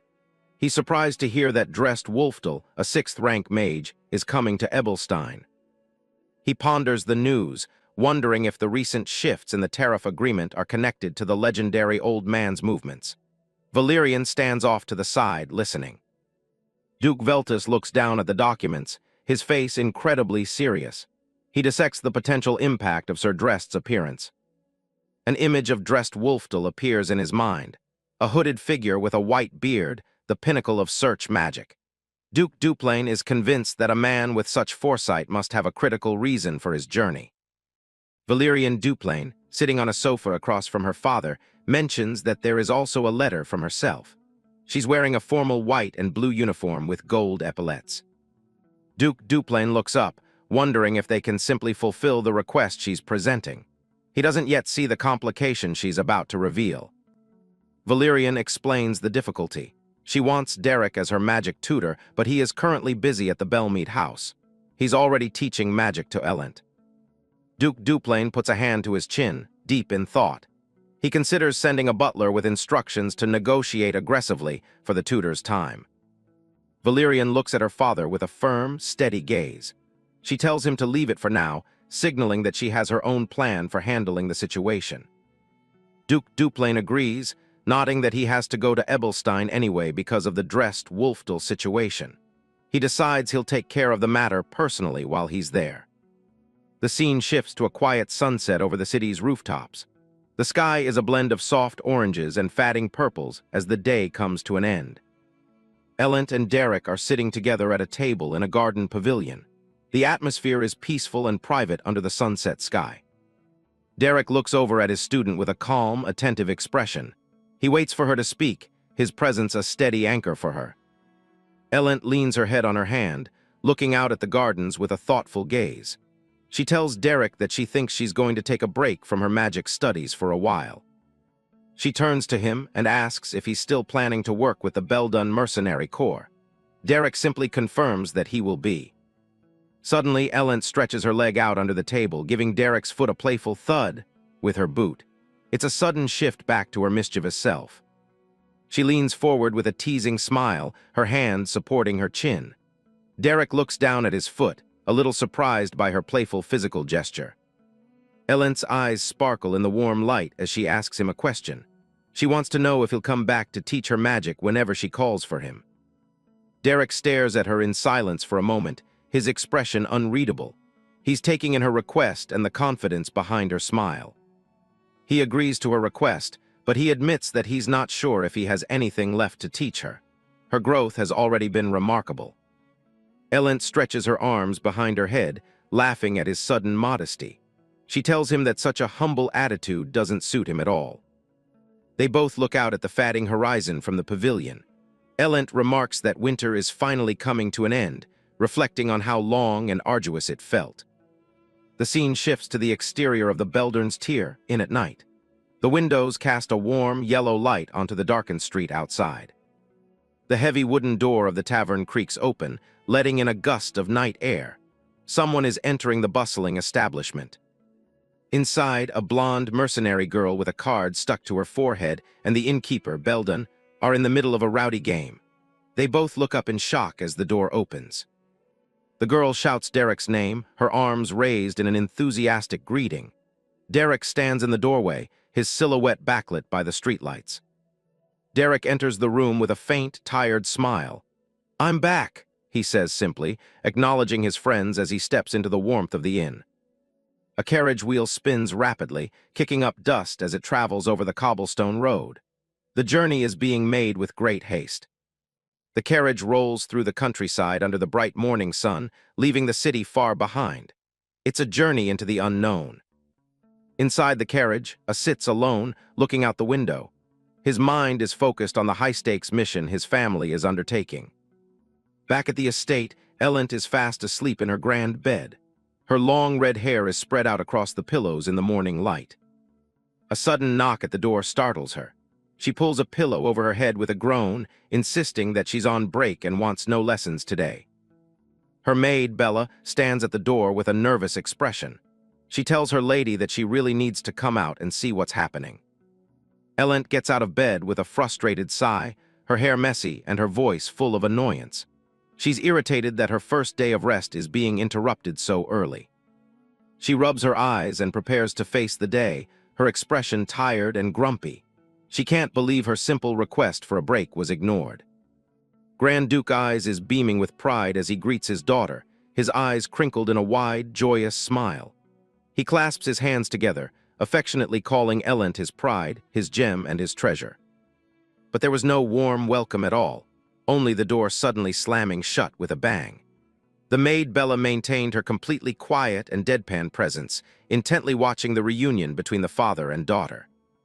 On the other side of the door, Elent Ulfione Belmeard leans against the wood, looking completely bewildered and caught off guard. She's still in her light orange nightgown, her red hair in a messy ponytail, and she wonders what could have brought her father there so suddenly. Elent opens the door just enough to peek through, offering a nervous smile to her father. She asks him for a moment to change her clothes, promising to be right out once she's dressed for the day. Tristan remains in the hallway, undeterred by the wait as he continues to sing his daughter's praises. Bella stands stoically by the door, her expression unchanging despite the nobleman's dramatic flair. A bright morning sun shines through a clear blue sky dotted with soft, wispy clouds. The peaceful weather sets a calm tone for the conversation to follow. A delicate teacup filled with dark, steaming tea rests on a white marble table. The setting has moved to a scenic outdoor pavilion where the morning air is fresh. Tristan and Elent sit across from one another, enjoying a quiet tea service. Tristan remarks that an opponent from the Duplain house was never going to be easy, while Elent reflects on how much she learned from the experience. Holding his teacup with a satisfied smile, Tristan suggests that they should keep the mercenary tutor, Derek, exclusively at the Belmead house. He believes Derek's teaching is far too valuable to share with other families. Elent looks at her father with a surprised and slightly wide-eyed expression. The idea of monopolizing such a talented tutor seems like a bold and unexpected move to her. Elent voices her concern that the family's retainers will surely object to such an exclusive arrangement. Tristan just laughs off her worries, his expression one of absolute confidence and doting affection. Tristan tells her to simply trust him, his eyes shining with a playful yet firm resolve. Elent smiles back at her father, her amber eyes reflecting the soft morning light as they sit together in the pavilion. The story takes us to the jagged entrance of a dungeon, a dark opening carved into the side of a mountain. Inside, the silence of the cave is shattered by the sounds of a desperate struggle echoing through the stone corridors. Peline, a tough mercenary with a blonde ponytail, turns back with wide eyes and screams a warning to her partner. "Derek, behind you!" Derek is already deep in a cast when a snarling goblin lunges from the shadows, its claws outstretched and ready to strike. But something goes wrong. Sparks of raw, unstable mana dance across his fingers, flickering with a violent intensity. Derek's eyes widen as he realizes the spell is fracturing. He can feel an unnatural resistance in the mana flow that shouldn't be there. Despite the warning signs, he pushes through, trying to force the mana into a high-level formation while surrounded by monsters. He's gambling on a third-rank spell, a tier far beyond his current limits. A dense sphere of flame ignites in front of him. "Fire wall," he commands, committing everything to the cast as the mana reaches a critical state. The spell doesn't just activate, it ruptures. A blinding flash of white light fills the tunnel as the mana backfires, tearing through everything. Through the smoke and debris, Peline screams his name in pure desperation, thinking she's just watched her companion vanish in the blast. The shockwave ripples out of the mountain, sending a flock of birds scattering from the trees into the bright sky. Cut back to the present, where the sun is slowly dipping behind the horizon, casting long, orange shadows across the quiet countryside. At the Beldun's Tier Inn, news of the incident has arrived. leaving the staff reeling from the shock of Derek's brush with death. Derek sits at a table, his face and arms covered in bandages. Pelline and the bearded innkeeper, Beldon, look on with concern and disbelief at his reckless use of magic. He stares at his bandaged hand, explaining the strange incongruity he felt, the same sensation of hitting a wall he experienced when he first reached the second rank. He sighs, pondering the limits of his current magic. To him, the wild school is all about natural flow, so forcing a spell like that was a major mistake. The heavy thud of footsteps on the wooden floorboards catches his attention, pulling the entire table into a tense silence. A tall figure in a dusty cloak looms over them. Derek looks up to see the massive presence standing there, draped in travel-worn robes. The man slowly pulls back his hood, revealing a weathered face and a silver beard. Derek is chilled to realize he can't feel a single drop of mana coming from him. But his instincts are screaming. He knows exactly who this person is, the one undoubtedly standing right in front of his eyes. This is the legendary dressed Wolfdal, recognized across the land as the first and greatest sixth-rank search magician. The old legend gives a tired sigh, asking for some good alcohol to help ease the fatigue from his long travels. Meanwhile, at the Duplain estate, the moon hangs high over the tall spires of the noble mansion. In the middle of the courtyard, Diella is still hard at work, her figure silhouetted against the night sky as she practices her magic alone. She lets out a sharp breath as a massive aura of blue mana erupts around her, swirling like a localized storm. Her focus is absolute. She's no longer just throwing tantrums, she's pushing herself to master the high-speed manipulation Derek taught her. A shimmering mana spear crystallizes in the air, its tip humming with concentrated energy as it hovers over the stone floor.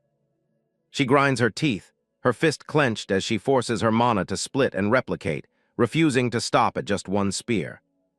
More spears begin to manifest, one after another, until 5 of the glowing weapons are circling her like a crown of light. The effort is draining. Diella collapses onto her knees, panting for air as the mana begins to dissipate and her concentration slips. One of the spears shatters into harmless fragments of light, the spell finally breaking as her energy reaches its limit. She lets out a frustrated groan, flopping back onto the ground. "Ag, what is this? So annoying," she yells, her usual temper flaring up. "I thought you'd grown up a bit, but your temper is exactly the same," a voice calls out. Diella jumps in surprise to see her brother standing there. The dark-haired noble leans back, casually nodding that she actually managed to pull out 5 spears. He wonders aloud if it's all thanks to her having such a good teacher. Diella huffs, crossing her arms and looking away with a pout. She insists she did all the work herself, calling Derek a self-centered guy who didn't really do anything. Her brother just smiles, dropping a bombshell. He's heard that Azeline Duplain is now planning to hire that same self-centered guy as her own tutor. Diella's eyes practically pop out of her head. She freaks out, shouting that there's no way she'd let that happen, mostly out of concern that Iceland would suffer under him just like she did. He continues to poke the bear, mentioning that Lady Alent also wants to keep employing Derek after their recent duel. Diella's face scrunches up in annoyance. She stares off into the distance, genuinely baffled by why a guy like him is suddenly so popular with everyone. Her brother laughs, calling her a brat and saying it makes sense since he managed to turn her into a decent person. Elent snaps back immediately. "Who's a bee-brat?" He just keeps walking away, teasing her that it might actually be nice if Derek chose Iceland instead, leaving Diella fuming in the garden. The unnamed Duplain brother leans back with a mocking smirk, his gray-blue eyes gleaming in the starlight. He continues to needle his sister, playfully suggesting that she might just get lucky enough to see the tutor he knows she's been missing. Diella's face flushes a deep red as she stammers out a frantic denial, her hands trembling against the floorboards. Her brother just offers a sarcastic, flat response, claiming he'll take her word for it even though her reaction says the exact opposite.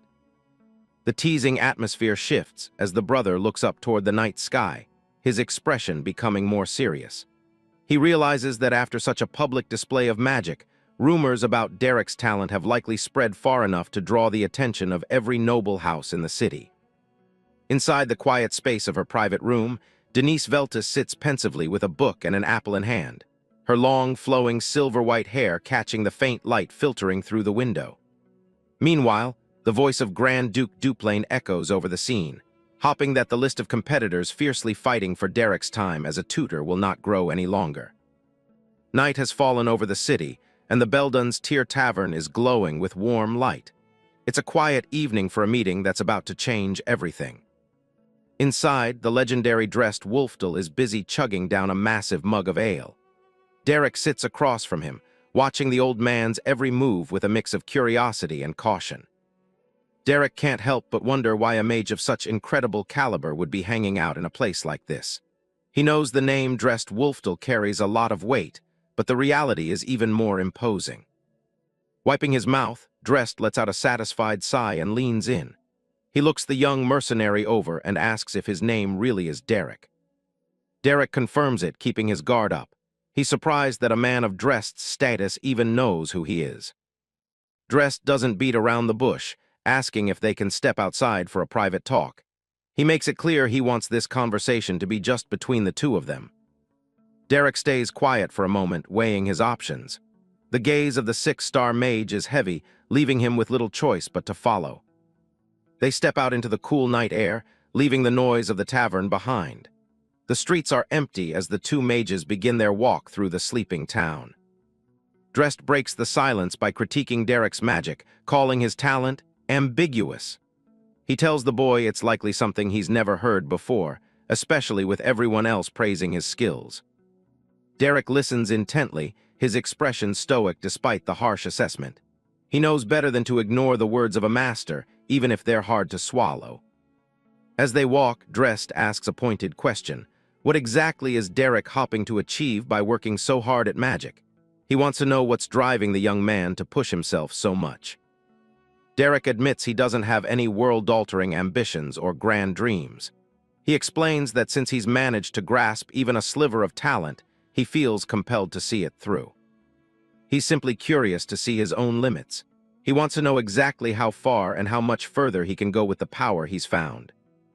Drest looks back at him with a knowing smirk, seemingly satisfied with that answer. It's a simple, honest motivation that resonates with the old legend. He tells Derek that if he truly wants to reach a higher realm as a commoner, his current skills are still lacking. It's a cold truth, but Drest says it without a hint of malice. Then comes the offer Derek wasn't expecting. Drest asks if it would be all right if he stepped in to help guide the boy's training. The weight of the offer hits Derek all at once. He's standing face to face with a 6-star mage, a man whose history is the stuff of nightmares and legends. Drest wasn't born into power. He started as a commoner who hit 2-star by adulthood. By the time he started a family, he had already climbed to the 3-star rank, an impressive feat for someone without a noble name. He became a symbol of hope for all commoners, and his village turned into a gathering place for mages who lacked noble blood. He was their spiritual pillar. But then came the year he reached 4-star, and everything came crashing down. On a night of heavy rain, tragedy struck the place he called home. He returned to find his family murdered, their bodies left on the floor in a pool of blood. It was a senseless act of violence that changed him forever. The shock and grief were overwhelming, his eyes wide as he stared at the life he had lost. The commoner mage's world was completely shattered in a single night. Meanwhile, the ones responsible were tucked away in a grand estate, completely unbothered. A count and his subordinate were casually discussing how Drest had gone into hiding, and the commoner mages were finally staying quiet. They mocked the vulgar commoners for being greedy for magic and tucking their tails so easily. They felt safe behind their noble titles, thinking they had crushed the spirit of a lesser man. The Count continued his arrogant boast, wondering if Drest would ever dare to show his face again. He had no idea that the man he was laughing at was already at his door. Suddenly, the Count's expression twists into pure terror as a shadow looms over him.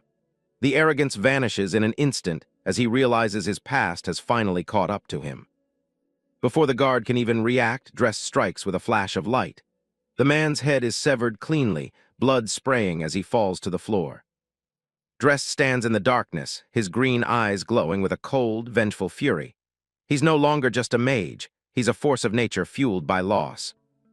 The Count screams out Drest's name in desperation as the mage closes in. A beam of magic cuts through the air, slicing through everything in its path. In a frantic attempt to escape, the Count is literally torn apart. Drest's magic is precise and brutal, leaving no room for mercy or survival. The Count is pinned down, gasping for air as the light of the spell burns into his vision. All his noble pride is gone, replaced by the raw fear of a man facing his end. He begs for his life, throwing away every ounce of dignity while apologizing profusely. But Drest just keeps walking forward, a silent executioner who has heard enough. His pleas fall on deaf ears as he stares up at the man he once mocked. There's no pity in Drest's eyes, only the finality of a debt being paid. A final, massive explosion of magic levels the estate, silencing the Count's cries forever. The revenge is complete, but the cost was Drest's entire life as a law-abiding citizen. For 30 long years after that night, Drest lived as a fugitive. He stayed on the run from the imperial family and every noble in the land, a ghost moving through the shadows. But as the years passed, Drest didn't just hide. He grew stronger, eventually surpassing the 5-star realm to become a 6-star mage. That's when the imperial family realized they had a massive problem on their hands. They understood that if they kept a man of his power as an enemy, the entire kingdom would be in constant danger. He was simply too dangerous to be hunted any longer. In a surprising move, the imperial family acknowledged that his revenge was justified. They chose to protect their own authority by bringing him into the fold and granting him a formal title. And so the commoner fugitive became a nobleman, earning his place solely through the sheer, terrifying force of his magic. He stands as a living legend, a man who bowed to no one and forced the world to respect him. Back in the present, Derek is stunned, realizing the magnitude of the opportunity before him. The idea that he could be taught by a man with such a history is almost hard to believe. He looks at Drest with renewed focus, his crimson eyes reflecting his resolve. With a chance like this on the table, there's absolutely no reason for him to refuse. The scene opens at Cleon Hall, located in the heart of the Ebelstein noble district. Inside the central conference room, Grand Duke Veltus addresses Grand Duke Duplain regarding his plans to expand north. Veltus offers to dispatch his own knights to assist, wearing a smugly confident expression. Across the table, Grand Duke Duplain looks over a report, his face tightening at the mention of lowly mercenaries. Veltus watches his peer with a condescending smirk, clearly enjoying the growing tension. He doubles down, suggesting it must be hard managing a vast territory with just private soldiers, and that giving it up is always an option. Duplain sits in silence, a dark, crackling aura of annoyance manifesting around his head. Grand Duke Eyes, a man with wavy red hair and a thick mustache, quickly cuts in with a nervous laugh to wrap up the meeting. Eyes tries to steer the conversation toward more pleasant things, mentioning how his daughter Elent fought on par with Veltus's daughter, Azeline. Eyes laughs it off, acknowledging Elent's loss but nodding that her talent is finally starting to bloom. Duplain shifts his gaze back to the papers, thinking that with the right instructor, his daughter could easily pull ahead. He brings up a name that's been on everyone's lips lately, the mercenary Derek. Duplain knows that if Derek ends up teaching Azeline instead, Elent will never catch up. Eyes remain silent as a fierce, competitive red light begins to burn in his eyes. He scoffs at the idea of Derek being moved by personal ties, claiming the others don't understand the boy's character at all. Veltus leans back, looking intrigued as he wonders what makes this young mercenary so special that 2 Grand Dukes are desperate for him. Elsewhere in a much more relaxed setting, Denise Veltus lies on her bed, completely absorbed in a book. The scene shifts to Beldun's Tier, a local tavern standing quiet under the bright midday sun. Inside, the tavern owner welcomes a high-ranking visitor, Grand Duke Eyes himself. The owner looks incredibly nervous, sweat beading on his brow as he faces the powerful noble. Eyes gets straight to the point, demanding to see the commander of the mercenary corps. On the counter, a mug of ale sits untouched as the tension in the room thickens. Seated across from the mercenary commander, Eyes mentions he's come in person since his head butler's letter went unanswered. The commander rubs the back of his head, looking stressed as he admits that Derek has been missing for a few days. He explains that after refusing all new requests, the boy simply vanished without a trace. Eyes rests his chin on his hand, eyes narrowing as he wonders if Duplain or Veltus already snatched him up. He realizes he can't rely on subordinates anymore. He'll have to find the boy himself. The focus shifts to the outskirts of Ebelstein, where the sun shines over the massive estate of Grand Duke Veltus. Inside the residence, Denise takes a big bite of an apple while her eyes remain fixed on a document. Still in her nightgown and glasses, she looks more like a lazy student than a noble lady, with papers scattered all around. Her maid, Bella, informs her that an urgent letter arrived from the Patriarch early this morning. The letter is a direct order. Find the man named Derek and take him as her instructor immediately. Denise lets out a long, heavy sigh, finding the Patriarch's timing incredibly annoying. She stares blankly at the table, realizing that today is supposed to be a very important day for her. She takes off her glasses, a dreamy smile playing on her lips as she thinks about what she's been waiting for.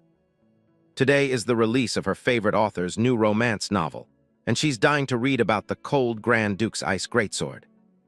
She groans, knowing her father will just nag her even more later if she doesn't listen now. Turning to her maid, she orders Bella to prepare her clothes because she's heading out. As she finishes dressing, she looks back with a sharp, focused gaze. She has someone to find. The scene cuts to the dark, foreboding silhouette of the Laspa Great Cave under the moonlight. Water drips from sharp stalactites at the entrance, the only sound in the quiet forest night. Deep inside the glowing cavern, Derek and dressed Wolftel sit together by the water, their training session already underway. Dressed Wolftel continues his instruction, telling Derek to close his eyes and release his mana in a fine mist, like a subtle sensory web. Concentrating hard, Derek feels the strain of the technique, a bead of sweat forming on his brow as he focuses on his energy. Dressed explains that he must feel the mana as it touches objects and bounces back, mapping out everything hidden in the darkness. This is the foundation of search-type magic, which starts as simple threat detection at the basic 1-star level. As a mage advances to 2 and 3 stars, they gain the ability to track specific locations and see through magical disguises. Dressed continues, explaining that at 5 stars one can read minds, and at the ultimate 6-star level, they gain the ability to see the future. Derek is visibly stunned by the concept of clairvoyance, his mind reeling at the power the Elder possesses. Dressed confirms that he saw the future and specifically came to find Derek because he is the only one who can fill a vital role. Wary of what lies ahead, Derek asks for the specifics of what exactly is going to happen to him in this seen future. Dressed brings up the name of a man Derek likely knows, Valerian, a prominent figure in the Empire. He reveals that Valerian is the eldest son of House Duplain, and in the coming years, he is destined to fall into dark ways.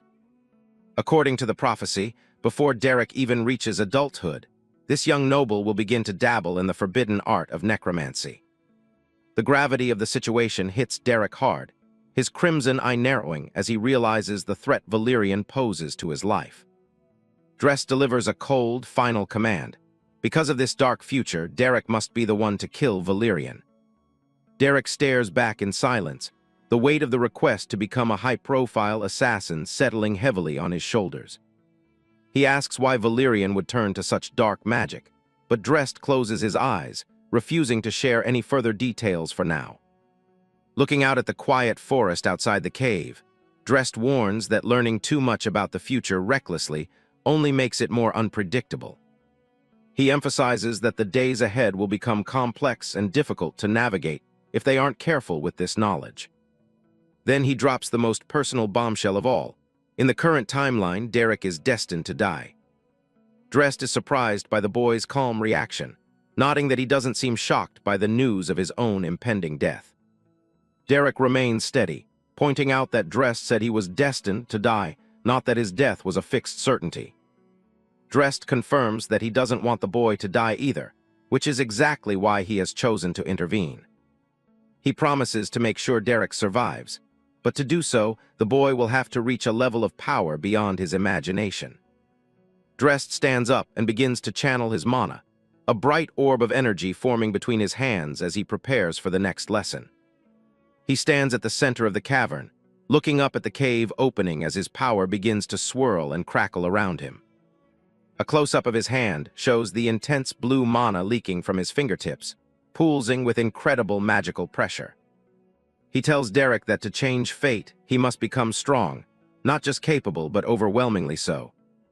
A massive beam of blue mana erupts from Drest's hand and shoots straight up through the cave's opening into the night sky. From below, the two of them look up at the moonlight shining down through the hole, the cave now silent after the display of power. Derek's face is set in a mask of grim determination, his crimson eyes glowing as he accepts the challenge to defy his own death. The scene shifts to the bright, sunny streets of the capital, a stark contrast to the dark and mystical atmosphere of the cave. A fancy blue carriage rolls through the cobblestone streets, its presence signaling the arrival of a high-ranking noble. The horse stamps its hooves as the carriage comes to a stop, the driver holding the reins tight while onlookers watch with curiosity. Denise steps down from the carriage, her white hair shimmering as she accepts the assistance of her faithful maid, Bella. As she stands in the center of town, she immediately becomes the center of attention, with several local men turning bright red at the sight of her. Denise tells Bella that she'll walk the rest of the way on her own, suggesting the maid stay behind and take a break. Despite the offer, Bella follows close behind as they make their way through the busy thoroughfare, drawing stares from every direction. Denise notices the intense gazes of the crowd and pauses, her expression turning into one of slight confusion. She turns to her maid and asks why everyone is staring at her so intently, appearing genuinely puzzled by the attention. The camera zooms in on the elegant flower-shaped choker around her neck as she waits for her maid's explanation. She leans forward with a self-assured smile, asking Bella if it's simply because she's exceptionally pretty. Bella gives her a completely deadpan, unimpressed look, clearly exhausted by her mistress's sudden bout of vanity. Bella continues her blunt critique of her mistress's habits, pointing out that Denise is messy, rarely washes, and spends all her time lying around reading. Denise dismisses the comments with a light-hearted laugh, convinced her maid is just joking, though Bella's expression remains entirely serious. As they walk through the cobblestone streets, Bella urges her to hurry, worried that another noble house will recruit the talented mercenary named Derek first. Denise remains unbothered, confidently stating that no matter how slow she is, her tactical mind still keeps her steps ahead of the competition. She looks down thoughtfully, wondering why a man like Derek, who clearly doesn't hate money, would reject all requests and go into hiding. She visualizes Derek as she last saw him, his hands glowing with intense blue mana, and considers if something more important than wealth has captured his interest. To a dedicated mage, the only thing more valuable than gold is magic itself, such as a powerful ancient grimoire or a legendary mentor. Denise reasons that if Derek has found a way to truly master his craft, he wouldn't waste his time on mundane mercenary work. She puts a finger to her chin, acknowledging that while the Duplain Mansion is a premier training ground, Derek chose to leave it of his own accord. This leads her to a singular conclusion. He must have found a source of knowledge or a teacher even more prestigious than what the Grand Duke could offer. Her blue eyes narrow as she reaches the final piece of the puzzle, her mind racing to identify who could possibly lure Derek away. Bella interrupts her train of thought, calling her Lady Denise to maintain her cover as they arrive at their intended destination. They stand before Beldun's Tier, a quiet tavern with a rustic wooden exterior that serves as a hub for local information. Inside, the bartender, Beldun, looks up from his work and offers a professional welcome to the unexpected visitors. He pauses, his sharp eyes taking in the elegant young woman who has just stepped into his humble establishment. Beldun notes that it's rare for a noble lady to visit personally, especially given how many people have already come looking for the same person today. He informs them that he has no knowledge of Derek's current whereabouts, mentioning that 3 other teams have already left empty-handed this morning. Denise doesn't ask about Derek directly. Instead, she asks if the legendary old mage dressed Wolfdal has been seen in the area recently. The question catches Beldun off guard, his face breaking into a nervous sweat as he stammers out a confused response. Seeing his reaction is all the confirmation she needs. Denise offers a radiant smile and thanks him for the information he didn't even realize he gave. As they step back out into the town, Denise instructs Bella to follow her to the Coachman's Guild to check the local transit records. They head toward the Ebelstein commercial district, passing under the wooden sign of the guild that features a large carriage wheel. Later, inside a quiet room filled with bookshelves, Bella asks how her mistress was so certain that dressed Wolfdal had visited the tavern. Denise leans back in her chair, explaining that it was a simple matter of deduction based on Derek's serious attitude toward his magical training. She argues that if Derek was willing to abandon the resources of a 5-star mage like Duplain, he would only do so for someone even more powerful. She admits with a shrug that she only knew a 6-star mage was headed toward Ebelstein and simply took a calculated guess. A smug smile plays on her lips as she recounts how beautifully the old man at the tavern fell for her investigative trap. She tosses her white hair back with a flourish, looking for praise as she asks Bella if she isn't the smartest person she knows. Bella stares back with a flat, unimpressed expression, her eyes half closed as she refuses to indulge her mistress's ego. She remarks dryly that since Denise rarely uses her brain for anything else, it's hard to make an objective judgment on her intelligence. Denise collapses onto her stool with a dramatic sigh, complaining that being so brilliantly capable is truly an exhausting burden to carry. Bella's deadpan gaze doesn't waver as she watches the theatrical display, nodding that her lady clearly only hears what she wants to hear. The maid shifts the conversation back to business, asking if they can actually recruit Derek even if they find him before the other houses do. She points out that both the Duplain and Belmiard families are actively pursuing him, but Denise simply smiles and claims to have a perfect plan. With a mischievous glint in her eyes, Denise strikes a dramatic pose and declares that she will use the ultimate tactic, a honey trap. Bella looks down at the table, her expression clouding over with a mixture of disbelief and second-hand embarrassment. She points out that the competition is the real Lady Denise, meaning her own reputation is at stake, leaving the noblewoman momentarily confused. Denise leans in close, her blue eyes wide as she asks if Bella truly believes she is prettier than her competition, fishing for a compliment. Bella ignores the question and points to a line in the logbook, announcing that she has finally found the record they were looking for. They lean over the paperwork together, nodding an entry from a week ago regarding a boy in a travel robe who passed through the area. The records point to a specific destination on the outskirts of Ramhull Hill, far from the main roads of the noble district. The path leads directly to the dark, yawning mouth of the Laspa Great Cave, hidden deep within the forested mountain slopes. Deep within the cavern, dressed Wolfdal and Derek sit in meditative silence, surrounded by an ethereal blue glow as mana swirls around them. Dressed Wolfdal suddenly pauses, his head bowing slightly as he closes his eyes to sense a disturbance in the quiet atmosphere of the cave. He informs Derek that unexpected visitors have arrived, noting that they appear to be representatives from House Veltis. Derek remains motionless, his expression unreadable, as his mentor tells him to go out and meet them since they are technically his guests. In another part of the cave, water drips steadily from the sharp stalactites, the sound echoing through the damp, dark passage. Denise and Bella wade through the ankle-deep water, the maid looking around nervously as she suggests they return with reinforcements. Denise lifts her skirt to keep it dry, firmly rejecting the idea because reporting back to the patriarch would mean she wouldn't receive any credit for the find. She looks back over her shoulder, adding that moving a large group of soldiers would surely alert rival noble houses to their target's location. Suddenly, Bella lets out a sharp gasp, her finger trembling as she points into the pitch-black shadows ahead of them. Two piercing red orbs flare to life in the darkness, looking like the malevolent eyes of a waiting predator. Denise immediately moves in front of her maid, her stance becoming defensive as she warns Bella to stay back. She stares at the glowing red eyes, confused because the area was supposed to have been completely cleared of monsters. Beads of sweat form on her face as she admits her lack of skill in offensive magic, yet she realizes she has no choice but to defend herself. The sound of heavy footsteps splashing through the water and stepping onto the rocky shore rings out, drawing closer.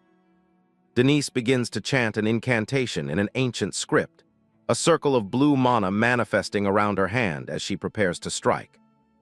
The shadow steps into the faint light, revealing Derek's stern face and glowing crimson eyes as he looms over the two women. Denise stops her spell in midair, her blue eyes widening in realization as the monster is finally identified. Derek stands before her, his white hair messy and his tunic covered in dust, as he asks what brings Lady Denise to such a remote place. Denise lets out a breath she didn't know she was holding, looking up at the mercenary she has spent so much effort tracking down. The three of them stand together in the middle of the glowing blue cave, the tension from the false alarm slowly beginning to dissipate. A self-assured smile spreads across Denise's face as she looks down at her elegant flower-shaped choker. She looks directly at Derek with a playful but calculated gaze, internally declaring that it is finally time to make him hers.